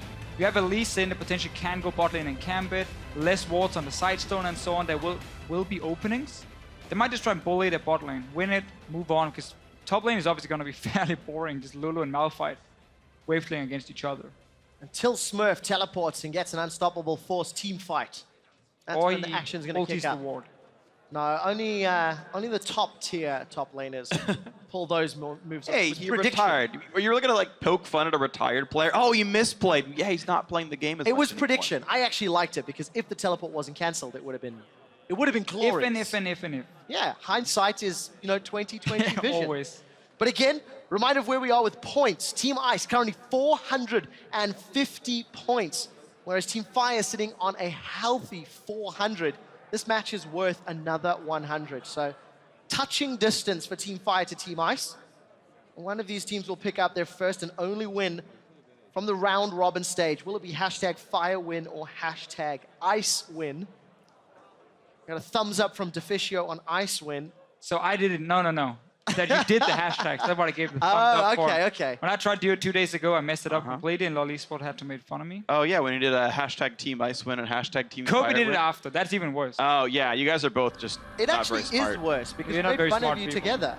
Yeah, So- fellow commentators just not as intelligent. Loading up onto the Rift and nothing exciting on our inventories just yet. What are you talking about? Cookies. There's 5 yellow trinkets per team. Yeah, and? It's really bright. Touche. I'll keep an eye They on gotta speed up to get through the stoplight in time. those Keystone Masteries and see if anything stands out. Thunderlords for Ziv up in that top lane on Lulu. Oh, 8 gold. 8 gold again. Cash money overflow. Oh, another +8. Did Ollie not run Bandit? Because he didn't get 3 gold for auto-attacking there. Do not believe so. We'll find out, getting observers to update us with the It's true, I can check myself. We'll get there shortly. He's next up. So, Deficio, standard lanes. Are you expecting this Lucian Nami to have a little bit of fun with Misfortune Morgana? I mean, whenever Nami's being played, you're always expected to win lane. Especially if you have real Nami skills. Press E on your AD carry.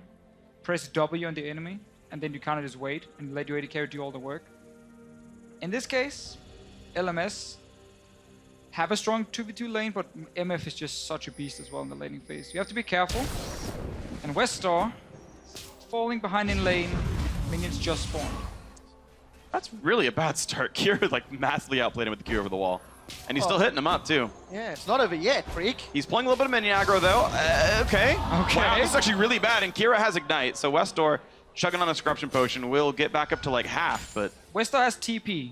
If he needs to go back early, return, but obviously he wants to try and save it for when he can go back and potentially get a Catalyst. This is good for Fire already. It's already good for them. They've triggered Thunderlords once, but they're just a better fighting team overall. Early level of Tremendous Sir really does almost nothing. And of course, for Ollie, he's in fact running Thunderlord's Decree with Dangerous Game, not Bandits. Obviously the pool at level 1, the reason you take it now is because it will proc the Thunderlords very quickly. Is it half a second tick? All the way so up. if you stand in it for a full second, because it ticks immediately on cast, and then another full second for the next 2 ticks, it's very easy for Thunderlords on Morgana. Small lane advantage here to this is BB and Nami Ollie, lane. as you expect. So Kira gets an advantage in the mid lane. Westor's not backed yet. BB and Ollie, they pulled themselves up in the bottom lane, and we're anticipating the farm fest to continue up top. So if you look at the lane, get involved. This is the kind of game where you feel like there's going to be no roaming at all, outside of maybe a TP from a Malphite or Lulu, but Westor's going to sit and farm and be pushed down. Kira's going to just constantly be a pain, always push it into his tower. Bot lane, Morgana and Nami, not the greatest roaming supports in that sense. Morgana can go mid and like pull up a gank, but you don't want to really invade the jungle. Dimashke is here for the first gank, a little bit too predictable though. Yeah, he gave Fire enough time to start walking backwards. If he had waited long enough for Dimashke to land a red buff slow or an E slow, it's much easier to set up the Dark Plan and actually get that kill there. If Kira can keep winning mid lane though, it opens up for Kindred to walk into the enemy jungle. We can see the first mark was near the Raptor camp. And sadly, poor Dimashke disappeared. Yeah, killed off by Casa, I believe. He's cleared, done a full path, with the exception of that blue buff up top. very early he's mid. He's obviously waiting for the wave to push all the way out. Right, and Wester's already TP'd back in. Okay, so yeah, he has his flask charges back again, but this will be an eventual gank. So much about jungle timing though. You see he's down bot lane, looks at the gank, says, okay, it can't happen. Goes in, takes a Rift Scuttler. As a jungler, then you gotta make the decision. Do I have time to go take Brom, return to mid lane? He did have time to do that at least, and then he could have been here now, where the wave is pushing out and Wester is sitting in the middle of the lane. But he went early to mid lane, waited, realized I'm not getting anything, had to then back away, and now he just misses out on a possible game. Yeah, and right then, Wester went to the top side of his lane to go ward with, like, put a ward in the brush, and that would have been him being in range to Rift Scuttler fight. Let's take a look. Dimashka It is marked. is marked, but I don't think he's going to be able to get in a range shot without a contest. So Castle will secure the Rift Scuttle down bottom. Ollie's going to find the bubble onto Lex. Lex will take some shots from BB and be forced to flash and heal. Lane dominance still in favor of LMS, and that was single-digit HP. Yeah, that was really dangerous, but you can see the power of a Nami Lucian lane. Just, you have on-demand, pretty much unmissable damage, and kind of doubling down on that ability, right? Dash forward into the double sort of slow shot. It's just a lot of dominance, and if the bottom lane can never get off the ground for IWC, that's a good sign. If they're low level, Casting gets free kills down there. What we've seen the other two games for IWC, when they fall behind, then Dimashka is looking for ganks, not always timing it too well with the rest of the team, and then they rely on Kira or Smurf to like make an outplay. Problem is Cassidy is gonna hit level 6. Malphite is never really gonna kill a Lulu. So you have to make plays as a team. Smurf showing he knows how to farm. That was like actually perfect. That was super impressive. Went through a lot of mana, but worth. Super Some worth. golf claps from the audience, shoutcasters included. Smurf is actually teleported into lane, so that's on cooldown. Ziv appears to be running after pushing out bottom. He was going to do a decent trade after being chunked out, and support from Dimashka comes up. But TP advantage to Lulu, getting closer to Wild growth as well. And Smurf will recall after pushing out as well, so slower tempo.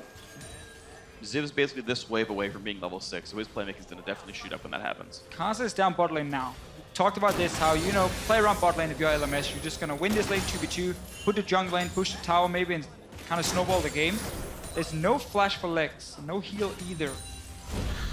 It's not. The Tidecrawler's blessing actually wore off there from Ali's Nami. Kasa's still chilling. There's not a whole lot else to do other than farming that jungle, but Lex and Demonko playing it safe. Flash, 1/3 of the cooldown has started to regen. Yeah, I mean, all said and done, it's only a 200 gold lead here for LMS right here, so dominant lanes or not, it's not really the hugest difference right now, and you've still got a team-fighting team that's been allowed to more or less survive their lanes. I feel like we might be in for a slightly longer laning phase as well. Unless somebody makes a mistake or Lex can get punished. Nobody wants to go 0-3. No. So you got two teams here who want to represent Team Fire, Team Ice. They want to help out, especially now that Team Ice is falling behind the 1v1 tournament. And luckily we have Froggen left to maybe take it all the way. Especially when there was so much hype for Kira in the 1v1 tournament. You know, he won in Melbourne, the reason that the CIS squad is here. So let's see if... Almost named him Russian Fake. Almost. Let's see, he's putting a lot of work in this mid lane. Got a CS advantage over Westor. That's their catalyst as well, so... Slow tempo. I don't think Dimashka has gotten a single mark yet, because every time it was either the Raptor camp or the Rift Scuttler, Castle was there first, cleared it out. And he's obviously not been able to pull off any ganks, no first blood yet. He's been kind of slow farming and warding in the river. Let's see if we can find any in the next few minutes. I do believe he actually just picked up the first one in the river. Damn. So 7 minutes in. Thank you, production and observers.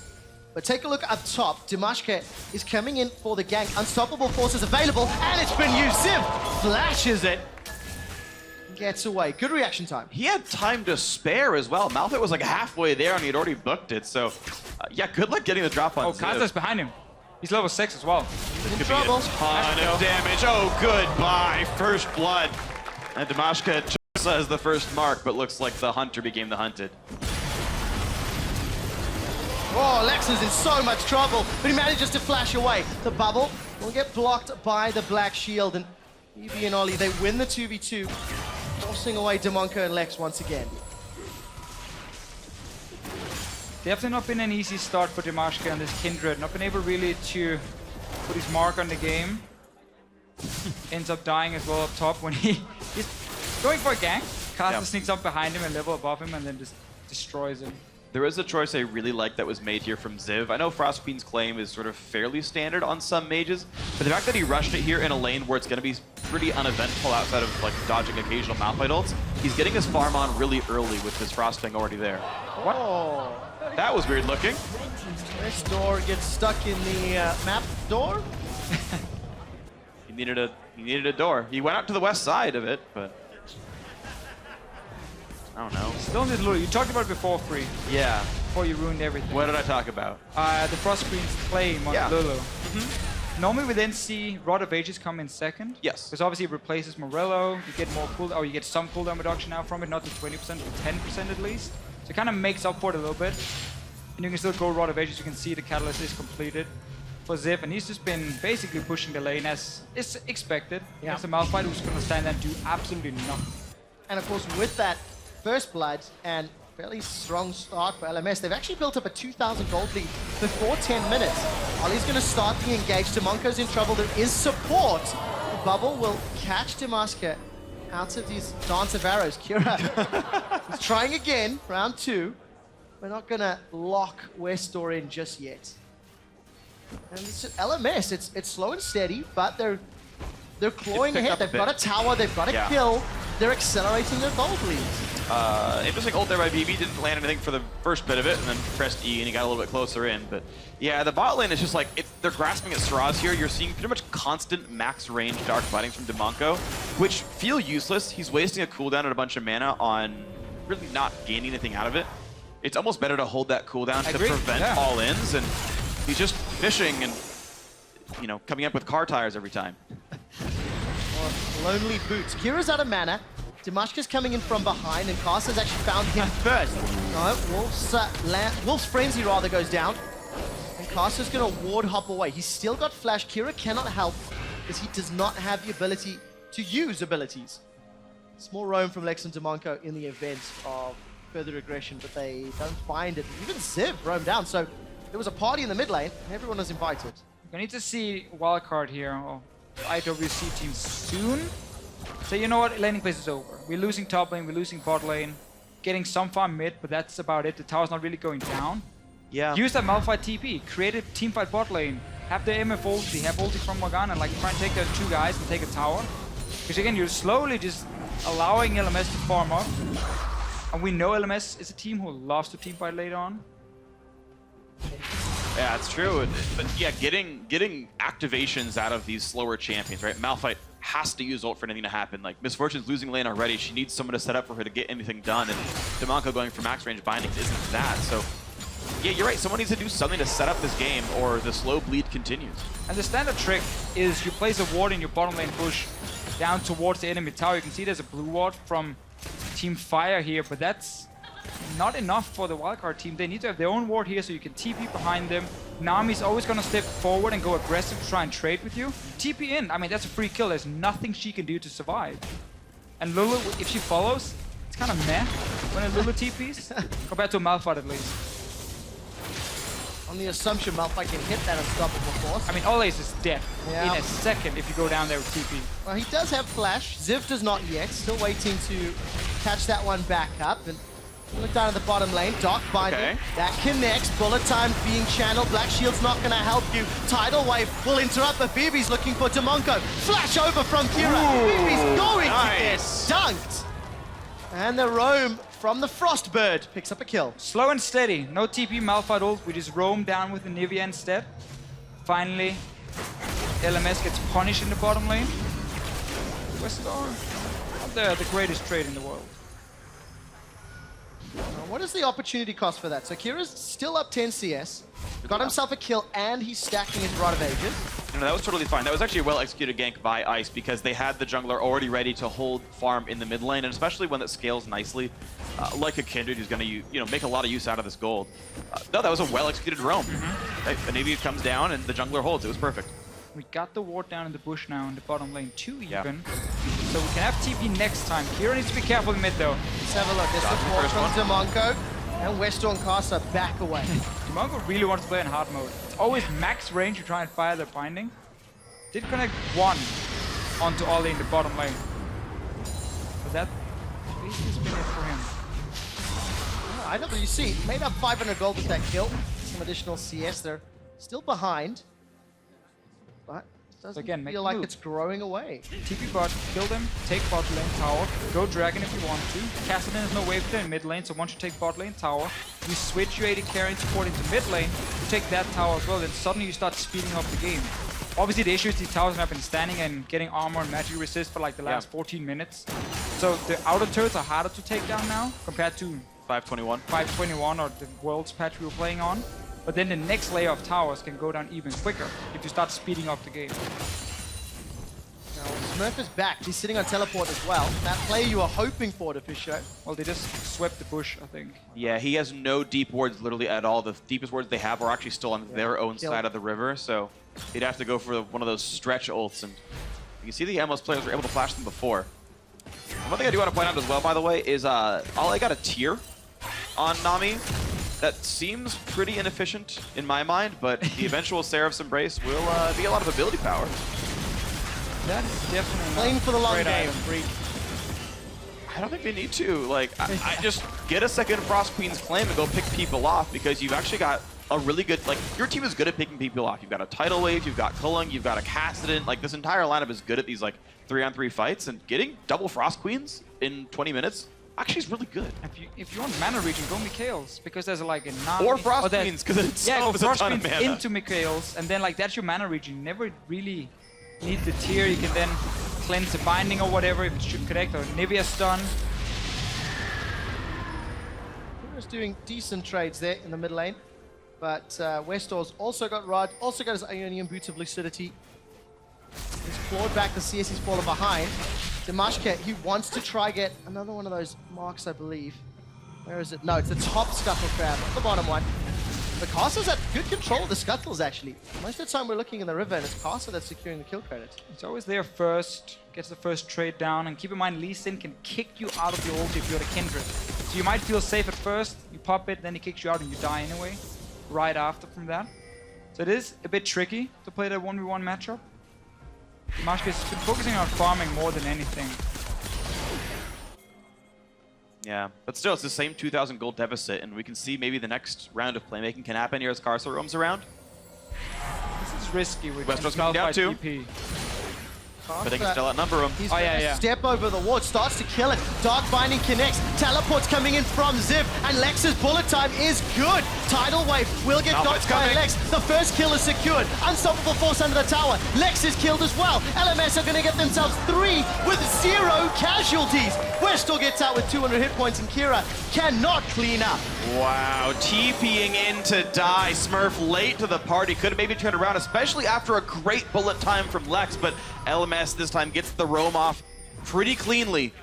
3 kills. So important that Westor walks down as well and joins the fight, and really this almost destroys the wildcard team, because now you don't have that TP you can use make it here. a play. Now Dimashka is gonna die. So Smurf has no teleport, he can go bot and make that play we talked about. Kind of lost his chance there. He's also gonna build fairly squishy because he went for some MR and now he goes for Iceborne Gauntlet, so he's not even gonna be that hard to take down, especially as the team is falling behind. But very important that Westor is joining. There's 5 members. Kira still sitting in mid lane. You see Kindred in mid as well. Yeah. Great executed dive. Good bobble from Ollie. Smurf comes in a little bit too late. And the big thing for me was that Ziv was already on this screen when Smurf just started his teleport. So a full 4-second window of getting to do stuff and picking 2 people off before the Malphite ult was ever even a factor. That's a really big deal. When you're a tank who doesn't do much damage and needs to set up for your team is already dead, you become useless. That results in a 4,000 gold difference, almost, between LMS and IWC. Team Fire and LMS now starting off Dragon. No real contest here from the CIS squad, so they'll extend the objective lead even further. And if the LMS team can win this game, this puts so much pressure on Team Ice when it comes to the Assassin mode we have, the fun mode tomorrow, and then obviously the EU LCS team is already qualified for the final. or you can get 300 points. You're gonna have to win that if Team Ice is gonna win this tournament. Otherwise, Team Fire is gonna get so many points coming in also from the 1v1 tournament. Yeah, best case scenario is plus 200 points for winning the one-on-one and putting Krogan in only top 4. So yeah, a lot of points from Surgeon. Right now it's this game, and it's Smurf getting chased down by Westor, and he's been held so far back that Westor will get the permanent chase with help from Ziv. It's not over yet. Kira's going to get pushed away, egged by Karsa. He's going to decide to back from safety, maybe. He can't do enough damage in time. Can't kill the egg. Down bottom, actually, you can see Culling's been used by BB. They've taken the tower. Dimashka gets turned into a snowman. Let's comes out. Oh, they missed. Westor may take some. Kira's out of mana. Yeah, can't keep that one up. Yeah, they can push mid, though. Tower should fall, going low. No commit here from the LMS team, though. They're too weak. They only have the one ranged champion in Ziv there. It's just not enough to really defend. He can poke, that's cool, but it would require the AD carry, and BB's still bottom lane. You already got the bot lane tower, though. You got to kill up top lane. You got to pass it from Kira. LMS definitely getting enough. And in just absolute control of this game here. Always got to respect the wombo combo, though. If you overextend, pull Baron Call or whatever you caught in the Baron Pit and you die to MF ulti, can happen. This is very good now. Westor on 3 kills as well. Yeah, 3-0-2. Lichbane getting closer. 2 items that really synergize with Castan's kit. As far as LMS and Team Fire, this is the game that puts them in the points lead. As you mentioned, Ziv, not going to get stunned up. Crystallized Wall from Kira just maybe a tad too far over. But look how low that tower has gone from the repeated pressure over the last 2 minutes. That's an Anivia lane, right? They finally wore Kira out of resources well enough, dying or not, just venturing out of mana, now gets his own blue buff. That last couple of hits won't actually be that hard to do.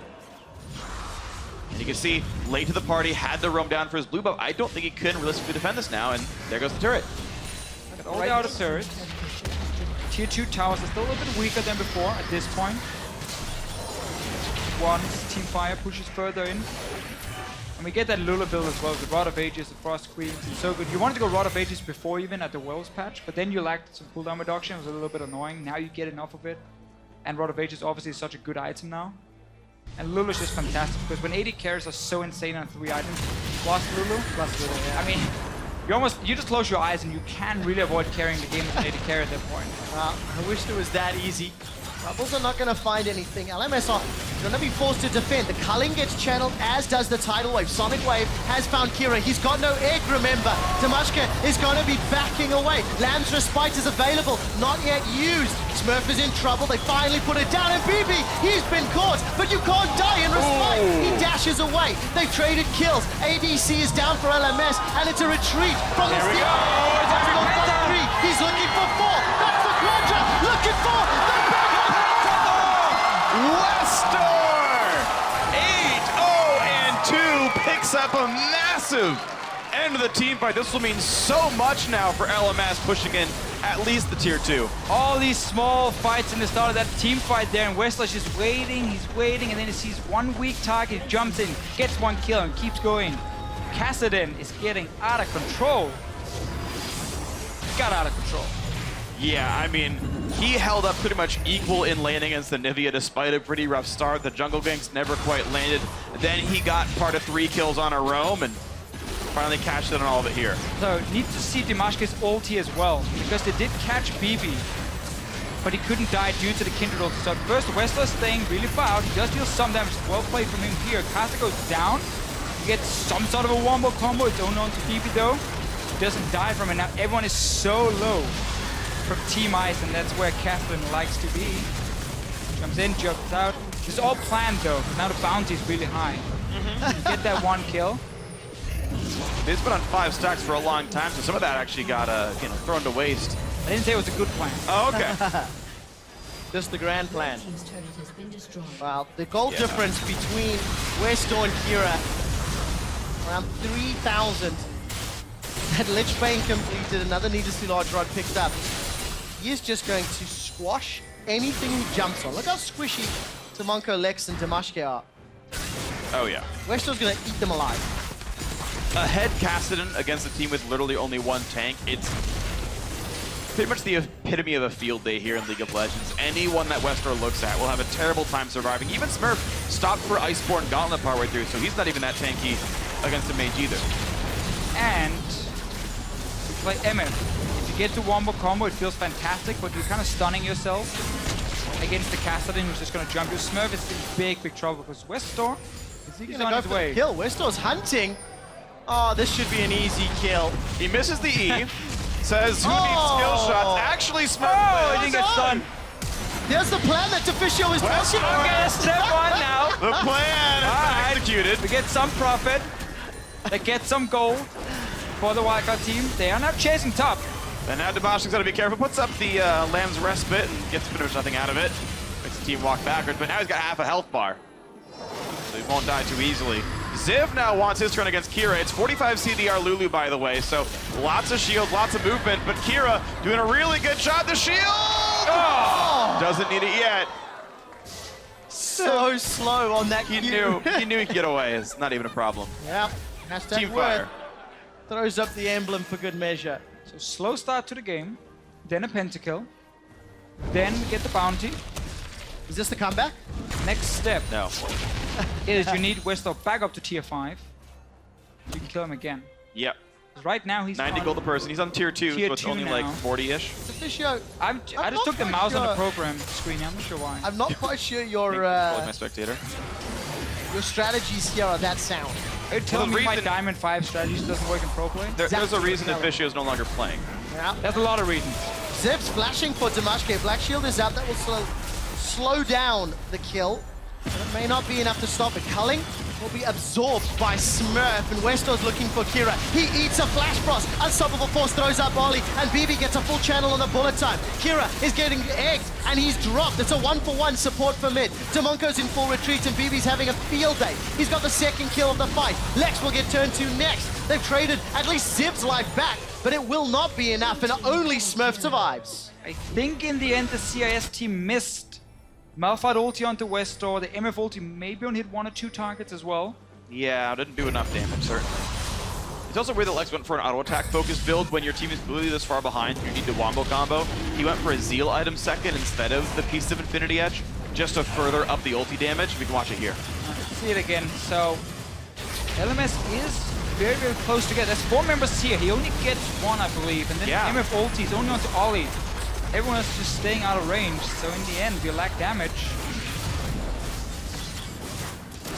And BB just able to jump right in and do whatever he wants. Now all the scary crowd control, and really all the damage is dead, so happy to easily dance around. And look at how far ahead BB is also. It's another low attack speed build. It's max CDR with like +9, like 170 attack damage. Just run around dashing and killing everyone. And if he does it, Westor will. Yeah. Both solo laners for the LMS have got their teleports available. Smurf does as well, but we'll see whether or not LMS opt to push down those side lanes. Pretty good vision, bottom half of the map. Ollie got 400 mana on his tier. He's not even been close to going out of mana at any point. All right, the Desperation Baron. Down to 5,000 hit points. Everybody from IWCs, yeah, teleports coming in from Ziv, and the wall will slow things down, but Demonko, he's split off. Corsa gets it! They get themselves 2 kills, and Westor is hunting. Lex will be the next one to fall, as Kira is running for his life with no mana and nowhere to go. It is Dunzo for IWC and the CIS. Another ace on a Baron steal. This has just gotten worse and worse. LMF now, like their tags, on fire in the late game, and they can go and maybe take an inhibitor finally. Top lane in a turret is going to get crushed down. 2 Lich Banes and this very bomb, very fed Lucian. This is a frail inhib turret. Easy to take that one down. Now only Demonko right now alive. The Kindred's up in 2. Easy inhib pickup. Yeah, a minion wave in the bottom shoved in by BB is going to be 2 of them. Hell, they can even go to the bottom lane. Yep. Oh, wow. Just take the entire base down right now. 17,000 gold advantage. Not part of the plan. Not part of the 18,000 plan. gold advantage. No turrets, no dragons, no barons, only 6 kills for IWC. 0 globals from the red team. Teleport being channeled here by Westor. He going to arrive and immediately back away, but the tower is a couple of hits away. He gets 1 or 2 more auto attacks before that relentless pursuit out. They just gotta try and fight now. Yeah. I mean, you just try and go all in with the Malphite. Super minions are coming. Do it, Casa. Ignore the minions, man. Just go for the fight. Culling comes down. Demonko's being chunked. The tidal wave will not pop the shield. Sonic Wave catches a minion, does not find a target. And the third inhibitor falls. Team Fire and the LMS, they're setting themselves up to finish the game. They're on to the first Nexus turret free. Sub 30 minutes, they're on the turrets number 1 and 2. A bunch of minions coming in from every single possible lane here. Ice holding on as best they can. They've got Malphite in front with ulti. But look how well Fire are spread out. I don't think there's anything they can do though, Freak. LMS are just waiting for those super minions to funnel into the lane. Look at Smurf's hit points, it's being dropped down. He's gonna need to use that unstoppable, but maybe a slight misstep there by Karsa, but it just doesn't matter. Still under 30 minutes out of the Nexus. Ulti gets a couple. BB's a little bit low, but the minion's still too much to deal with. Lamb's respite guarantees it, and there's the game. LMS on the board. Team Fire take the lead. 500 points to the 450 of Team Ice. Looking scary now. I mean, the CIS team did lose the final at the wildcard All-Star as well to the Turkish team. They lost 3-1 in their best out of 5. It was the 1v1 tournament they did really well in. Here they got to the quarterfinals, didn't manage to move on, so they've been struggling to get points on the board for Team Ice. Yep. It's scary though. If you do the math, Team Fire have got a minimum of plus 100 points if they lose every one of their matches, because they have 3 players from the 1v1. Yeah, sure. And if Froggen runs the bracket, he gets 150. And that just means they're tied. And then 300 if you win the entire tournament of the regionals, the one we're gonna have tomorrow, best out of 3. Right, you still got NA versus China later today. You still got, what, 2 more fun mode matches worth 50 each, I think. Yeah, and tandem mode. Tandem mode. Tandem. All-Star. But the main thing is, the opportunities for points are starting to run out. Well, tomorrow's gonna explode though. I mean, tomorrow's where all the points are. It's almost like more than halfway through the tournament. Really? We're running out of ways to give points away. Oh, I'm so glad you explained that to me. Yeah, I know. This is, again. That's why I need you there. That's why I need you there. So we'll see how this plays out. But convincing victory for the LMS. Straight out the gates from laning phase. Slow and steady in the start. Yeah, team composition worked out. They weren't playing risky at all. Nope. And the moment they got their lead, they never gave it up. Well, it was interesting because they had 2 lanes that were pretty much permanent pushing. The Lulu lane up at the top lane and the Nami plus Lucian down at the bottom.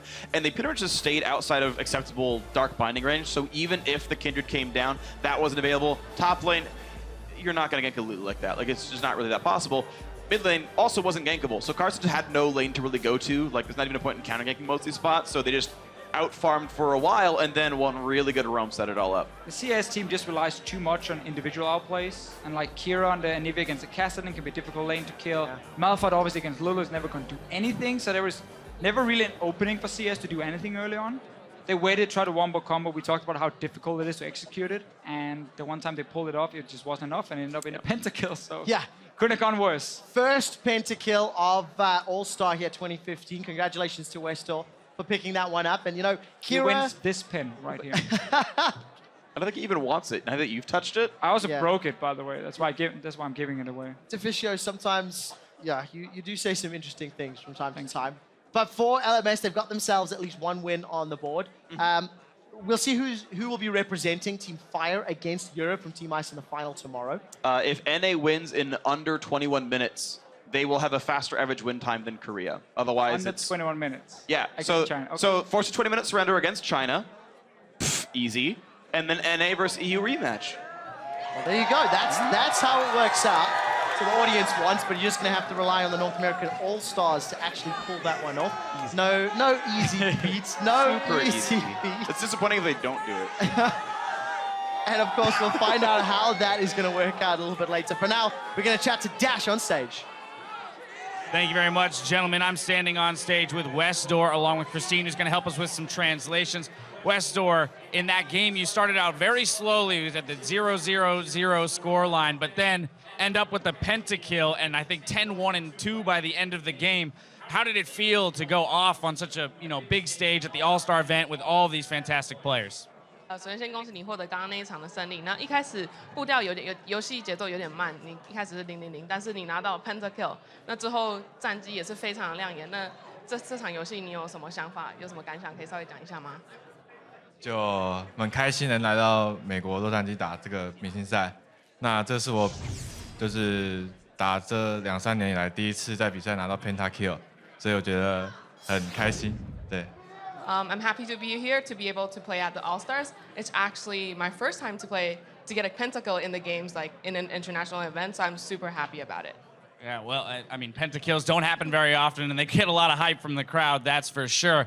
I want to look forward now to the Assassin Mode game that you're going to be playing. We've got a lot of talented mid laners in that game. Is there a particular mid laner that you're hoping to get paired up against in a lane? 接下来下一个游戏是刺客模式。那你有期待在对线的时候对上哪一个选手吗？有特别期待对上哪一个选手吗？特别期待对上对上谁？都还蛮期待，就是因为就Lucky、Kira 还有 Frogan 都很厉害，所以跟他们3个交手，都希望可以跟他们3个交到手。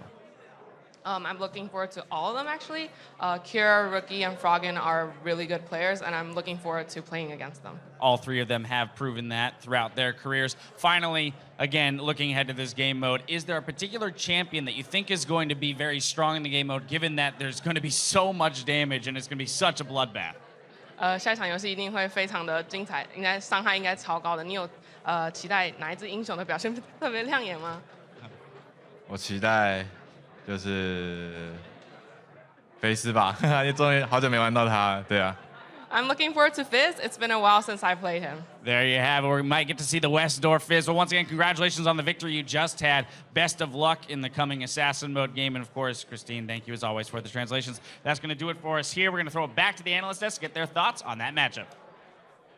Thank you so much, Dash. Well, we heard from the door himself, a pentakill, but as echoed there in the interview as well, it didn't start off fantastic actually for either team, although Karsa put some pressure down on the map, but then it all went rogue, Crepo, and I think you have the first replay rather to show that. Yeah, the first replay was there was a tower dive. We can get that on the screen right now, and that's kind of where the game broke open, really. They just have these champions. Yeah, a little wonky composition, honestly. I didn't really see it working out, but then yeah, the Malphite TP just comes in way too late here, and this actually just made it so a couple thousand gold difference. Westdorf picks up a lot of gold here too overall because he was struggling early. I don't think he played the matchup Cassidy into Nivea very well at the start. Had a couple of mistakes there, especially using Q on minions. That generally indicates that you don't play the Cassidy matchup correctly because you can usually just want to walk up to the minions, get the W in, and then use the spell shield so you can actually just trade with you. Yes, you can trade. That's always a good thing. Yeah, I was actually going to highlight Kira as one of the big points for the international wildcard team because he was doing really good in that matchup. I think this game really shows like the strength of Cassidy. You get 1 or 2 kills. Doesn't really matter if you get behind in laning phase 20, 30 CS. You're just going to get a pentakill because he's just so strong. Also helps that you have Nami and Lulu on your team, both speeding him up because the AD carry was dead. So like, Westdorf, go. Fly. Go. Fly. Get the pentakill. More importantly, what changed Cassidy is that the 2 items that didn't get changed as much or even got buffed in the whole AP item changes is both the key items that he likes building. Rod of Ages got buffed, super strong right now. 10% CDR, I believe, got added to Lichbane, also a core item there. So just everything rolls in his favor. The other items that all the other mages build kind of fall off, and then Kassadin's kit gets even stronger. Yeah. He just seems very strong. It kind of focused Kassadin into one playstyle, though, because it used to be you could build Zonias, for team fighting, so you can jump in and you can initiate, but it's so expensive now that it's kind of a last-ditch item. Yep. But even with that, he got a pentakill. Let's take a look at it once again, because there was actually a good setup that came in before the actual pentakill code. Yeah, an interesting setup here. Karsa, the black shield was on him way before he even landed the Q, so that's muscle memory right there. He's like, I landed the Q, I'm going for the insect. And then BB here actually jumps out of the Kindred ultimate into the last ticks of bullet time. So a couple mistakes from Westdorf's team set him up for the pentakill, and he still has the 2 people that matter alive on his team, the Nami and the Lulu. They speed him up, he chases him down, and now he will live in All-Star Hall of Fame, pentakill. Boom. Boom. There you go. Boom! And silence over there. Yeah. No, good stuff. And I think it's well, the CIS team, obviously, they're still CIS All-Stars, the wildcard regions. Good to see that the LMS has stepped up and gotten at least one victory for that team, and also 100 points for Team Fire in general. That now puts Team Fire for the very first time ahead of Team Ice in this race, 500 to 450. The next game that we have coming up is also Assassin mode. That's a fun mode, so that's worth 50 points. So that could swing everything back in the right favor again. What do you think will happen in that Assassin mode? Because we'll be losing you two after the break. I hope a lot of nice plays. I really want to see just some massive outplays. Not sure if for some good games. Yeah, I hope for some good games. Some fun. I hope Mirror is allowed so we can see some the FLICKR Ryu reincarnation in Z versus Z. But I don't actually know the exact rules if Mirror is allowed. I should probably know that. Mirrors are allowed, yeah. Yeah, so I'm just hoping for a lot of Z plays, just high level, mechanically intensive assassin plays where people just get exposed. Akali versus Akali. Oh, yeah. Oh my god, I love Akali. But assassins are just so fun to watch in general. Like, I think it's just going to be a really exciting bloodbath, just like the 10 Blitzcranks. I think it's going to be similar to that. It's going to be a lot of fun. Well, we've got to take a quick break, but when we return, we will reveal the top 3 plays from Korea's LCK, and then we'll dive into an assassin showdown between Team Ice and Fire. Don't go anywhere. Boom. Boom. Boom. Points on the line. This is scary. The first kill is secured. Unstoppable force under the tower. Lex is killed as well. LMS are going to get themselves 3, and it's a retreat from the steam. He's looking for 4. That's the closure. He split off. Corsa gets it. They get themselves 2 kills, and Resto is hunting. And there's the game. LMS on the board.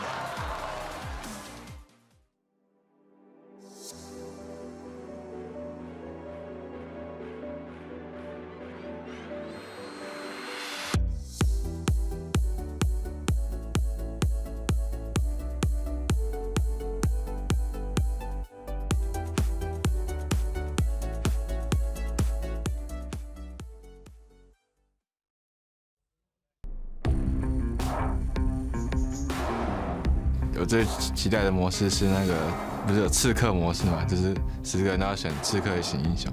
我比较，因为我自己也喜欢玩刺客型角。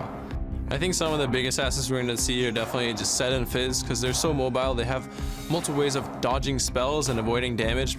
Unstoppable force onto Lex. Chum the Waters finds him as well, and that bunny rabbit is happy. 딱히 좋다고 생각되는 챔피언은 없고, 그나마 제가 만약에 정말 피지컬적으로 정말 좋고, 그리고 실력적으로 정말 표출할 수 있다고 생각하면은 아무래도 제드 같은 게 아마 좋지 않을까 생각하고 있어요. I think LeBlanc would probably be a champion that would be picked. She works pretty well against all the other assassins. 我最近比较想玩E大师 Master E， 因为这英雄我喜欢他玩他很久了，对，就从 S2 都玩他，都比小鱼，我比 Face 还早玩。Champions that people won't really expect, like maybe stuff like Talon, will actually come out and potentially be really big, because there's just so much damage going on, so many people getting killed, and Talon can be a big part of that. Так как мод проходит blind пики, соответственно, мы можем пикнуть одинаковых чемпионов, будут зеркала. Мне кажется, это будет довольно весело. Мы увидим разные билды на тех чемпионов, возможно, разные плейстайлы, ну и разные, так сказать, убийства, что ли. I would say our roster's favored. You know, we have FLICKR, so that's all we need. I mean, I could see FLICKR playing like LeBlanc or something, and then just one-shotting everyone once again and again. So hopefully we can bring him down. You know, he's like a Godzilla. Look at this. Is Vayne going to be present for much longer? Oh, Pillar against Vayne is rough. That's about all there is to say. Oh, the sigil! 페이커 선수는 솔직히 뭐 예상하기 되게 힘든 선수 같아서 페이커 선수 챔프 포기가 이걸 하겠구나 예상을 해서 맞춘 적이 없거든요. 저는 별로 그렇게까지 굳이 좋아하는 챔피언이 없어서 르블랑이나 제드 같은 경우에도 좀 이전에 쓸 상황이 많았기 때문에 사용했던 것 같고, 뭐 하지만 5대5에서 암살자 매치라면 좀 그런 챔피언들 말고 다른 챔피언도 나올 수 있을 거라고 생각해요. I'm gonna play with FLICKR and Bjergsen and some other player. If we can talk before match, we can make some composition and then we can win easily. It sounds like it's gonna be a crazy match, to be honest. 당연히 많이 싸워야죠. 저는 정말 싸우는 걸 좋아하기 때문에 저기 싸움을 걸면은 절대 당황하지 않고 맞서 싸우면서 죽여야죠. welcome back to Los Angeles and the 2015 All-Star event. We once again changed things up here on the desk. Joining us for our final two games, we have Niels and Reckless. It's also an All-Star event on the desk. Real quick, maybe first, your team, part of Team Ice, now behind versus Fire. What's your opinion on that? I mean, my team is carrying Team Ice so far in the competition. They're undefeated. Yeah, yeah. That's true. Yeah, we've been doing quite well so far, and it's really surprising to me because we haven't actually been pressing whatsoever. But it's been great fun playing with the other guys, and that's all that matters to me, really, that we are enjoying our time. So I think that might be the key because your player cams are constantly just laughing so much. I can only imagine a big part of that is Huni. yeah, it's mostly Huni, and after being home for about 1 or 2 months, I kind of forgot the whole Huni thing, but yeah, I think he reminded me about that now. Yeah, we are going to miss him now. With your help, we have pinpointed the biggest plays from 5 of the 6 regions, leaving only Korea's LCK. And to start, Maren makes the ultimate sacrifice, putting the needs of the many before the needs of one top laner. Coming back, Shy should be able to tank the turrets right now. There's a full minute. That GA. Can they do it? So Marin's trying to save this minion wave. He's proxy farming just to keep his team in the game. Yep, Marin just doing everything he can. I think he's actually going to delay long enough, but it's still going to be a 4v5. Marin, can he get a kill onto Coco? Maybe. No. There's a GA popped. Yeah, shield from Mad Life just make sure he stays safe. But man, what a heroic effort from Marin. Well, next, KT Rolster stages a huge comeback to grab a win. Chase off the Baron, though, as Someday comes in. True shot barrage, everything going through. Damage. That's right, damage being very, very high. Arrow, he's already big. He may have it here. He may have it here. He's got the wild growth on him. He's taking some damage. It looks like they may have it. Oh, the ult pushes Peekaboo right into Arrow. He's got the damage. Spam, can he do it? No! Arrow lives! Triple kill! Triple kill for Arrow! Holy cow, what an ending to that game! And our final LCK highlight features FLICKR doing FLICKR things. Coming in, double 6, they get the flash from Nagne. FLICKR comes in, he's got the ult, he's got the kill.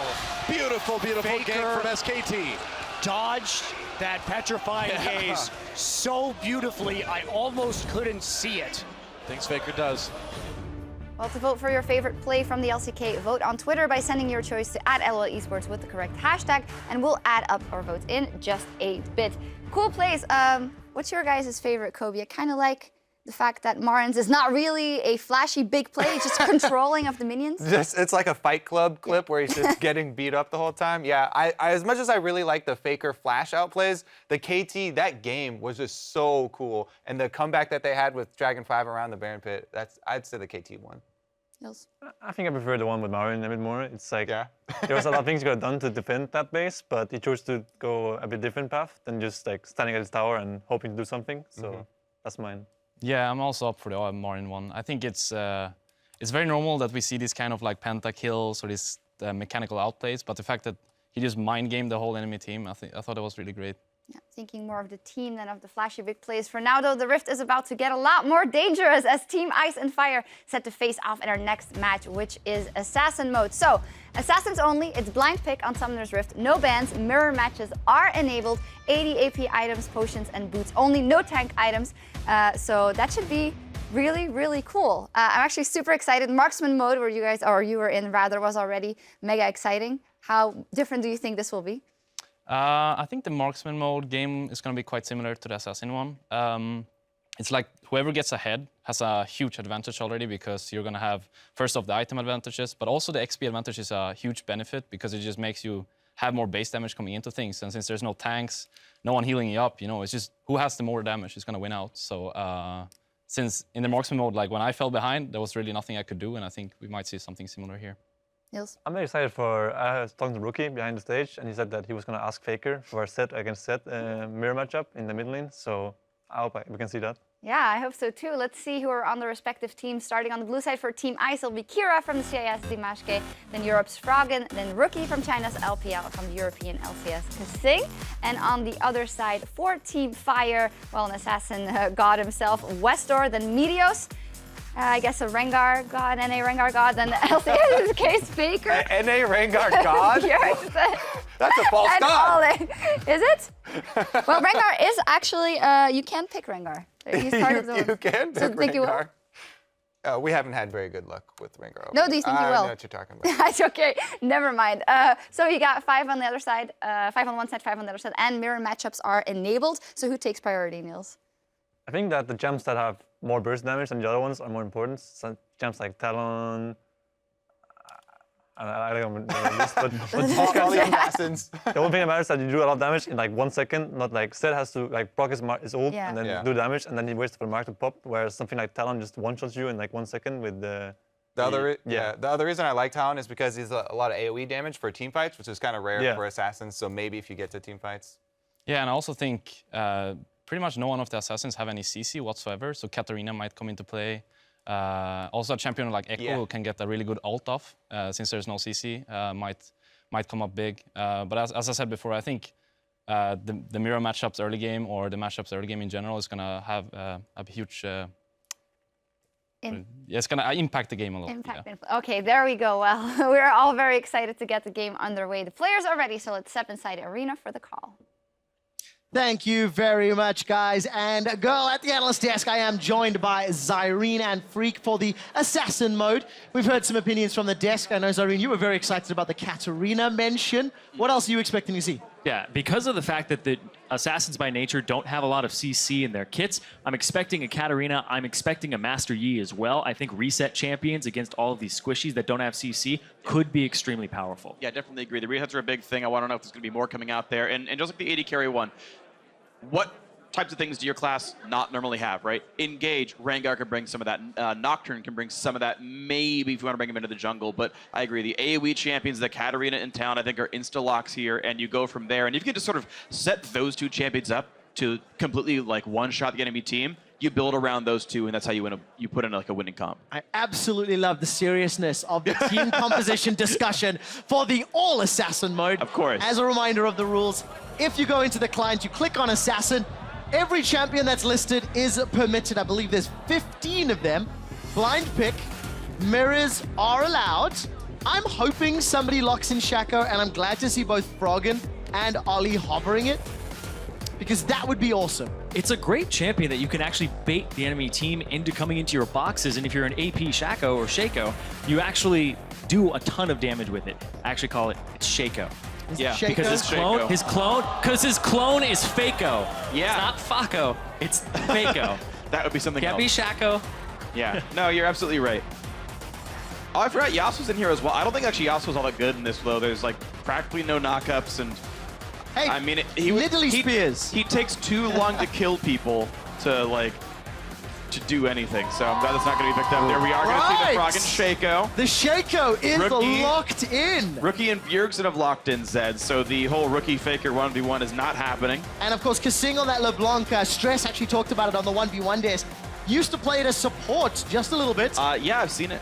Not, well, it left something to be desired. Let's put it that way. I mean, it's Kasing Sorry playing, for of course throwing it you did. under the bus there, Kasing. But of course, Westor on his signature Fizz. Would Faker really run Rengar? A few seconds, and he will. Faker Rengar. I like that there's actually 2 Shakos in this game. 2 Zeds, like, 2 the fact that WTF. Nabil actually went for that one. Yeah, right. Well, at least Zed normally has like a clone running around. But we are going to see Nidalee jungle for Meteos. I think that makes a lot of sense for him. He joked to me earlier today that he'd go for the Rengar, but he's like, no, but seriously, Nidalee's super good. So that doesn't surprise me too very much. I'm still sad there's really no Talons. And only one Katarina, so I think composition-wise, there's some weaknesses on both sides. Personally, you know, just saying.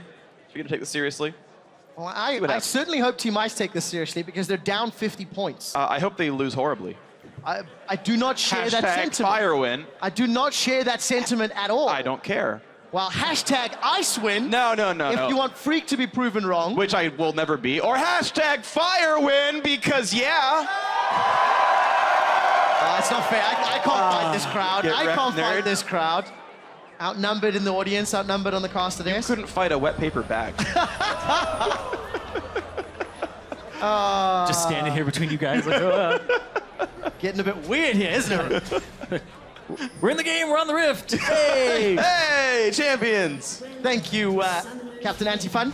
Now, level 1s, the Blitzcrank level 1 all-ins were significantly more entertaining than the current version. Yeah, they just went to the other side. All right, do we have like actual junglers here? So Dimash Yeah, here. Evelyn in Italy. Smite Exhaust, Smite Flash for Meteors. I like the teleport on Kasing's support LeBlanc. If you can call that a support. He even got a Spell Thieves, man. Of course it is. He may actually just be the top laner here. I don't. No. Because I mean, look at his item build, right? He's got a Spell Thieves. But we do see sometimes Spell Thief actually now going into solo lanes. But Yeah, it most likely will be I see your point. as a support. But Westor also has the same summoner spells as Kasing. So there will be a TP on either side here. I just realized what these Shakos might be about. They actually might be double jungling here. You're seeing Froggen set up boxes for his blue buff. Of course, you could use those to leash for Damashka, but realistically, you could have, 3 solo lane assassins and then a double jungle, and you just try to mess with each other at the very start of the game.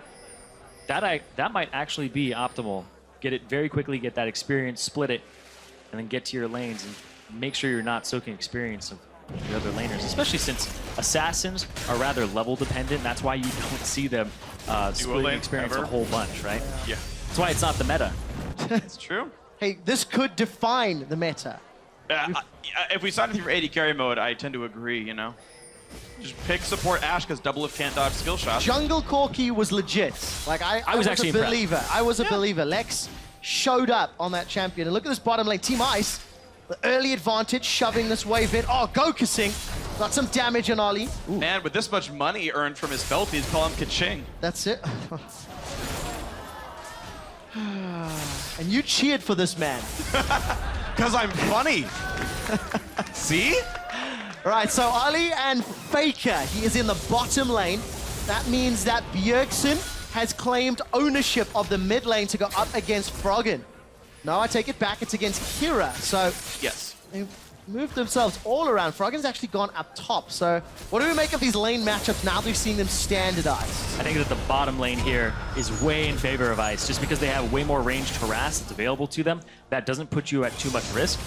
They do have ways on the side of Fire, though. FLICKR, if he can get brush control, and he can get that with Olay providing boxes. Oh, Kira takes a lot of damage from Bjergsen jumping onto that shadow. No insta-kill yet. Yeah. Bjergsen's running that ignite. If Kira decides to stick around. There's actually some really good matchups here for Ice. The fact that you've got Shaco up against Fizz is really bad for Westor, especially top lane Shaco, because just putting him in the boxes, it's basically impossible for Westor to ever go in on anything without getting feared, whereas the Shaco can just keep throwing shivs and being an annoying Shaco as he is.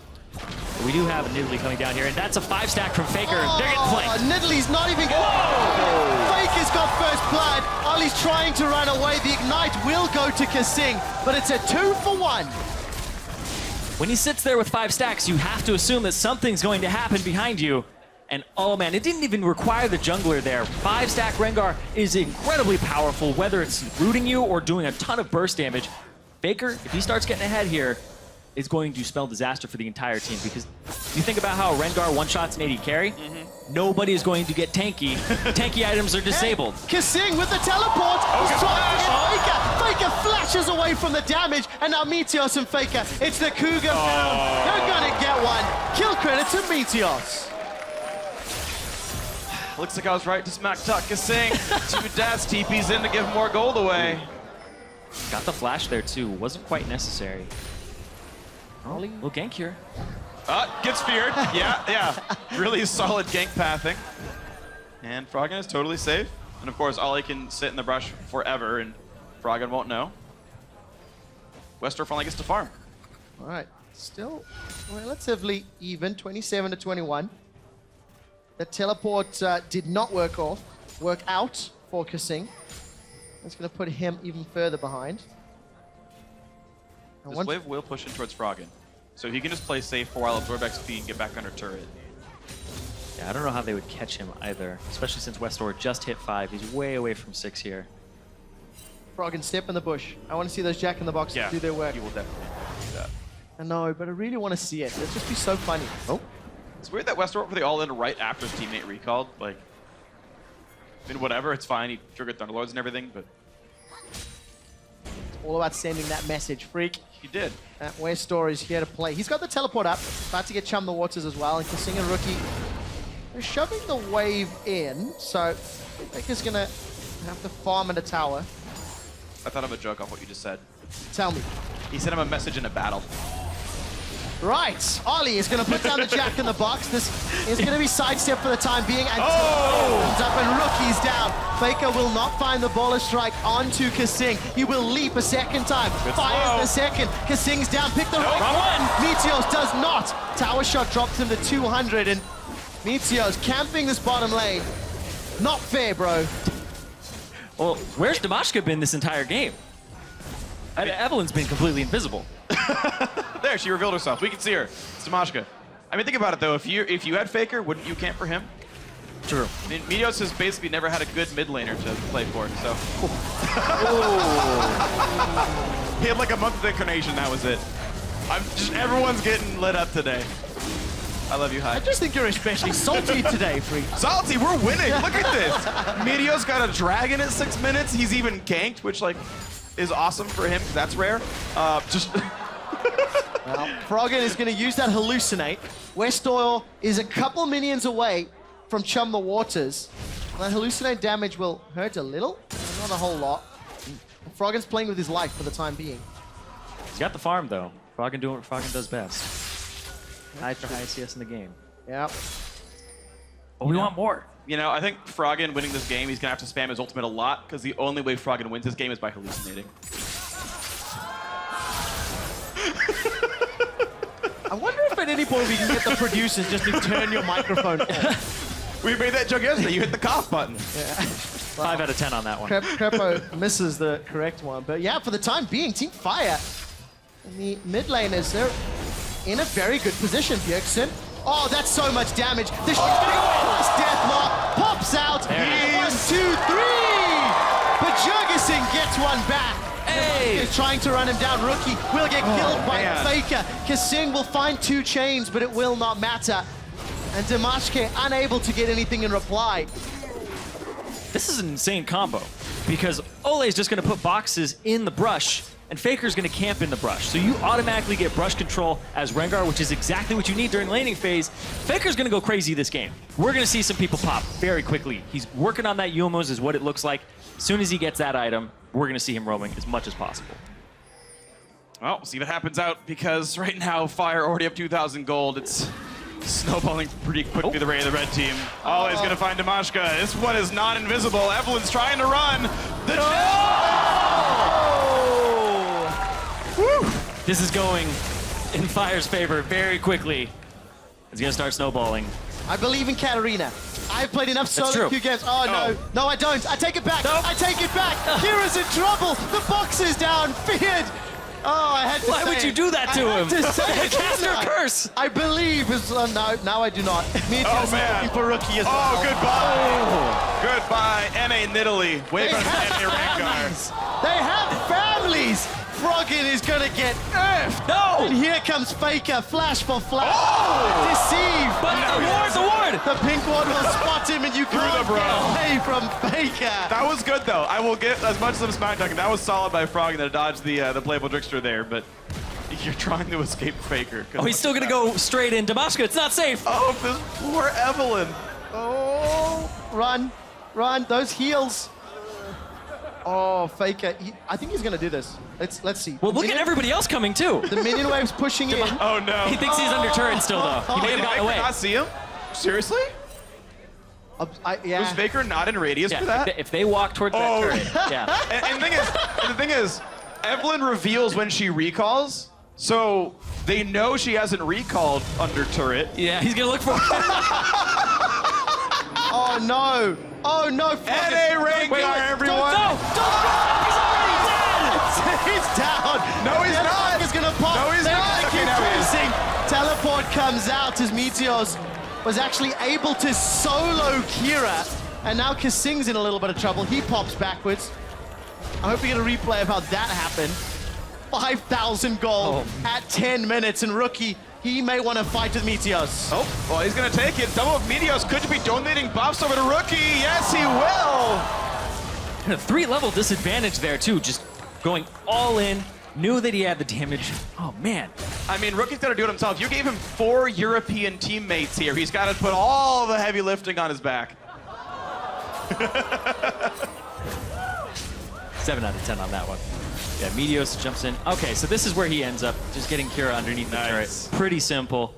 Lands the spear, and immediately you know that you're going to get chased down. I had hoped it was going to be more exciting than Yeah. that. Yeah. Did not anticipate. Well, Kira now 0-3-0. Down 25 CS, a couple of kills, and an assist to his opposite number, Westor. Chunking out Frog another. That's one thing that Team Ice can do relatively well, is that split push game with the teleport on their LeBlanc.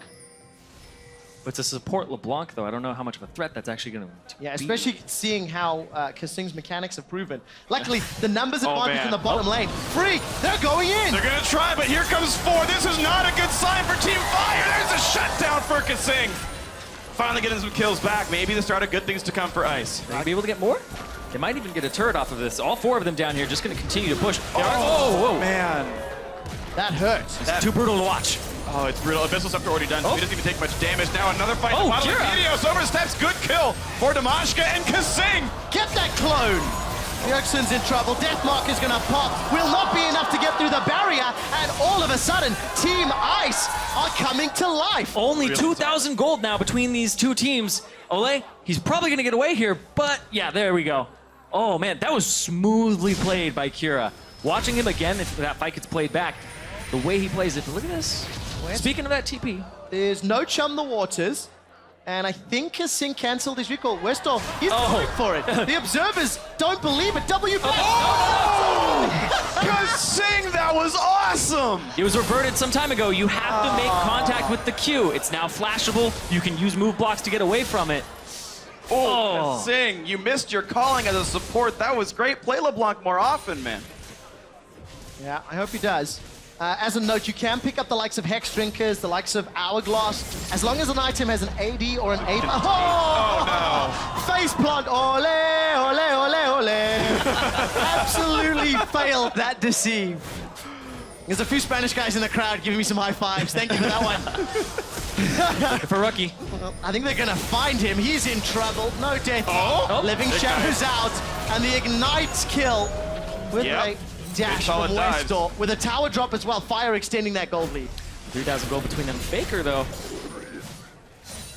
What about him? Clearing out this mid lane, but it looks like they want something here. As soon as they see it, there. Oh, FLICKR, be careful. Give us a run. Support from Meteos is enough to scare them away, Freak. That's smart about the FLICKR, though. He threw a bullet at the Jack-in-the-Box to get his 5th stack of Ferocity so he could heal if he needed it. That was actually incredibly smart by FLICKR there. Let's see if he can continue to play that way. Ghostblade completed with the boots, picked up a Phage as well. Kira, what is he working towards itemization-wise? Sork shoes and a couple of books. He spent that much time in the fountain, he needs some additional reading. Might be a Seeker's Arm Guard, eventually. Ooh! Yeah, big chunk of damage. I would have to guess he needs, honestly, like Sork shoes and Haunting guys for pretty much every magic damage dealer is optimal, like DPS-wise. And things like Abyssal Scepter, just flat pen is a huge deal in a mode like this where you can't give any tanks that. Meteos trying to run, though. He's got the death mark on. Rookie needs a little bit more damage, can't quite get it. 400 health on Meteos. Last of it, jumps the wall, but on the top side, Froggen finally answers back, gets his first kill. Well, Bjergsen down, Meteos running away. Almost gives up his life for that Scuttle Crab. Oh, Froggen? That's the big one. Objective. I'm just wondering about the rest of the team peeling in. Oh, FLICKR! Oh! That looked like it hurt, and with Rookie eating the Javelin toss, Ollie's going to keep chasing. He's going to hallucinate himself. Kira, Sinister Steel, he's gone over the wall. Nice Got himself a kill! Goes out! Kira can show even 0-4 can make plays, but all of that cost Team Ice a tower and more global gold. Yeah, the fact that the early lane lead has gone over to Team Fire kind of allows them to go back to the split push game. Oh, no, he's good. And thing is, like, Ice needs safety numbers to make plays themselves, so when they're getting these kills, the rest of the map, the rest of the farm, like 116 CS on Westor here. It's like the opposite of every AHQ game ever. Like, Westor normally has such a hard... And I'm not saying it as a flame to Westor, but like, he always plays these weak landing assassins, and so he just like trained in the depths of like the gravity chamber, and he's like, oh, I get to lane something that doesn't crush me in the first 5 minutes? Look at this CS, guys! But it's still an AHQ game because, oh, hold on 1 second. What am I holding on for? Oh. Damage. That was close. That was really close. That was. But yeah, Westor, he's always going to split push. He's always in the side lane. They like to do that 4-1 split push. And boom, he's at it again. Mm-hmm. Always up on the side, getting a lot of gold, and the Lich Bane coming up next. So, I mean, a very scary Fizz. And of course, for Ollie, he's got himself the Soul Stealer. 2 stacks at the moment. We'll track that. Tamashka. Oh, no. He's down. Oh, no! Why? Not worth. Well, he didn't know he was getting tracked, but as soon as he opens up, he's like, surprise! Shaco was actually on top of you. Well, deep vision in the jungle there for Team Fire. Going to keep punishing Team Ice. The Spooky Ghosts goes out. Well, at least slow Westor and swim down the river. Oh, well, they from the side. Yeah, but look at the pincer movement. The rest of Team Fire, they're coming in. So the gank on Westor, this is going to get turned around if Team Ice overcommits. Got to be so careful. Kira's on the retreat. Chum the Waters finds nothing, but Kira's spinning to win. This is not going to be enough, and he's down. Fire playing sort of tricky enough that they're really not sticking around for the... Yeah, okay. For all the damage that could come out of Katarina. One good fight would change it. Now FLICKR. Looking. Froggen. Oh! He just whiffed deceive. I think he whiffed deceive. Yeah, I think so Ouch. too. Can you tell these guys don't play Shaco all that often? I can actually. FLICKR's got 9 Team Ice necklace marks. He's already got that increased leap range. Yeah. Pretty much what you need. Gonna look to extend those even further. The damage is ridiculously high. Yes. As you expect when you cannot purchase tank items. Yeah, the damage is already extraordinarily high, but when you have no option to even get defensive items, it's just by how relative you are squishy. Just go 80 carry Zhonya's. Dodge the Rengar damage, man. I've seen that video. Just 0-6. Papa Zhonya's. Make the cat look silly. And then kill him back. Well, I don't know about that last step. That one. Kira's almost got the Zhonya's. But I don't know if it's going to be anywhere near enough against FLICKR's Rengar. Froggen's coming in with a Deceive. Gonna pop a box shortly. Teleport coming in as well. Oh, nice dodge. FLICKR's gonna get 3v1. Nice. The Exhaust still almost gets a kill through that 3v1. Kasing TP's in to steal the kill away. So kill leader is a support of Team Ice. I take it back, Kasing. You're amazing at this game. And Ale looking for Rookie. Not. Oh! He's low. He's injured. Kasing! Oh no, Kasing! Oh right, it still tracks him through the ulti. Goodbye. Beautiful. There's revenge. Rookie gets the kill steal back. Nice. And now there's a teleport coming in from Westor. There's a Chum the Waters available. Own first blow, that was amazing. Well, Westor jumps in. Ignite will kill Rookie. Ignite and Chum. Froggen delivered it! Froggen delivers it to Kasing. And now he's being dove. Froggen, delivered one more He's already got 3. Westor can get a quadra. Where's the 5th one? Kira, come in. Westor needs his 2nd pentakill in 2 games. Kira, come on. Someone let him know. Froggen's special delivery. That was the best kill of the tournament. That was cool. He jumps through a clone to get into range to ignite Rookie. Then like swag walks away. Even Deceive's in there. Well, yeah, that's how he delivered it. Froggen.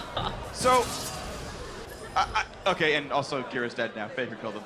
So, my understanding, this is like really old information, I think it is theoretically possible to dodge fish damage.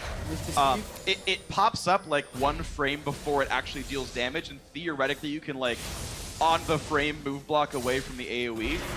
It's like a robot could dodge the flash. Oh, Rookie and Froggen. Oh, that was just horrible. Now Kasing's in trouble. 2-ship poison slows him. The javelin toss tags him. Triple kill for Meteos. Oh, the pings onto the Baron in 10 seconds. They really want to just snowball this game even harder. Get a Baron buff and then actually taking objectives. Come on, just keep killing each other. Rookie's pleading in all chat for his team to stop feeding. Aww. Can't blame him, to be honest. Rookie is the death leader of his team, to be fair. I think there's a hint of irony or sarcasm in that line, maybe. No, I don't understand what that means. Damashka, come on. Oh, there's no Agony's Embrace. Just do it. Go in. Do it. Get some kills. Yesterday you said tomorrow. Damashka. All right there, Shia LaBeouf.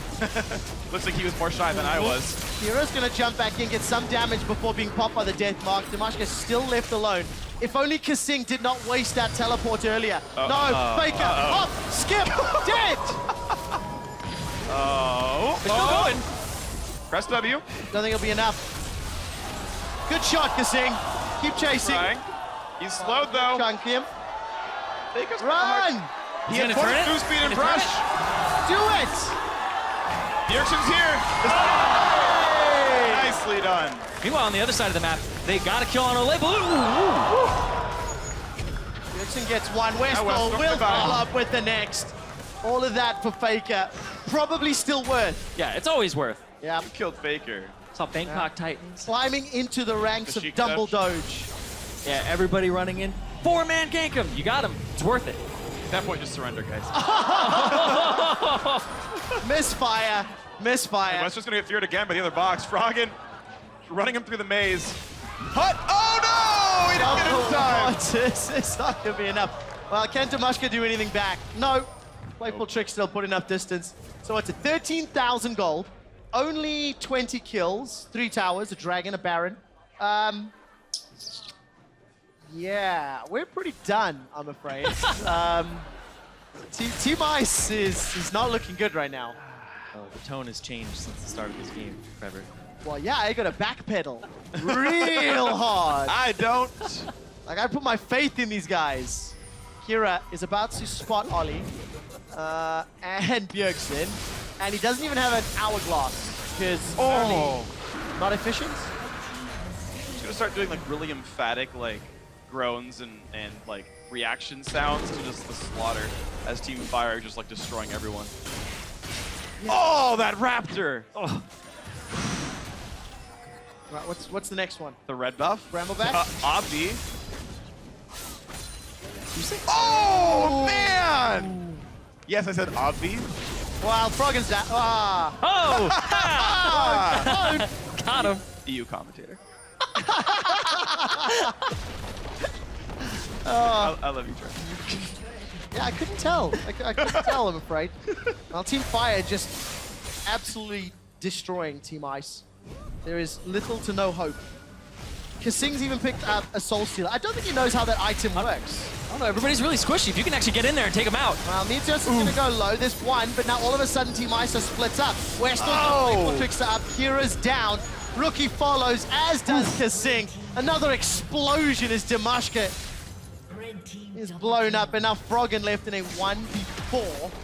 Oh. I don't think it's going to work. He's on a wall. We can see him.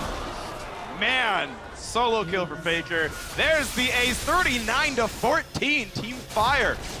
They were practically scoreless on like the first day, getting a lot of points back in the board, and now in the assassin mode, just like the AD carry mode, doing a really good job pressing mid game. Yeah, you see, the European region, as well as the rest of Team Ice, LPL, and IWC, they came here to play the 5v5 mode.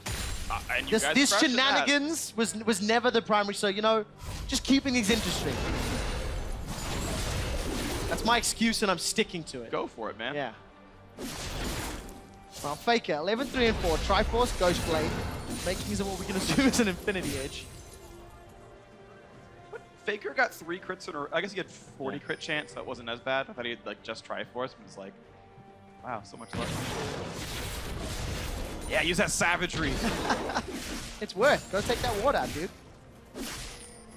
Can't believe that Kira did not finish an hourglass and he picked up another blasting wand.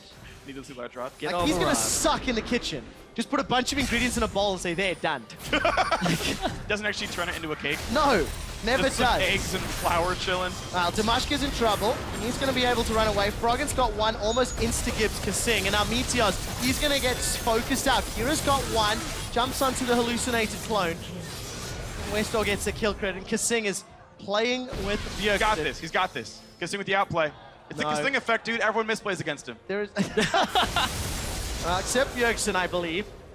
Rookie's got one back, and FLICKR's gonna run down. Is Kasing still running? Yeah. Yeah. He's hopping over walls. Oh, he's TPing, he's TPing! Oh, he's done it before, he's done it before! Kasing! Oh, no! Too slow. Everybody tell Bjergsen on Twitter he was too slow. Hashtag too slow. Just like 1,000 tweets and be like, what, why? What was it about? Yeah, it was a bit lame. Sorry. No, I actually like kill that. the mood. I will do that as well after this game. In about 40 seconds, the next close up. Oh, I'm just gonna. I'll tweet him. Just pull your phone out right now. I got you. Is Froggen's just creating a death bush? It looks like that's what he's doing. He's chilling at 1, 2, 3. I count 4 Jack in the boxes in that middle river before he's finally decided to recall. Oh. Kasing. Remember how I said Kasing was going to kill Bjergsen after all? He actually almost gets him. With backup, but who he cares? needed +2. So? Westor's not down yet. 12-0-2. Wait, Faker's going in. Oh, the flash! Meteors. Woo! We'll find one. Now Ollie's chasing him. Hallucinate. Faker! Oh, man. And Ollie goes, why am I still running from Hallucinate clone? Okay, so Hallucinate hurts Hallucinate. That's one of the best skills. You just put a fish on the zone. Westor hasn't died yet. If he dies, I should surrender. No. That's the win Wait, condition I here. should surrender? Okay, sure, as long as Fire still wins. Oh, my word. Just because it's mission accomplished at that point. You're just like, all right, we did it. They're still running around. Froggen's actually going to stop the kill war. But look at Faker, look at Westor. They're surrounding him. See, do it. Do it. Okay, that was relatively obvious. Nobody's chasing, though. Not yet. It's a 4-level disparity. Not even Froggen can overcome that. Sure he can. Run, run, go, go, go! Oh. Nope. That was close.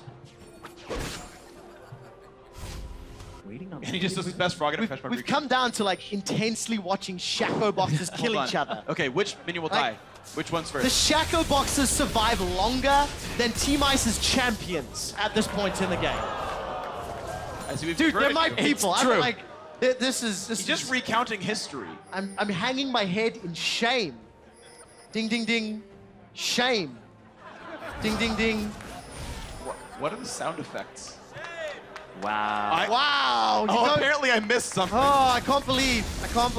What? Prepper will explain it later. What's the reference? The shame bell. There's a shame bell? How can he not know the shame bell? What? Shame. Yes. What? So, for the you unenlightened. turned them against me. Yes. For the unenlightened, it's Game of Thrones reference. Ah, yeah. When Cersei Lannister is walking towards the Red Keep, shamed after having her head shaved. Much like what the Team Ice Spoiler. players- But Ice dies. See? The decoy boxes. Oh. That was so good.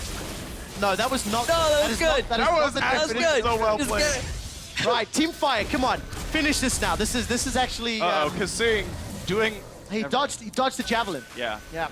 He tried to do what Snape did to Dumbledore. We're approaching 30 minutes into this. I can make references too, bro. Baron number 2. Baron number 2. So now it's up to Team Fire to use their 20,000 gold lead. Nope. Kira's running away. Westor. Put the fish down. Doesn't need it. Does not need it. Oh, 1v3? No, Yeah. Westor. Is he gonna Oh die? my God! Oh my God! Westor! Good! Triple kill 1v3. Thank you very much. That's the golden Rengar, I might point out. Solid. Rookie's trying to run away. He's already used Death Mark, so that shield is not going to be available. Ghost Blade's up. Living Shadow, not going to be used to dodge. Well, Westor's low. If he base checks, Froggen kills him. Froggen. Oh! Solid. Vision? Is it? Oh, Doing his come best on. high impression. Oh, this is depressing now. Well, take a look. Top inhibitor's been killed, and Froggen's not going to find anybody. Bjergsen, Faker, and the rest of Team Fire, they're onto the Nexus turrets. Oh. This is a foregone conclusion. The Nexus will be dropping. Team Fire will take their lead and press it even further. I don't know, though. I think they want more blood. They got a turret. I hope They not, got I hope Froggen's not. clone. Right, there's going to be a kill here. Meteos is going to die. He's trying to live. Come on. No longer on fire. Come but on. He is. Come on. Westor just continues to evaporate people. Kasing can again go for the outplay. Rookie stuck in his base now. Bjergsen. Whoa, Baker! Good enough. And that's the game. 49 kills. Team Fire takes down the assassin mode. I'm so sad right now. But what a great performance from Team Fire. The combination of Rengar plus Shaco in the bottom lane. Just going to town on Kasing's LeBlanc. I love that bot lane combo. And also, this is kind of the expected result. They have 3 really good assassin players on that team.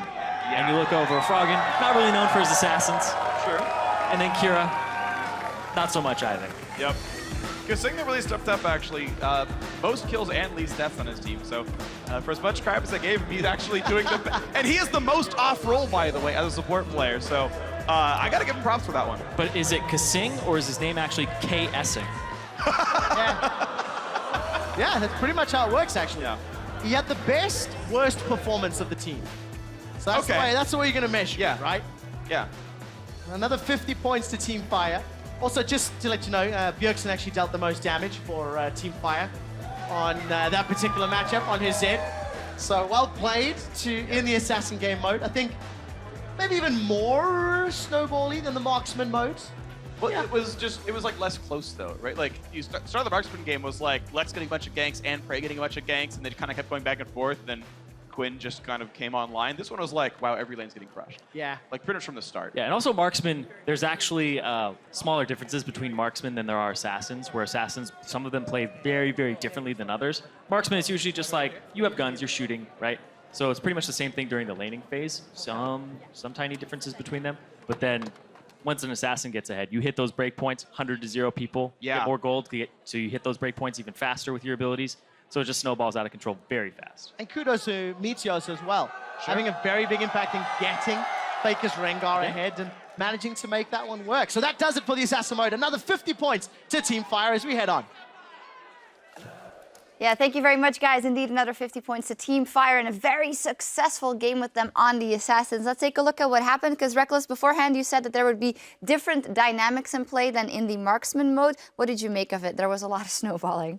Yeah, as Quickshot just stated, I think Meteos did a really good job of helping out FLICKR and Ole in the bot lane. I mean, their matchup to going into things was quite hard. I mean, they were playing against a Zed and a LeBlanc who is in general a pretty good poke lane, I guess. Yeah.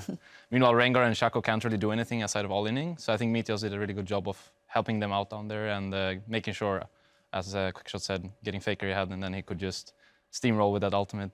Yeah, the difference in jungler's early game was huge. The Evelynn didn't do anything at all, and Meteos was all over the place. Getting the Assassins ahead, as I said, it's a snowballing mode. You get Assassins ahead, then everyone gets assassinated. It's his tournament, man. Meteos on the Kindred yesterday now. Bring him back. Bring it back. Yeah, okay. Yeah, Meteos has been playing pretty well this tournament, actually, and it's, I mean, surprising when you don't see a player playing in a team, and then he just comes up and pretty much outplays everyone who does. So yeah, He's it's been definitely training in the North American solo queue. Thank you very much. What you'd expected any less.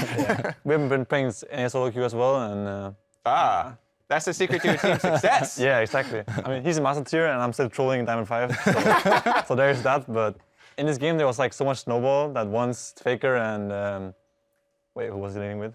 Ole. Oh, Ole, yeah. Well, once they got like 1 kill in that 2 kills in that gank, they just killed them again, and then things got worse. Yeah, on top of that, Westdoor again had a great game. Let's take a look at one of his finest moments. Get that replay up. It wasn't a pentakill, but it was still flashy. Yeah, it was quick. Home guard in there. Forced the Zhonya's really fast. Comes down at the perfect time. He's so far ahead at this point. So not only do you see all the kills, and look, he's so far ahead of them in experience, but he got to farm. He was the only person in the game who got to farm up on the top side. And that burst damage there to finish off the 1v3 triple kill. Yeah, very serious. Farming in the top lane and coming back, and then Froggen with the flashy moves, avoiding the fish, but then sending Kasing to a certain death. That might have been my favorite play. Yeah, probably. Well, in any case, that means that there's one more game left to play, and with these points, Fire now pulls ahead even more over Ice, 550 over 450. Coach Ice, what's going on? It's not too great here, but if we win the 1-1 tournament, how many points do we have? 1. You have Frog? Yeah, we have Frog. Oh, you get the 1v1 is 150 points. Yeah. So when we win that tournament, we're ahead. Well, yeah, if you win, that's 150 points, but there's also 100 for the other 3. What you need to do is win the best of 3 at the end, the 5-on-5. That was 300 points, right? Yeah, tomorrow. Yeah, so if we were to win that, then we would actually win the whole thing, right? Probably. So you have everything the power is on us to now. carry. Yeah, everything is on us now. So no pressure, but you have to win. Yeah, but we have you, so it's okay. We have Coach Nils. Yeah. You heard that? You have to win everything. Chill. No problem. Well, we're going to step away for a quick break, but we'll be right back to set up our final game of the day, North America's LCS versus China's LPL. 2015 All-Star coverage continues right after this. We go jet bot with LeBlanc, and we win, okay? Okay. You can split push too, and we have good wave clear. Nice. Our team looks so bad. Nice team. Kasing with the teleport. He's trying to hit Faker. Faker flashes away from the damage, and now Meteos and Faker. It's the Cougar down. One is not invisible. Evelyn's trying to run. The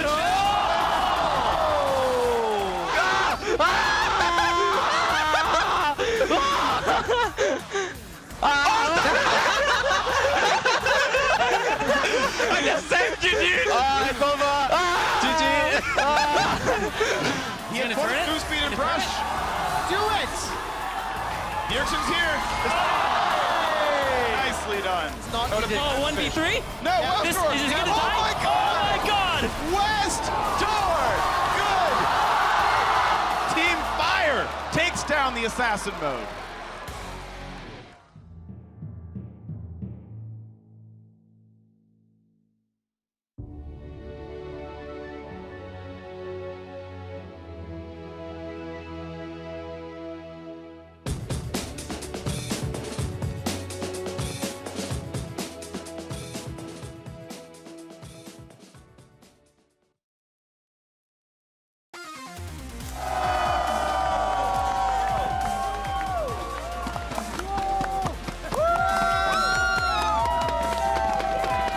Welcome back, ladies and gentlemen, to the 2015 All-Star event and our final game of the day, a regional battle between the North American LCS and China's LPL. Very important because if NALCS beats LPL in 20 minutes 44 or less, they play in the final tomorrow versus EU. Likelihood, Kobe? Low chances. 21 minutes is pretty hard. 21 minutes is pretty hard. What do you think? They can do it? I mean, a lot of my games in solo queue are less than 20 minutes. Less than 20. Wow. Yeah, less than 20. Yeah, I mean, if there's any patch they're gonna do it on, it's probably this one. Mhm. I think this patch is one of the most snubbly ones we have. So, yeah. I mean, there's still a chance, but I think the Russians won't go down easily. So, we're probably gonna see an LCK EU final tomorrow. You think? All right, we'll see. Let's take a look at the lineup once again, of course, for the NALCS Dyrus, Meteos, Bjergsen, Doublelift, and Afromu. Bjergsen and Meteos just coming off a fantastic performance in the Assassin mode, but now they're up against the LPL on the red side with Koro1, Clearlove, Rookie, Uzi, and PYL. NA on track, picked up a victory versus the CIS, and Meteos, previous game doing fantastic. Kindred yesterday doing fantastic. I mean, we don't even talk about Bjergsen anymore in this lineup. It's all Meteos. Yeah, I mean, Dyrus had a rough start to this tournament, but he had a really good Blitzcrank game today. So I think today is Dyrus' day as well. He's going to pick it up in the top lane. Yeah, he had the X-Packer with the Blitzcrank in the All-1 series. So. Looking at some other matchups, maybe in the bottom lane, Uzi got knocked out in the 1v1 tournament, sadly, versus Kasing. By the That god, must Kasing. sting, of course. What do you think of the bot lane matchup? Because that's an interesting one. I mean, so far, I think Uzi and PYL has looked pretty strong. I think they made some mistake against LCK yesterday, though. I think that was, yeah. The misfortune. Yeah, but nevertheless, I've seen a lot of good things coming out of Uzi. I think he's been trying to put the LP on his back, pretty much. So I expect them to come up big in this matchup for sure. Nevertheless, Doublelift and Afromo is, of course, a matchup to be reckoned with. So we'll see how the draft goes and then go from there. Clearlove and both Rookie as well have also been bottom a lot. So it's probably not going to be 2 versus 2, as bot laners are well aware. Yeah, I mean, this game right now is always kind of, especially with the TP still sticking around even after the nerf, it's never really going to be 2v2. It's always something else that's involved. So we're just going to have to see who adapts the best and who plays the best together. I think LPL has looked pretty good so far in that regard. Meanwhile, NA has just kind of done their thing, but you never know, you know. What is the NA thing? What is it? At least when they played us, they just played like whatever they wanted to, kind of. Yeah. Meanwhile, did you. So did you. They wanted different things. I didn't necessarily want to play Kadis. I just found like beating NA would be cool, so I picked it. Yeah, with the trash, it's pretty strong lane. So. Okay. Looking at this matchup as well, you say that they'll be focusing a lot of attention on the bottom lane, but then I'm looking at this mid lane matchup. Bjergsen versus Rookie. Rookie, even in the game that the LPL lost versus LCK, he had some fantastic just escapes from not being killed, even though they lost that game. How do you think this matchup is going to go?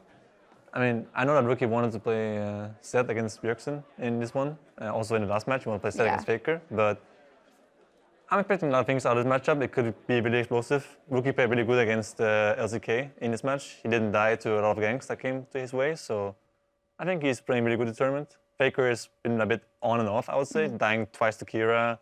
Then he was like 0-3 against the EU, was it? No, it was against LPL. LPL, Yeah.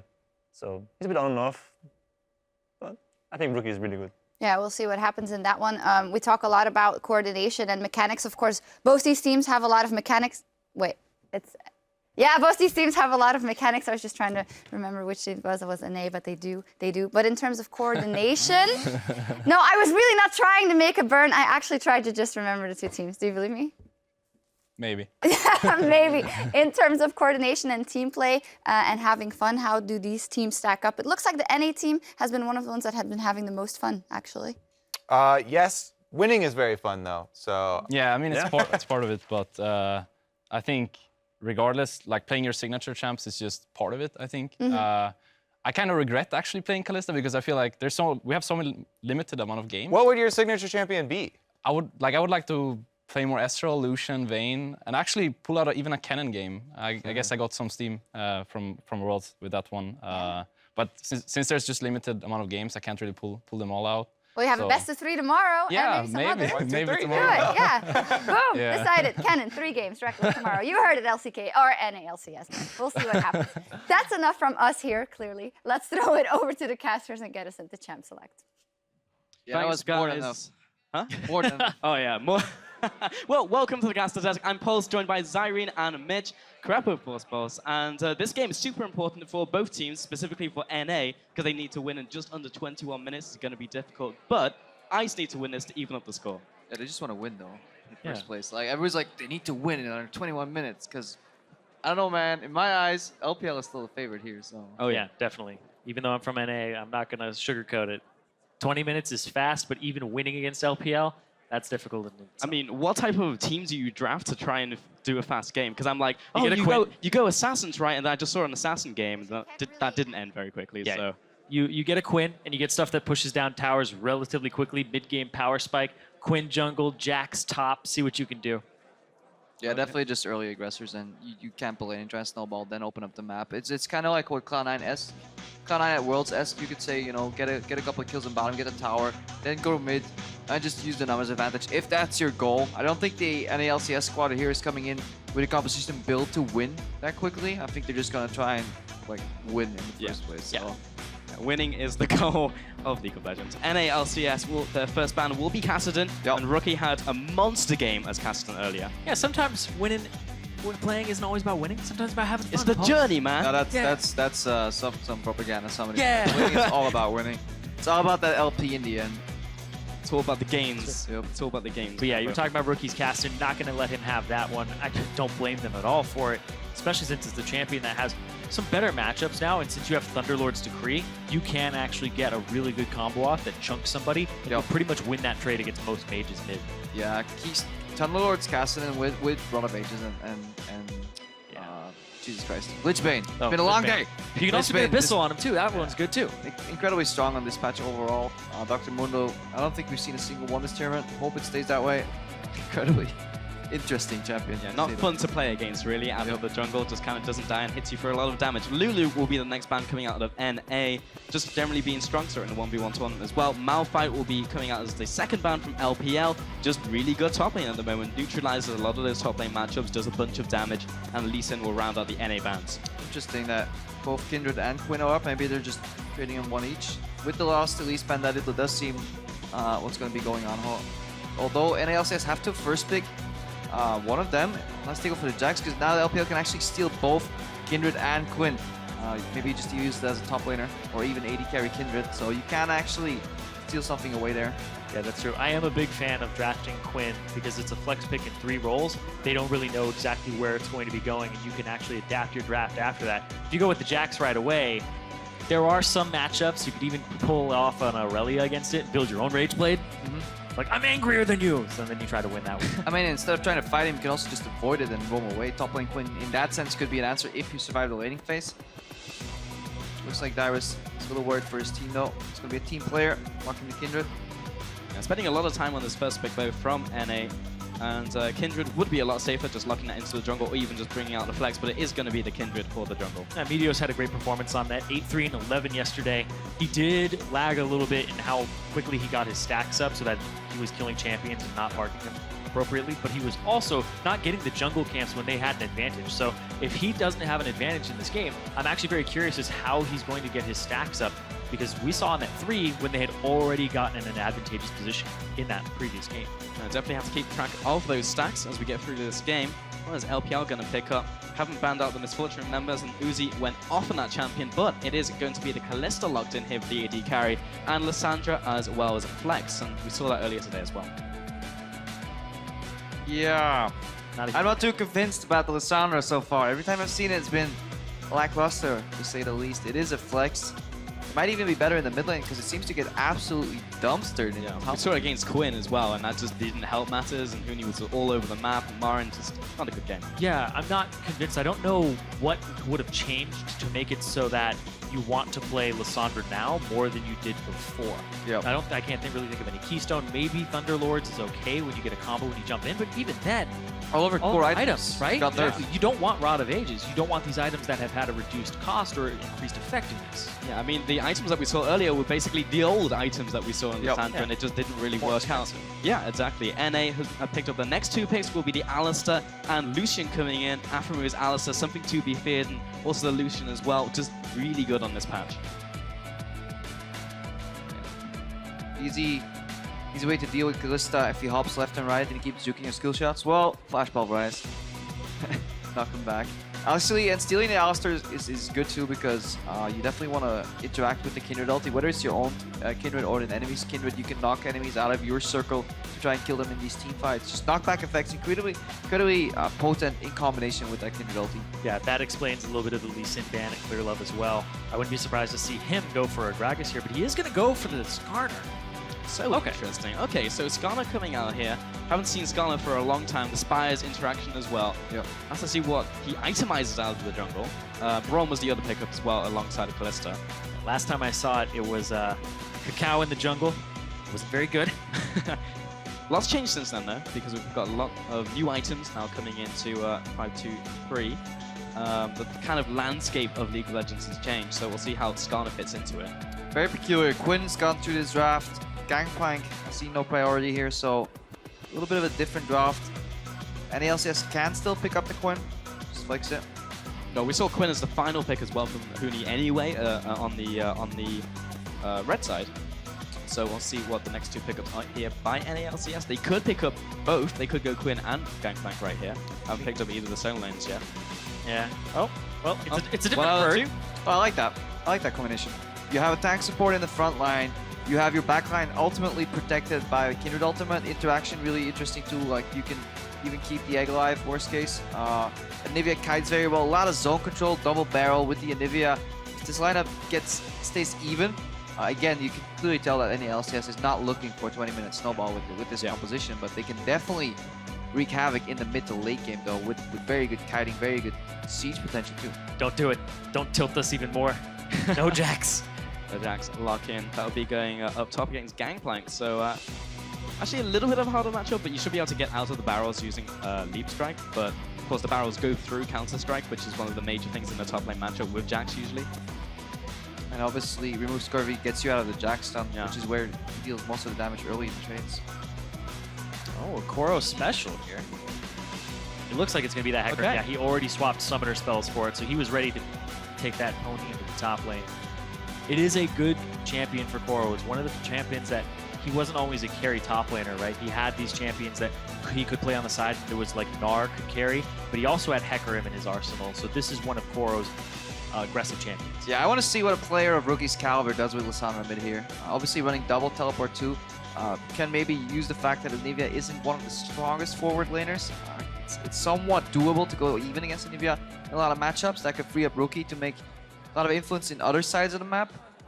Definitely will need to see him roam, because I don't think 1v1 there's any outplay potential from Lissandra into Anivia, let alone without the Ignite. But something I'm very excited for here It's just that bot lane matchup. Double lift versus Uzi. He's always wanted to play against Uzi in a 5v5, 2v2 bot lane. If somebody lane swaps here, I'm going to be disappointed. Yeah, I mean, we haven't seen that many lane swaps, if any, so far in the All-Stars, so probably going to get that 2v2 he's really been looking for. I think everybody's trying to test their mettle against each other in that bot lane, prove that they're the better 2-on-2. And I know that Rush Hour was always like that. It was always, let's go bottom, let's 2v2 them if they're going to swap. And even then, they always were very confident in their ability, regardless of matchup most of the time. A lot of people have been getting the opportunity to fight the opposite number throughout the All-Star here so far. So remember, for the last time today, jump on Twitter, use those hashtags FireWin or hashtag IceWin. Get your votes in as we load onto the Rift here. It is LPL going up against NA in this final game of today. Obviously, we know who the winners will be. LPL. The fans. Crepo's on board. Yeah. Not aligned with you guys, unfortunate. But we will There's be like getting two guys onto the clapping Rift the here. Yeah! I got some Were those only your fans? Yeah. It's my personal corner. You brought them with you. Oh, Caro. Can we move the audience? Did you just slip him a 20? What are you doing, Crepo? Come back here. All right. Let's see. No really group invade. Alistair and Nivea brings a really strong invade, but it looks like they want to cover all bases. You gotta contest these crystals. Get that money. Get that money. No, Pang, not dying there, level 1. Afro move, taking some hits from Rocky. Bjergsen there to back him up. Rocky. Rocky. He's here, he's ready. The Spires are about to activate, and they should be secured here by Ice. But yeah, just trying to secure as much vision as both team can at the start of the game. Interesting matchup in bottom. Braum usually bullies melee supports, which turns and the Braum-Alistar combination into a very sustain-heavy approach from Alistar. You have one bullet in your shotgun, that is the Q flash into knockback.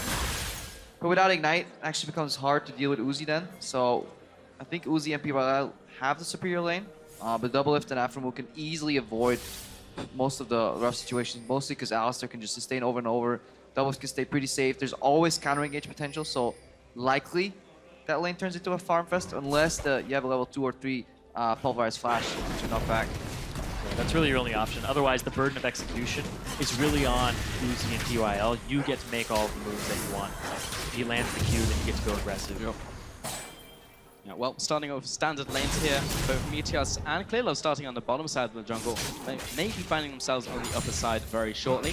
Afromoon double lift up against PYL and Uzi, already the aggression coming out, nice double good pulverize onto both players. PYL still trying to get in range for the concussive blows. One more auto-tag either from Uzi or PYL will activate it, but not looking for it right now. Yeah, and that was even in blue team's minions too. Obviously, Uzi and PYL prioritizing the push, but Afromoon has to thread the needle there. Play far enough up that he can go for the pulverize, not too far that he gets picked off a little bit, gets stunned and then focused without allowing Double Lift to return fire, but that was really well positioned. Good trade. You have to worry about the level 2 here. Yeah, gets a level 2. A lot of damage with the Spirit of Dread and the Rampages. Interested to see what he'll itemize as well, because this is the patch where Home Guards is activated at 20 minutes. So you don't rush the boost into Home Guards like you used to. Also big nerf to top lane Ram. Oh no! What have they done? My TP jungle. It's a personal problem. Yeah. Full armor, convert it onto AD. Fantastic. Clearlove, Meteos have found each other, but looking for a fight right now. That's bold. UIL taking a bit of damage here, trying to get the concussive blows off. Meteos actually finds Clearlove once again, slows him down with the E, getting the damage onto Clearlove as he retreats into the jungle. Can't quite finish him off right now, both with double buffs. Actually, it's likely that we missed the part where Afron was skill heal and then used it in lane. I don't think PRL would have ever moved in that position if it weren't for that. So Afron will likely show the heal, allowing PRL to move up there. Steal from Meteos. Yoink. Feels bad. Yeah, Meteos is actually trying to defend him getting the Scuddler so he gets that stack, and then he found Clearlove, so just keep him back in his jungle after you get that big chunk out there. That is really bad for Clearlove because he has to go away from the top jungle, didn't secure his red buff yet. The Spire got taken so he can't even fight around the area anymore, and now he just needs to go to the bot side, takes away the crab. Is his red still up too? I believe yes. his red is still up, yeah. So it looks like Meteos was able to pick it up. He has the vision over it and the Spire. He saw the buffs on Clearlove too, so he could obviously deduce what was going on. Clearlove carries position. Afron was level 3, but he used his pulverize already, else he would have maybe moved up towards Uzi there, but he's dropping dangerously low. That all in, obviously, there's a cap on what you can achieve for that if you're laning on 50% HP. Yeah, but already the CS differential in the bot lane, 29 CS to 17, is already massive just from the trades that have been happening. Yeah, I think the mistake was fighting the push. For Afro and double lift here, one trick you can do is stand in your range creeps, get one auto, and that force pushes the lane backwards due to a certain series of minion interactions. If you do that twice, you can actually just farm comfortably on the tower until you get the levels required. That's an approach Rush Hour does very rarely because they're so confident in their laning ability. This top lane, Darius picking up barrels, trying to chain those onto Karo. A couple of minions here, but Darius is still ahead in farm, despite Karo getting that level 2 advance, pushing Darius back to the tower. I actually want to ask you about that, Crepo. Sorry, I wanted to jump back for a second there. You were talking about stand in your ranged minions and auto attack the enemy champion? No, you stand in your range creeps and then you wait. You do nothing until the enemy support gets greedy and attacks you once. Your minions aggro on the enemy champions. Their minions keep attacking your minions. Gotcha. You reset, you do that one more time. You've taken maybe 2 auto attacks worth of damage, but 12 minion bolts now have redirected to enemy champions instead. Therefore, the wave pushes back to your tower and you can farm on the tower. Gotcha. Because I'm always standing in my minion wave, hitting the enemy champion. No, you don't want to do that. Being counterproductive. It will make sense now. It all depends on whether you want to push or not. It's a little intricate trick you can do it to baiting people to force push you. Then get a quick level 2, then the wave bounces out again, and you can use that momentum to then zone them off even more and potentially free up support for a roam. Yeah, I just know how to farm jungle camps. Yep, I can't. I beat every jungle game I played. That's why I get support so often, because I threaten them by showing them my off roll. Anyways. Well, the concussive blows are down onto Afro. We should be able to get the last auto for the stun, but still very tanky. He gets the rend as well for some more trades. Look at how Uzi is playing on the edge of flash pulverize range, that if Afro commits to Meteos. Oh, teleport now coming in. Meteos knocked towards the tower. The flash comes after the stun, the lockdown, the first blood over to Rocky. Yeah, really good reaction there from Rookie. And this is exactly what we were expecting, you know, 1v1 in the mid lane. We knowing that nothing's going to happen, but people forget that mid laners can run teleport too. And Meteos, fantastic early game, but he does get caught out there. Yeah, Bjergsen also tried to use his teleport, had to cancel it, decided to just shove the middle lane up. But then Clear Love came and rotated to it, so he picked up some of the CS there as well. But it might be a collapse onto Bjergsen if he keeps staying here. Rocky, there it is. Well, gets the ultimate down onto Bjergsen, still has Egg, remember. Clear Love trying to get in range, gets the fracture, but not level 6 yet, so can't finalize the Egg pop. It's like you were saying in Champion Select, though, with Rocky, with the roams over really just the straight up laning, has to just kind of farm that one out, look for the roams, look for the kills in the side lanes. Already secured the first blood to make that happen, but especially with this build, though, on cooldown now. Abyssal Rush Lissandra into a Catalyst and Nivea, you're not going to do anything in that lane.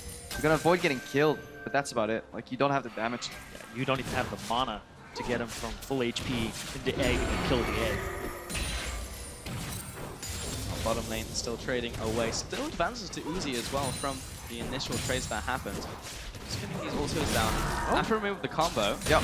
Yeah, they've been playing so far away from each other so that Afro can't get a 2-man pulverize, but now that they push the wave up and there's a little bit less room to work with, you don't want to run off to the side or the right side of this lane that's being pushed up on the left.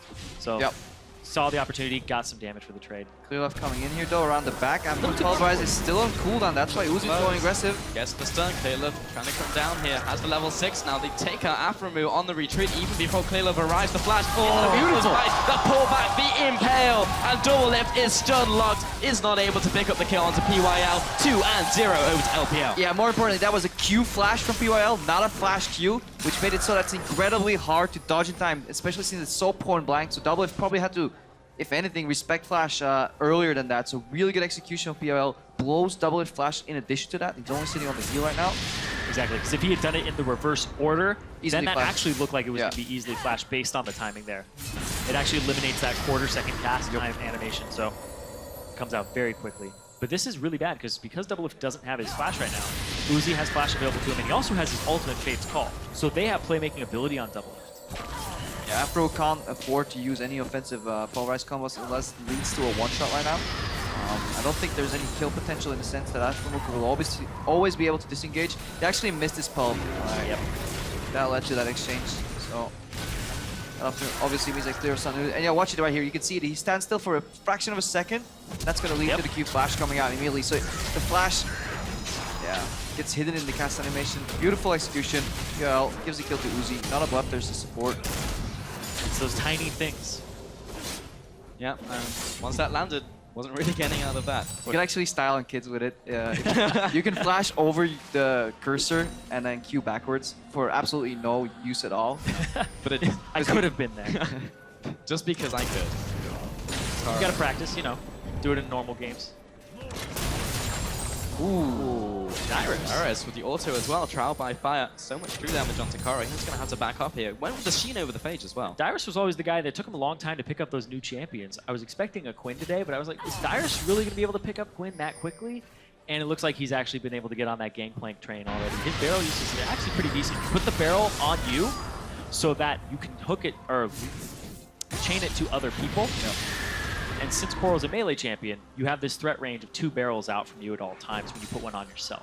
And you can't clear it. Rookie having a rough time here in mid, though. This matchup is definitely tilting towards Nivea right now.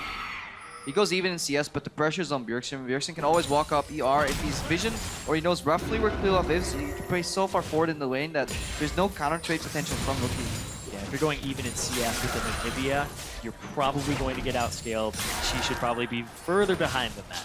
Yeah, but looking at the teleports, so that's the win condition you could call it. That's the play to be made for Rookie. He doesn't want to get any plays in mid unless it's for a flash ulti into Skarner ultimate from Clearlove. Yeah, Rookie has to be the proactive player on that one though, because Bjergsen's teleport is also coming off cooldown at the same time as Rookie's, so has to be fast on the draw, pick up the kill real fast before Bjergsen reacts. Likewise, Dyrus and Karo have their own teleport, so any play that's made on the bottom side of the map will probably result in everyone going down there. Yeah, and it looks like LPL are actually grouping up and putting vision around the sides of the jungle near the dragon. They're kind of feigning towards it. That's what you do if you play against very slow scaling solos. You kind of put the pressure on the weak point, which is then the bot lane. If you can really roam and expose that, because there's not much Nivea's going to do if you push it in and roam. You can maybe go for a bot lane dive then. Aphromoo obviously with Unbreakable, hard to dive, but could be an opening here for the LPL with the double teleport. Yeah, very difficult to close down on Alistar. Still whipping him down though. The autos and the Winter's bite has to go for the aggressive play, the flash, and the pulverize, the knockback as well. But PYL using stand behind me is able to get back into safety range. Meteor's not able to pick Uzi is so good, man. He read that so beautifully. He knew exactly what Aphromoo was going to do, because that's, again, Alistar, similar to what we talked about earlier with Braum Flash. Hang on, Bjergsen. The flash into the stun lock, and Clearlove as well with the impale. Bjergsen should be going into egg form here, and he will have the damage just to take out the egg. Gonna take a couple seconds. Who's it gonna go for? Oh, actually over to Clearlove. Bottom lane though, the trade comes out. Unbreakable will by Aphromoo and looks for the re-engage in the fight, but Ice, that's all they wanted. Pick up the ultimate and back off. And there's going to be damage dealt to this mid lane turret here. Meteos, he might be looking for a tower dive. He does have his ultimate available, but they can use it against you as well, and it's going to be so hard because there is a Fate's Call available. Yeah, under the tower as well. It looks like he's going for this. Has revealed himself now. Now the teleport comes in, maybe a little preemptively, but he's here just in case they decide to go for the dive. Now the teleport's in. All the teleport is going to be a full party down in the bot lane. Rookie dropping low, so it's PYL. He just goes down before the ultimate comes out from himself. And Dorlin is getting shredded. Uzi takes him out. Bjergsen is also there, trying to get this final kill. There's the duel in for Bjergsen. And Koro trying to pick up a kill in return. The egg is already down. And that is so far 3 for 3. But Darius is now underneath this tower with Clearlove, and Karo is able to just run him down for his double kill. Absolutely crucial mistake from Dyrus and Meteos. Dyrus should have used ulti and then teleported in. It was a 4-second channel that really Team NA there could have used that ultimate. In addition to that, Meteos died without popping his ultimate. He got Chain CC down, so very poor execution on that dive, even though it was terribly telegraphed. Yeah, you should put it on the turret right now. You slow them down, it forces them to cluster. Aphromoo gets a 2-man. He could have possibly gotten a 3-man if you had actually done it correctly. And also Meteos, it takes them longer to get to him, and as a ranged character, you want those slows so that that zone of threat that you have, you get to keep, and you get to kite backwards. No ultimate there from Meteos either. If he had popped it there, he actually probably would have been saving the enemy team a little bit more, because they were on low HP. And the Kindred ulti, when there's more people with low HP, they're the ones who are actually benefiting from it, because they get to chip away at the high HP targets to make them possible people to finish off after the ultimate. Yeah, and also so many Summoners burnt from NA as they were trying to just pick up that final kill on Uzi. Bjergsen had to burn the flash as well. And back to the mid lane. Worth. Well, This put 3 and 8 right now. Koro in a good position because he was losing the lane slowly to Dyrus. So right now, 3-0-1. And a barrage used right now to clean out a wave. Double Lift is cross-mapping to get a tower here, so a bit of a better map play from a North American squad. They're actually going for tier 2 on the bottom lane because they bought so much time on that top tier 1. They're actually ahead of the play right now, and Core is going down to bot, but no support from him. Ice do manage to secure the blue buff with his small consolation prize. The top tower also goes down over to the LPL. Double Lift Afro and Meteor should be able to take this one away. Karo does have his ultimate though, if there's any backup around. It doesn't look like it just yet. Only now Rookie is looking for the rotation. Afro gets the lockup, a knockback as well. And the follow-up from Double Lift is huge, and that's the kill. You gotta respect Afro right there. Dyrus falls on the left side there, but the Kindred ultimate is still available. I don't know what Koro was thinking there. Just concede the tower. Consolidate your forces in the mid lane, because now another rotation though, because Uzi is still farming in the top lane. He only just now takes down a tower. Afro looking for a pick in the mid lane. They're going to shove this up. You have multiple ranged carries here. That's the beauty of having Kindred, is you get to do a lot of damage without threat against you onto turrets. Yeah, well, Afro still has his ultimate as well if he decides to go for the dive. Didn't even have to use it in the dive against Koro. PYL trying to block all the damage that he can using the Unbreakable. Clear off to the side.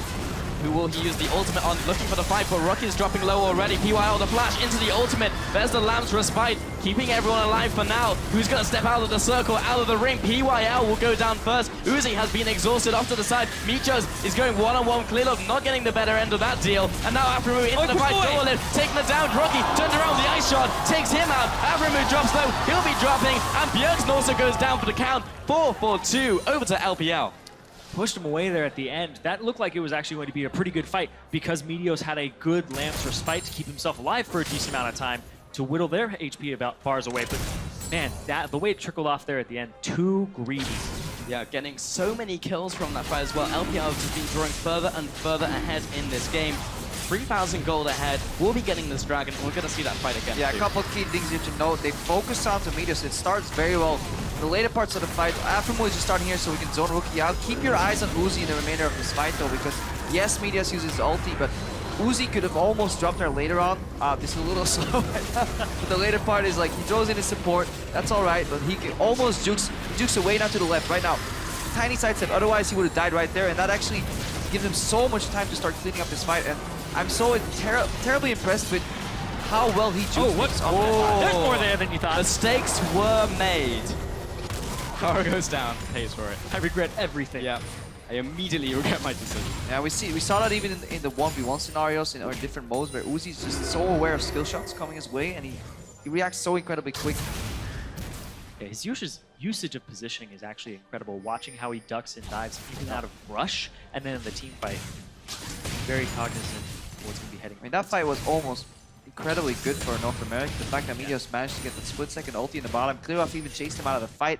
Didn't contribute, so could have won that fight. Just, yeah, Bjergsen Q slightly to the left, and he would have died. Outplayed, man. Outplayed. Well, NA have 4 minutes to go before they will not be the #1 seed for their side, but Aframu pushing up here with the rest of his team. Clearlove taking away this red buff. They have a fight erupting here. You know what would be interesting? Just, okay, crazy thing. What if LPL ended up surrendering 20 minutes? You know, sandbagging is what it's all about, right? But then NA, strategically speaking, NA would end up in the BO3 against Europe. Genius. Let's see what happens. And we all know how that plays out. Not as well as if Korea was against Europe. I mean, actually, just strategically speaking, yeah, we've already proved that we can win this one. Now pushing down the middle lane.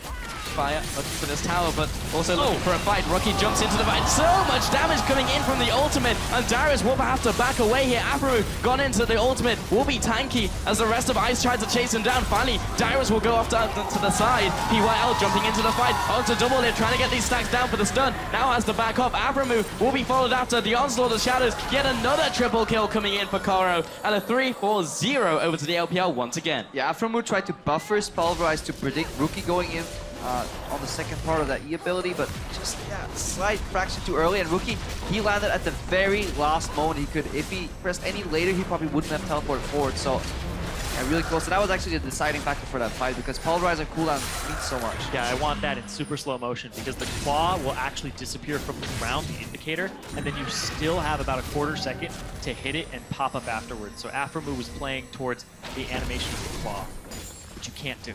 It's not work like that. Double lift now into the bottom lane up against Karo. There's a lot of minion wave there, but does return some damage. And we're finally seeing the difference between the experienced Lisandro player. Oh, well, Lisandro doing well in the game, rather. Here we go again. He's gonna throw it out. Boom, it's gone. And then he comes out. It's so smooth there. Beautiful. This is a great, like, LPL are showing great knowledge of how close they should be with their champion. Yeah. They're not spacing too far. Yeah, their spacing is absolutely on point this game. And PYL was like, oh wait, this is where I'm not supposed to be. And even Rookie, where was he for the rest of this fight, right? He was thinking about the Alistar threat range. I can't be near this headbutt Pulverize coming out again. Just really great knowledge of the range that they should be at. Now, that's obviously because Afromo is used to playing on slightly higher ping. If he was playing on 40 ping, that would have actually been spot on Alistar Pulverize, so... That's true, man. Try to make up for the thing. Chicago servers. Yeah. You just delay my PC a little bit, but Rocky jumps into the fight once again, gets the ultimate off FLICKR, immediately with the ultimate onto Meteors, trying to take him down before the Lance Spike comes out. Akaro into the back line of fire, will get the onslaught of Shadows, and is absolutely decimating them with the Rampage. Picks up that kill, PYL is low, Afromu, a knockup onto 2 low members, gets the first, but Karo is gonna bite back, force onto the cow, and now Darius has to slink away, but he's not gonna be able to get out. The Pierce land from Uzi, gets the rend as well. It's just a matter of finalizing those papers. Triple kill comes in, and a 5-4-1 once again. LPL, fight after fight, come out ahead. Again, just a beautifully executed team fight there. You saw, I love watching PYL in these fights, because he's staying in just long enough to get the maximum amount of it out, and then he flashes away, and then he gets pulled in when it's time to go back in, and I love what he does on this prop, and how he blocks a whole load of double lift damage here. I mean, look at what Rookie did that fight. Triple W into cast ulti on Bjergsen, into Zonias. Just to start the fight off, Kitter's ulti not being used for ulti. Fantastic ultimate. He's 1v3 there in the back and just doing so much work. I like that too, that he didn't go straight into Afro move, he went around the side so that he could get a slow onto Dyrus. Overall, just but more importantly, LPL have now lost their ultimate strategy of NAU finals. Sandbagging conspiracies can be put to rest. Yeah. Put away the tinfoil hat. But Dyrus, right here. Wait. He got it. I think he got it. Oh, PYL gets away. With some nice steals this game. Yeah, Dyrus, 22 minutes of the game, just has the Triforce and the BF sword, so probably going to go for the Infinity Edge from what we saw earlier. Doesn't need to go for the Essence We've already has some utility boots. He'll go for it. I don't know if he'll be able to get it this game. Yeah. I think LPL are on a course to actually end this very quickly. Baron buff up. They're all hitting about 2-3 item spikes now. In the last 8 minutes, Dyrus has gotten 30 CS. I just checked. That is not a lot of CS. Koro onto Dyrus. Look at the and he won't be getting any more for the next 38. Yeah. 9-2. I mean, he was doing super well. He was sitting at 120 CS at the 15-minute mark. 7 minutes and a half later, sitting at 157. So that hurts. Game took a turn for the worse, and that's not necessarily him missing CS. He's just never been near any waves, and continuous fighting in favor of LPL and slowed down the progression. That's why he's still sitting on that Triforce with a BF sword. Definitely been slowed down by the decisions in the game by North American team. LPL have been absolutely all over this game. The Dragon has just even gone over to them as well. Probably won't even need that, but is there if they want it. They just want to stall the game for another half hour. There's something very interesting here because I was always under the impression that the Sightstone combination items, the Eye items, Eye of the Oasis, Eye of the Equinox, are not very good. But you see Eye of the Equinox here for PYL, and what this item does, and I think this is the only one you should actually buy. I think the Talisman one is rather good, even though Talisman isn't in the same state it was before. The Frost Queen's Flame one is absolutely crazy. You don't buy Eye of the Watcher, ever. You need that active on the Frost Queen's Flame. But Eye of the Equinox, you sacrifice the Face of the Mountain active, you get 4 wards instead of 3, and you actually get closer to your locket 800 gold sooner. You sacrifice that active for that, and I mean, I always forget to use Face of the Mountain active all the time anyway. Yeah, it is debatable whether locket's actually still worth building. Right. The item has seen continuous nerfs overall, and there may be better itemization, especially if you look at selfish itemization. Spirit Visage can actually be better for supports, stats per gold spent. But yeah, I'm definitely a fan of Eye of Equinox as an item. I think you just need those 4 wards for map control overall. Oh my god, crit comes out. Karo still doesn't has have the ultimate. ultimate though. It's off cooldown. He had to use it to retreat, and he's just kind of chilling out underneath the tower. Gets the Sterak's though. ETS off to the side, and everyone's just being pushed away from this tower. The top tower goes down, looking to try and take away some of these inhibitor turrets now and crack the base open. Oh, flanks though, really hard. Oh, Uzi just got knocked down. Afro comes in. There's a knock-up, the knockback as well. Needs to lock down Uzi, but Michos, he's in the round down the ultimate and will not be taken out. Michos goes down and PYL comes into the fight, slams in with the base core, but PYL will pay for that knock-up. And a 2-for-1 over to NA. Koro, they knew that he backed and it was time to go. Bjergsen with the nice wall off there and the Q. Little sluggish there on the Mercurial Scimitar from Uzi. Yeah, good flash there in from Alistar. Came back. Still ulti on Koro, didn't come up again. There's the Onslaught of the Shadows onto Oh my god, he pinned himself. kind of locked him into the wall. And Koro taking a lot of damage from the Glacial Storm though. And now Clearlove and Rookie coming into the fight. Bjergsen dropping low flashes over the wall. Darius looking for the kill here onto Clearlove with the help of Double Lift. Rookie should be falling. Glacial Power comes across, interrupted by Aframu. Clearlove over the wall. Darius looking to follow. Is not able to get in range with the barrels or the move speed, but a 3-0 over to NA squad. Bjergsen's playing a really strong Anivia this game. A couple of really nice walls to be put up there. Predictive Qs on Uzi early in that fight. Right now, good spacing overall, so pretty impressed with Bjergsen and Anivia. Let's watch that again. I love this wall. It's so nice. Pushes him off to the side. I assume he was trying to wall off himself from Koro, but it ended up working out really well because it gave Afro a way to get to him and push him towards double lift, which ultimately was his demise there. From there, it was basically just clean up and Aframu just seeing up Rookie. Yeah, Bjergsen was able to get away. Bjergsen's been doing such a great job with his stuns and his walls. Yeah. If he keeps this up, they might have a way back in despite the gold difference, but the problem is once you get all of these kills, it's so hard to push back up. I think NA just needs to, you know, fight here coming in. Flare as well, plus the culling 2-on-1 died real fast. That's the flare as well. 1-0, nice pick. I think North needs to change their approach to team fights, have Medias farther back, have Bjergsen be the front line, wall off part of the team, and then force Koro to actually go over the wall with his ultimate, and then have Spite in the back line. Medias is going in a little deep. He is drawing a lot of aggro, but it's not in synergy. The more kiting needed from NA, but they can definitely scale to the late game. Even though they're down a lot of gold, 7k right now, they have the tools. They have a couple of champions that play incredibly well still from behind.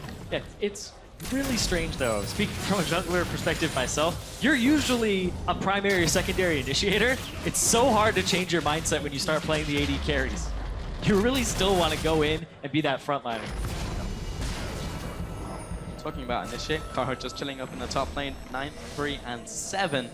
He's so tanky, still does a lot of damage from what we've seen. Level 16 now, so has the third level in his ultimate over everyone else. Highest level in the game, in fact. 3 over Dyrus. That hurts. Dyrus has hit some good item spikes here, though.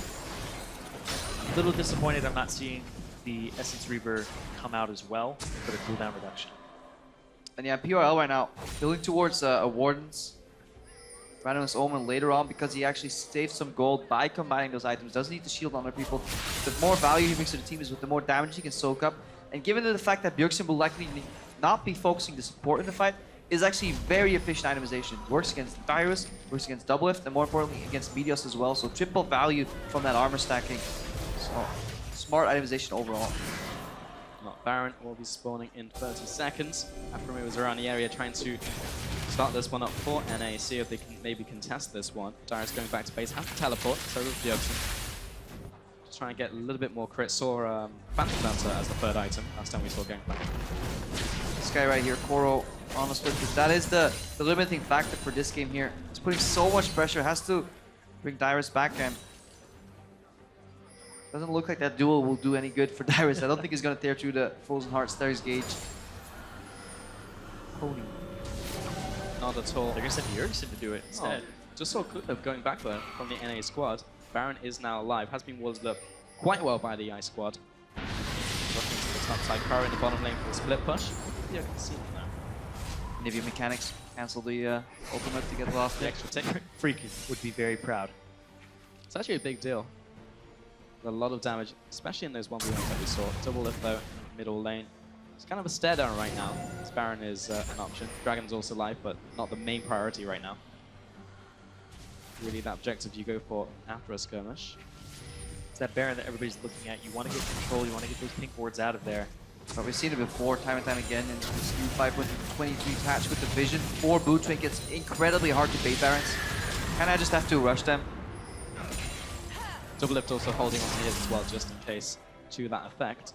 Just gonna head towards the Dragon. Should be easy enough for Ice to pick up.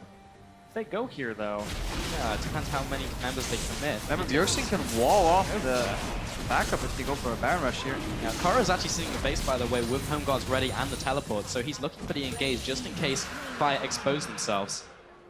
There's a lot of wards for him to go towards. Hopefully Dyrus will ulti first before he pulls the trigger on the teleport. He's actually walking over right now after more in the pink ward, so... Remember, NA wants to kite. NA does not want to engage. They want to bait people in, kite backwards, focus the front line, and have Afro trade his life for somebody else with the Unbreakable. Efficient trading there. Yeah, but you absolutely have to play the engage correctly. Well, Afro move perhaps caught out here. Clearlove not into the team, however. Flash Ross coming from behind. The wall has Top left of your screen. Koro coming in for the back line. This would be a huge ultimate. Only goes on to double lift though, immediately cleansed out of. And the Rookie comes in. The damage is massive as Meteos places down his own ultimate to keep his members alive. Now that has worn off and Bjergsen goes into the egg form and PYL's all over the opposition with Uzi in the back lines wreaking havoc. Afro will be the last member to go down. The quadra kill over to Uzi. Double lift manages to get out alive. Otherwise, that would have been the penta. You have to play the engage absolutely perfectly, and they didn't sweep vision behind them. Koro gets a great TP, hits double lift, but then it separates everybody despite getting the Mercurial Scimitar backwards, chunks him out, and he's no longer able to be a part of that fight. Yeah, I just love the patience of Koro. So many top laners would just peek around the corner where he just waits and waits and waits. He just surprise. kind of edged himself forward. I've never seen anybody with home guard do that. Usually you just want to run straight in. Yeah, really good exhaust, I think, that would end up on Koro. Let's watch that again. I do believe he got exhaust. This is bold, knocking Clearlove to your Olivia. Versus like, no, do not want. Good wall here, but top left to your screen right now. Let's see. Hang around the corner. Oh, okay, I'm going. Instant exhaust and do too much damage. Double lift gets us caught. Really good scimitar, but PRL with a 3-4 man ulti and then Rookie knows to go in. And even though people won't die in his ultimate, the damage is done already. Too many people are low in this fight. Exactly. It doesn't last forever. Pops and then Uzi with the pickup here. Thought he was going to get a quadra kill, but Double Lift is already backing in the tri-bush at this point. Not a part of this fight. No damage contributed after he jumped out of the Lancer's fight. Yeah, LPL almost benefits more from the Lancer's fight as they were all inside ready for the heal. Just after that, so the Baron going down over that side as well. It's looking hard for NA to come back into this game now. They had that small window where they were able to stall out the game and get the scaling on Gangplank and the Nivea. But now, not looking so hot. Yeah, I was talking about the engage. How you have to play it perfectly. As this kite back composition, you only have so many tools to keep away a diving Hecarim, Skarner that has flash, also Lissandra that's going to try to claw in. You have to watch both of your flanks because they both have TP as well, the top laner and mid laner, and they have ways to get to your back line. They have ways to be a gigantic threat. And PYL, if he gets the appropriate Glacial Fissure, he can hit your back line, and we saw that happen there. So they have so many tools that you have to outplay 3 or 4 things, including Fate's Call, on top of everything. Yeah, and if you let one slip through, you lose the fight, essentially. And Koro, like, how do you stop that from happening? Because they've been choked out of vision around that Baron area as well, so it's not like they can even stop that one from happening, and all of that on top of it. So difficult to play around. But NA right now are just hunkering down in the base. They haven't lost any inhibitor turrets yet, so they're not being forced into their base with super minions. Yeah, it's really hard to take an inhibitor turret from an Anivia. Yep. Yeah. More importantly so because as long as all 3 stay up, there's just no FLICKR opportunities. A lot of these fights have been won by Koro angling or doing some creative moves within the fights, but NA team right now is protected by their base, and then it's very easy for Bjergsen to put a really nice wall to really start influencing those fights. In addition to, Afromu's zone is just so efficient if everybody's coming from the same area because you can then knock somebody back. But right now, being aggressed upon by Meteos and Dyrus. So that is why the LPL right now is opting for the split push as well. They know they can't go for a 5 on assault, or it's a little risky to go for a dive. Trying to spread that out, defenses.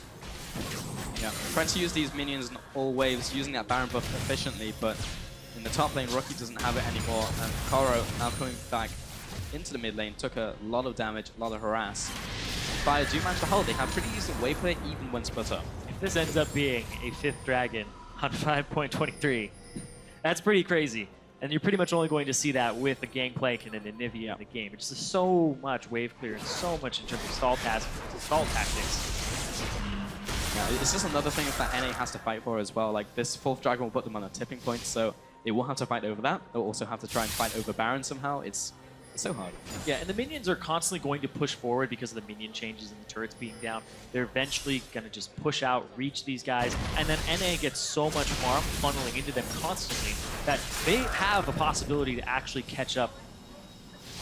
Darius though, finished Phantom Dancer, new Phantom Dancer makes it so that the enemy that you're fighting deals 12% less damage to you, so it's dueling potential, which is very hard today. That's definitely improved. Made it to the casting desk. I know. Congratulations. Yeah, it's actually a lot better, so maybe down the line, if he actually gets Last Whisper, somehow, even though you don't really want that on Gangplank, you know, most barrels already penetrate armor, but there's so much armor inside of Koro. Once he can start dealing with the Hecarim later in the game, because Koro is kind of running out of item slots. Gold leads are only useful until you actually have stuff to buy it with. Yeah, then it's a boot enchant. Well, yeah. Home guards. Paris has that going for him, so that's nice. Yeah, but that's the advice. That's the advice I always give in solo queue. Hang on, guys. They're almost out of item slots. We'll get them. Well, better than nothing, I guess. 10 seconds until the dragon spawns will be the 4th for LPL. 5th one is a big one, but looks like Fire will try and poke, test, maybe get a steal over the wall. What they can really hope for.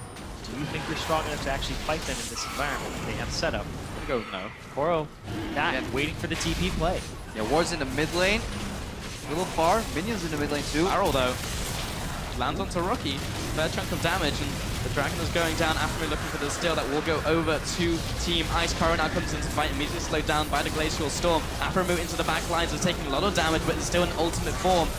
Kalilov managed to get the ultimate down onto Meteos, should be able to pop him before the ultimate comes down. In fact, not. But Meteos just had to hang here until Uzi takes him out with the Ren damage. Bjergsen caught on the front lines, he'll have to flash away, and finally Karo uses the ultimate to lock down Bjergsen, force him into the team, and Uzi will just rack up these stacks and go for the Ren, picking up that kill. Dual lift goes down. Darius is the sole remaining member of NA, and now LPL can crack the base. Yeah, they're probably going to push it up very quickly here, possibly get an inhibitor, possibly end the game. There's 50-second death timers already, 36 minutes into it.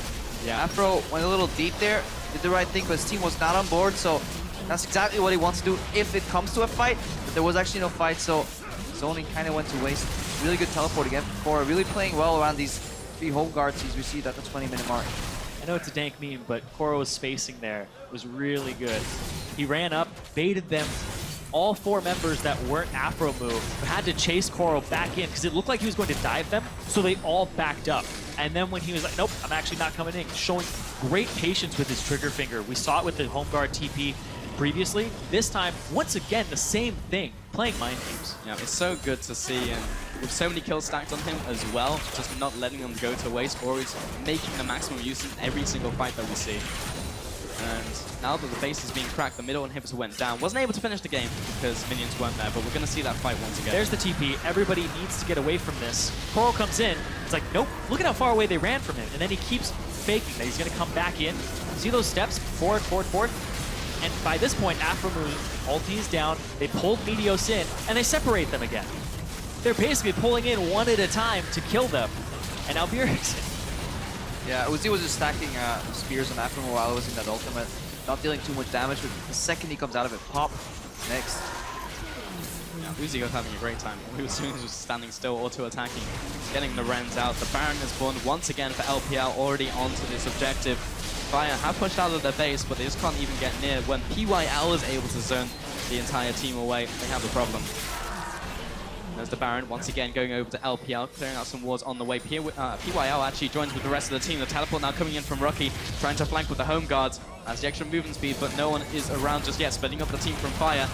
Double left coming in with a culling. Rocky coming in after him. But the Afromu has been locked up. There's the Onslaught's chances to start off the fight. And Bjergsen pulled into the team. No egg this time. Will be going down. Michos has to back up to the side. He's split up. And Uzi is going ham inside the base. Is now waiting on Darius and Afromu. This looks like it could be curtains for the NA team. Afromu goes down. There's the double. Looking for the dribble onto Darius. The orange has come up, but it is not okay. And Uzi now pushing it with the rest of the team to try and finish off this game. And unfortunately, both of these teams will not be representing their sides in the finals. But this is a great game from China. They came here to prove that these individual players have a lot of skill, and it shows. Impressive showing from the LPL, decimating the NA team and picking up yet another victory. Uzi's like the only guy smiling. He's like, guys, we did it. I made an international event this year. It took 39 minutes. No. Yeah. Koro, some fantastic teleports overall, though. I like the way LPL got ahead in this game by the use of teleport. Remember, Rookie went top very early in the game to get Koro ahead. He was trailing behind against Dyrus. We had the whole fight in the bottom. I think that bottom lane tower may get it on the analysis later. Not the usage of Dyrus' ultimate could have been a lot better. He decided to teleport in and then start using the ultimate, and that slowed down the fight too much. Too telegraphed. Very tricky to 5v5 in the bot lane when the tower's involved. Yeah, I did like the idea from NA of making a proactive play and going for the tower dive. Coming into Season 6, that's more what I want to see in NA. We've been so passive in terms of farming, wait for power spikes, but I want to see those types of plays come out for our region. Yeah, it was cool to see, but the tools were there. They just really couldn't utilize them as the game went on. It kind of fell so far behind that even though they were able to stall, it was just so much gold. It was like up to 12k at some point. It was so hard. Yeah, it was an absolutely ridiculous amount of gold. They would have had to stall for a very long time, get the 6-item slot. They're running out of slots, guys, and then eventually be able to bring it back. But that was so far away. That would have been 5th Dragon timer. Yeah, definitely so. So very tall mountain to climb overall. That means tomorrow, though, EO versus Korea. How it should be. Order is restored, I guess. Semifinals over again. See if you guys can get your revenge. Yeah, maybe, and we're going to see the rematch as well. Already seen that matchup once at All-Stars, but we're going to send it over to the Alstairs to take a look at that game.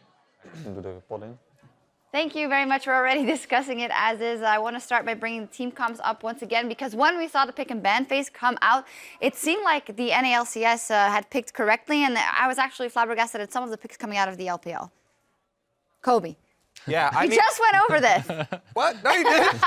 I think it came down to the play here, because up top, North America, they made a lot of mistakes early. Meteos gave up first blood in a lane, just trying to hold a lane. That happens a lot to junglers, actually. When they try and hold a lane, when the laner's actually not there, gave up the first blood. And then the bottom lane misplay, where Doublelift and Afromu both went down. That kind of made North America try and start forcing fights, when really what you want to do is wait for Gangplank to generate money for his 2 items. And he's a gold-generating machine. He's so effective at it, but he needs to get his Trinity Force Infinity Edge. And then Nivea also goes and said that Bjergsen needs to farm up as well. But they started forcing all these fights, and the LPL outplayed them. Yeah, let's bring up the replay of the bottom lane skirmish, because we have 2 premier AD carry players here who can walk us through that. I don't know who wants to begin. So Afromu is already overextended here. He's gonna die 2v2. And Doublelift should just run away at this point, but he flashes too late on this Q flash from Brown. It's hard to react to, and then Clearlove gets the... You could tell he was scared. Shot out the W there as well while flashing. Yeah, I think he maybe fat fingered or something. Reckless, without jungle interference, how does this Lucian, Alistar, Kalista, Brown matchup play out? I think, to begin with, Kalista in general is a very strong laner. I don't really think there's any AD that's like beats her just from start. And then if you add the Braum matchup into the Alistar on top of that, I don't think there was a way for the NALCS bot lane to actually make a play. The only thing they just had to do was kind of hold on and scale up, together with their team. They had both Gangplank and Anivia. So they just had to be as patient as possible, because they didn't have the bot lane matchup. They didn't have the early game presence from the solo lanes. So pretty much the only thing they had was the Kindred presence in the early game, and I think perhaps they should have looked more to the top side of the map rather than having these explosive fights bot. I mean, the five-man TP bot, I don't think played into their favor or into the way they should have played the game. But definitely the fact that the bot lane matchup wasn't in their favor to begin with made it troublesome for them to make any plays at all in the beginning of the game. Yeah, that was quite interesting as well because we also saw the Skarner coming out and we thought, wow, that must be an easy one for Kindred. Kindred will bully Skarner Yeah. so hard. And Clearlove actually did a good job running away. I mean, that's what a good Skarner versus Kindred matchup looks like, is Skarner running away, not dying, and farming up. And he actually outfarmed Minos because Minos, spent that time in the top lane and got killed. Yeah, you do mention that dive in the bot lane that went away for the NALCS. That means that the LPL could bank and build up a lead. Let's take a look at another replay of a fight in the mid lane because it was, again, NA trying to force something when maybe they shouldn't, and then getting counter engaged. Yeah, NA already has a scaling comp that don't have the strongest early game skirmishing, and then they're fighting on, like, FLICKR has 3 kills here, and Lisandro has his Abyssal Scepter and Sonya's Hourglass. So this fight is already telegraphed. It's going to be free lose for Team Fire here. Yeah, I mean, they're really just playing against themselves, I think. Yeah, when you fight on the Hecarim that just got his Triforce, and against Lisandro with Sonya's Abyssal Scepter, you're just going to lose without even, like, yeah, if anything, it would be Ice who were making that sieging play, right? And after this fight, they end up falling so far behind, and 20-minute mark is coming out with Hecarim, Homeguard, TP, and then, from there on, it's just really hard for NA, I think, to keep up the scaling, because there's no lanes where you can just safely farm out, because there's always going to be a guy coming to your lane and just punishing you for that. They messed up the early game. They're like, oh, we need to do something to fix it quick, but sometimes the best thing is hands off. So. Yeah. Even before that, they had this dive on the bot tier 1 tower where they got like ace, I think, actually. Yeah. Or like 4 for something, and it was already going even more worse, and then they just keep fighting mid lane, and twice in a row they dive mid lane, like 3-4 guys. So yeah, picking so many fights when you have a scaling comp is maybe not so good. And also maybe initially from the start picking a scaling comp, although they did get their hands on a lot of OPs, but they know they have to beat that 20.44 minute mark to get into the final, and they still pick maybe scaling comp. that's why they were trying to force They're things. trying to avoid playing you guys. Makes sense. Yeah. I mean, as I said before, I expected them to kind of pick this kind of early game comp and just go for that 20-minute play. Or 20 minutes, I guess. Yeah, they had 20 minutes. Yeah. 20 minutes. But I guess there was just a mix of things. They picked a scaling comp, and then they still tried to get the 20-minute play. So it just played into LPL's hands, and then they just took it from there. Yeah, meaning NALCS will not be in the 5 versus 5 final and will not bank 100 points for this one. It will be LPL for Team Ice that will secure another 100 points. That brings it to 550 rather, 550. And just as yesterday, that leaves us with an equal amount of points for Team Fire and Team Ice, which is great. Couldn't have prepared it better. That means that all is on the line for you as well, Reckless. You're going to have to bring it all tomorrow. And our coach. And your coach, Yeah, Niels, don't forget of our course. coach. Yeah, I agree with that one. Well, another good day, and there were a ton of great moments from today's action, but you were calling out a few of your favorites with the hashtag AllStarBigPlay. From @Banati2K tweeted, Westdoor, more like Bestdoor, pentakill on the Kassadin for Team Fire. Let's roll the big play. He dashes away. They've traded kills. ADC is down for LMS, and it's a retreat from the Steel. He's looking for 4. That's the Quadra. Looking for the Westdoor! Everyone is so low from Team Ice, and that's where Kassadin likes to be. Jumps in, jumps out. It's all planned, though. Yeah, that was more of a janitor play where you just come in at the end and just take off every kills, and then you look cool on the stream. However, it would be still a pentakill at All-Stars. That's pretty cool. And the LCK gave us a lot of memorable moments this year. But over on Twitter, you have given us your #1 play, and claiming the top honors is FLICKR's fancy flash to take down Cassiopeia. By popular demand, here is your LCK big play. Double 6, they get the flash from Nagne. FLICKR comes in. He's got the ult. He's got the kill. Beautiful, beautiful FLICKR game from SKT. Dodged that petrifying gaze so beautifully, I almost couldn't see it. Thinks FLICKR does. There we go, a very nice play as well. Maybe final words here. We'll look at the schedule in just a second, but a lot on the line tomorrow. We have tandem mode. How are you feeling about that? I mean, I've never really tried it out, so it's hard to tell, but it's definitely going to be interesting. I guess it depends on what you're kind of playing. If you were to play an AD carry, obviously the guy who's using the mouse is going to have an easier time. But if you were to play something that needs more like coordination in between the two, it might be really hard to pull off some good moves, obviously. But it's going to be fun, and I'm pretty excited for that. But in the end, EU versus LCK tomorrow is that's our thing. Yeah, that best of 3 we'll see. Very exciting. That's going to do it for us today, but we will be back tomorrow with the final day of the 2015 All-Star event, starting with 20 players saddling up to play 10 computers in our tandem mode. Can't wait for that one. We're also going to see which player reigns supreme in the 1v1 tournament, and that will all go live at 3 p.m. Pacific time. That is midnight in Central European time. Now, on behalf of the entire live broadcast crew, thank you for watching, and we'll see you tomorrow for the conclusion of the 2015 All-Star event. Good night.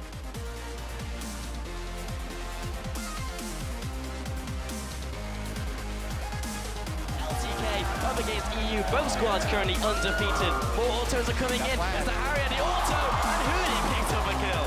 So much damage down, the war cry from Hoodie as well. And the casualties are already mounting. Ignite sending first blood. No! Yes! Oh, here comes Fuel. Oh, wait. Oh, the shield. Makes a switch squad. Stop it. No, it's game over! That's going to be the ultimate. It won't be enough. The exhaust from Bjergsen first. As soon as he gets out, a few more shots. Bjergsen's going to move on to the semifinals. How does it feel that you're against me? Well, you know, you are my ex-girlfriend, according to Reddit. Right. With enough stacks, Hissing should die. Here's the all-in. The ignite goes down. Double lift very low. Double lift lives with less than 10 HP. Be able to get the win. Slowly happening. He throws it out. Froggen, clock blocks, Afro move. And it's a retreat from the steal. He's looking for more. Looking for. Team Fire take the lead.